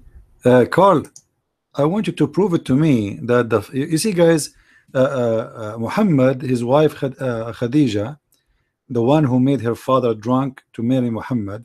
Now the Muslim, they come with the idea that her father was dead before her marriage, the same as they do when they speak about Aisha. She was 18 when he married her. Even some, they say that she was 21, but Muhammad was dead when Aisha, she was 18. So do you see how they switched it just to defend their prophet and the filth of his prophet? So Carl, put your hand up. I want you to show me the reference which is going to be against your Islamic books, saying that Khadija's father was dead when she married him. I want to see that. Eddie, you're mine.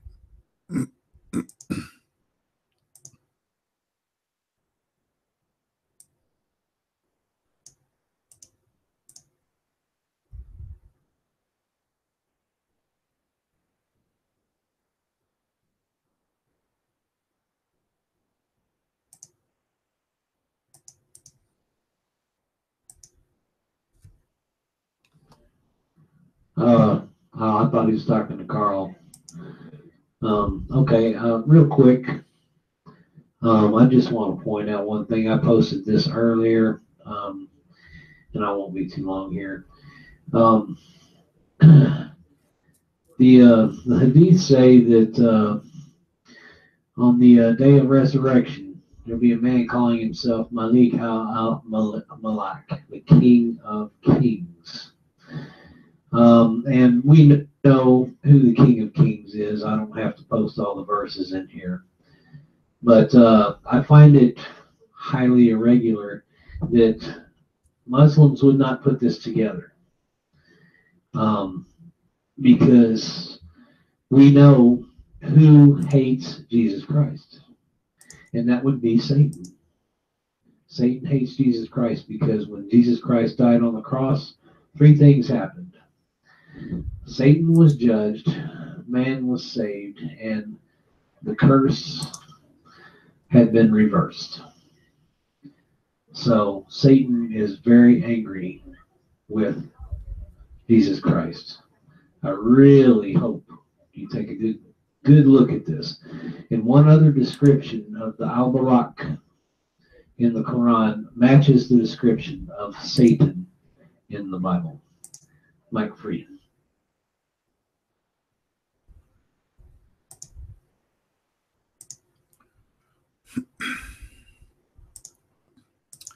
All right, Sharp, please, your mic.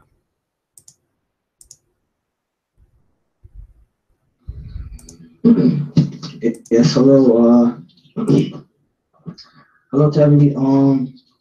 Yeah, I just have a quick question. The other day I was having a conversation with the Muslims, and they're telling me about Islamic expansion. And one Muslim said that the Coptic Christians were being persecuted by the Byzantine Christians, which are, I guess, Greek Orthodox, right? I'm not too sharp on the history, but I know there's a split in Christianity. The Roman Empire, the Catholic Roman Empire, and there was the Byzantine, and they're at war, or something to that effect, right? So this Muslim was telling me that the Coptics were begging the Muslims to come and help them and save them. And they invited them to Egypt to help save them. And then after the Muslims saved the Coptics, according to what this Muslim said, then the Muslims became the majority, and the Coptics were living under them. I said, how is this possible? Egypt was a Christian country, and the Muslims invaded. They're like, oh no, the Muslims didn't invade. The Coptics were begging for the help because they were getting persecuted by other Christians, which were the Byzantines. So I'm not too sharp in this particular history. I don't know. Maybe you can clarify things, CP or whoever. I think they posted some sources saying they called, was it Omar or Abu Bakr, one of those guys, they asked for help or something like that. This is what the Muslim was saying. The Coptics were asking some of the Muslims.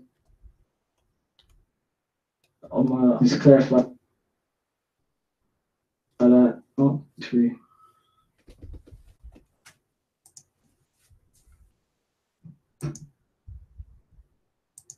You know, yeah, the Christians in Lebanon, in Syria, in Jordan, even in Istanbul, they asked the Muslim to come and save them, my friend. Actually, just 2 years ago, the Christians in Iraq, they asked ISIS to come and save them. And the Christians in Syria, they asked ISIS to come and save them. And ISIS right away is there just to save the Christians from discrimination. And, you know, I mean, come on, it's true. Carl, are you there? Carl, do you want me to show you your scholars in video saying that your prophet wife, she made her father drunk? Do you want me to show you?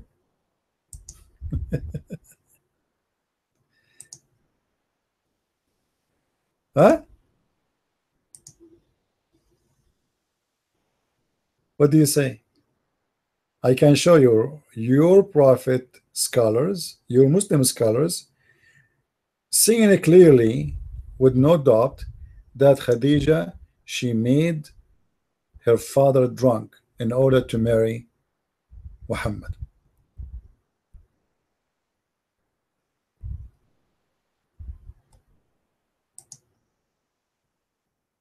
Who is the Muslim want to see that?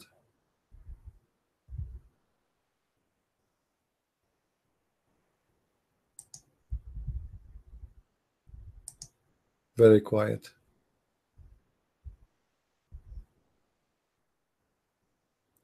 Very quiet.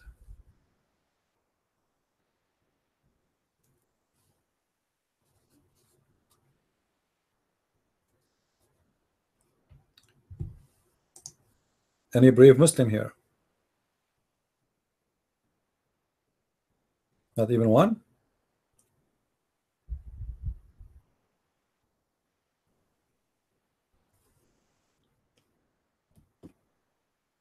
No? I would like to see a Muslim. He can show us reference of what he's saying. You see, when I write things about Muslims or Islam in my book, doesn't mean I believe in any of those references, by the way, for a very simple reason. All Islam is full of fabrication. And the proof of what I'm saying, look at the Muslim text. They themselves, they reject their books.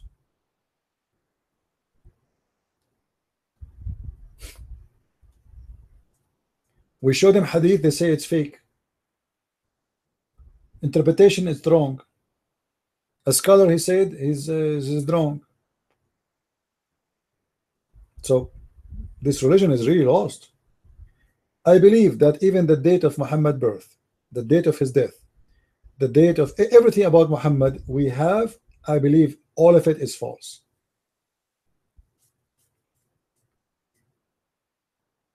Even his father name, like imagine the story, Muhammad, his name is Muhammad, his father, his name is Abdullah. Okay, but Abdullah don't believe in Allah. Like what the heck? The guy, his name is a slave of Allah, but you don't believe in Allah?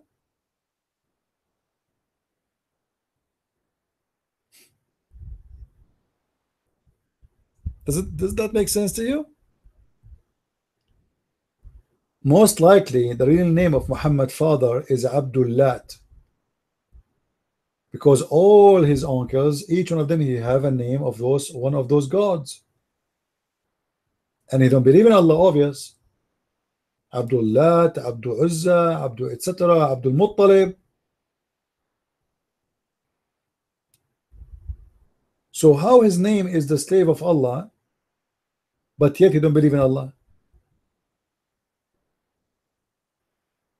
Doesn't make sense. So they change his name. The real name of the father of Muhammad is not Abdullah. Muhammad birth date is false. How somebody who wrote about Muhammad 200-300 years after he know the birth of Muhammad, from where he got that?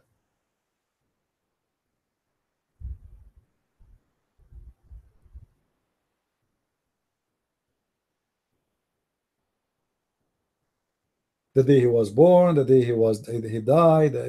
Oh. Even Muhammad himself do not remember which day it was Al-Qadr,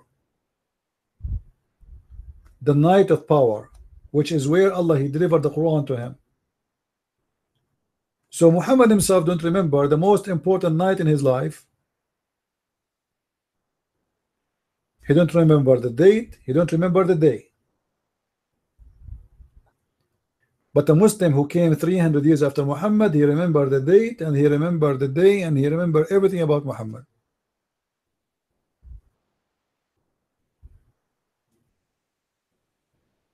However, I don't waste my time to debate about what is accurate, what is not. It's what they believe. I get them busted from what they believe. I'm not going to debate them about how many lies they have there about their prophet.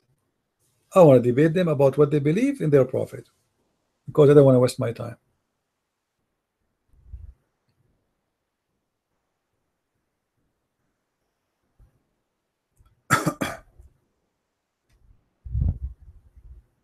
And you notice lately the Muslims, they start having articles to make Muhammad, he married Aisha at the age of 21, not 18. In the beginning they said 18 and then became 21, and then this guy Tawhidi, he said 27. Like, what the heck?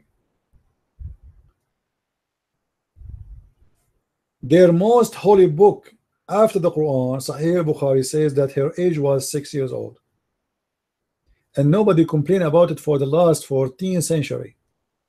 Suddenly the Muslims start making articles that Muhammad did not marry her at the age of 6. The one who is making an article 1400 years after Muhammad, he is correcting the one who made the articles about Muhammad 300 years after Muhammad, claiming that the one who said the marriage of the age of Aisha was 6, it was Aisha. How somebody who is born 16th century, 14th century after, correct the one who is, and by the way, the Quran says that the one, how he can dispute about Abraham if you came after Abraham, Christians and Jews?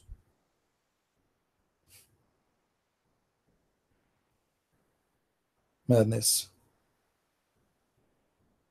I will not be surprised if in 10 years from now Aisha, she married to Muhammad when she was 40.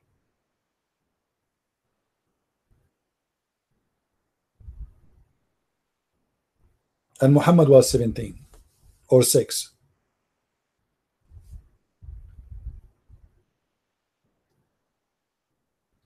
Right? Everything is upside down. Anyone have a question for us? Any Muslim?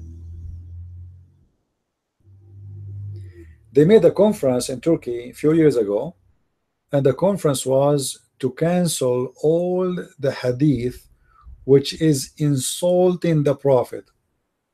Hold on. How it is hadith, which means the one who said it is the Prophet, it's insulting the Prophet? How come those hadith never bothered the Muslims for the last 14 centuries? But today, because people, they started questioning, and people have a freedom, they start questioning those hadith and questioning the morality of the person who did those stories. So the Muslims, to make their prophet clean, they decide to put his hadith in the laundry. Maybe we can make Muhammad virgin again.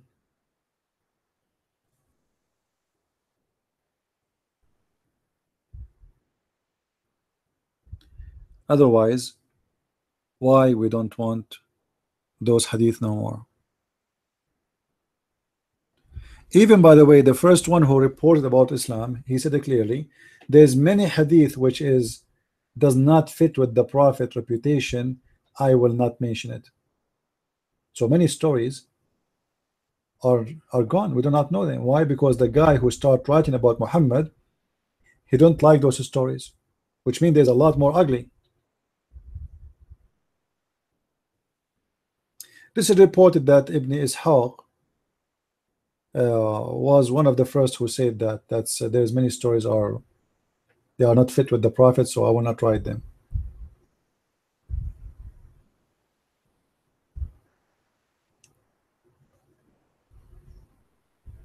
So what they start doing when they start collecting the hadith, they start picking up their cherries based on what is good for the Prophet and what is bad for the Prophet. And you can imagine how many bad ones are gone. And if what we have right now is disgusting, and this is supposedly the good. You see, there's many filtration. Everybody have his own filter.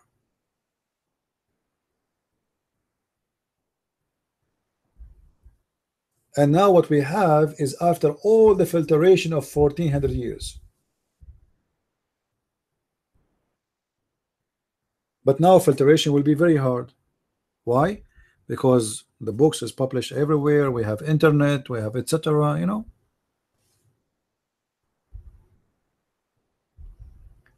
You cannot do more filtration. Anyway, guys, brother Sam Shamoun, his room is open, the Trinity. So if you guys like to go and join his room, support his room, feel free.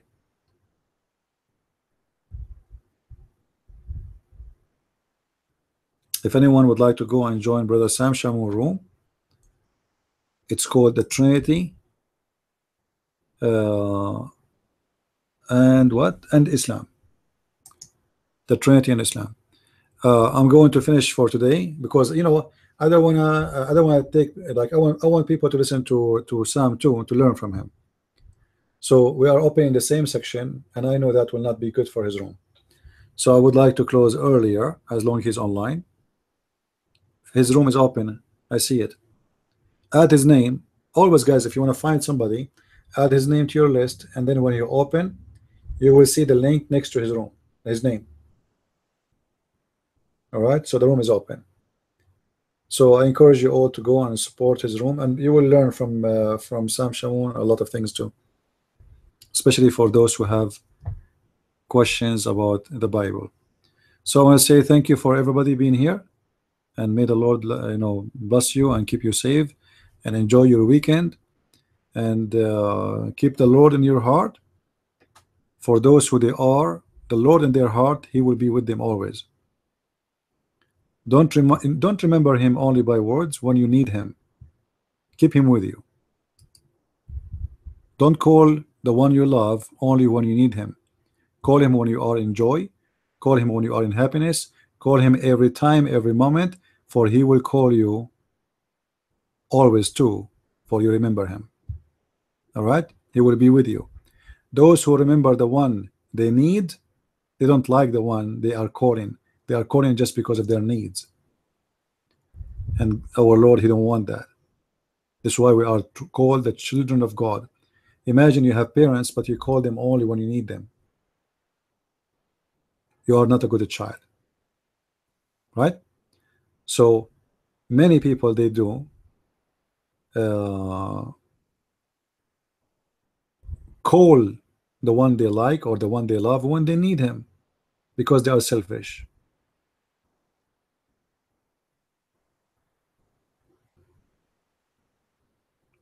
Don't be selfish.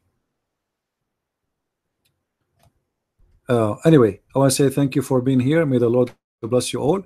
And the room again of Brother Sam Shamoun is open in the same section, in the Christian section. The name of the room is the Trinity and Islam. Feel free to join his room. And until I see you this coming Sunday, I say God bless. Christ is Lord. Islam is false. I mean to that. And see you soon again. Bye-bye.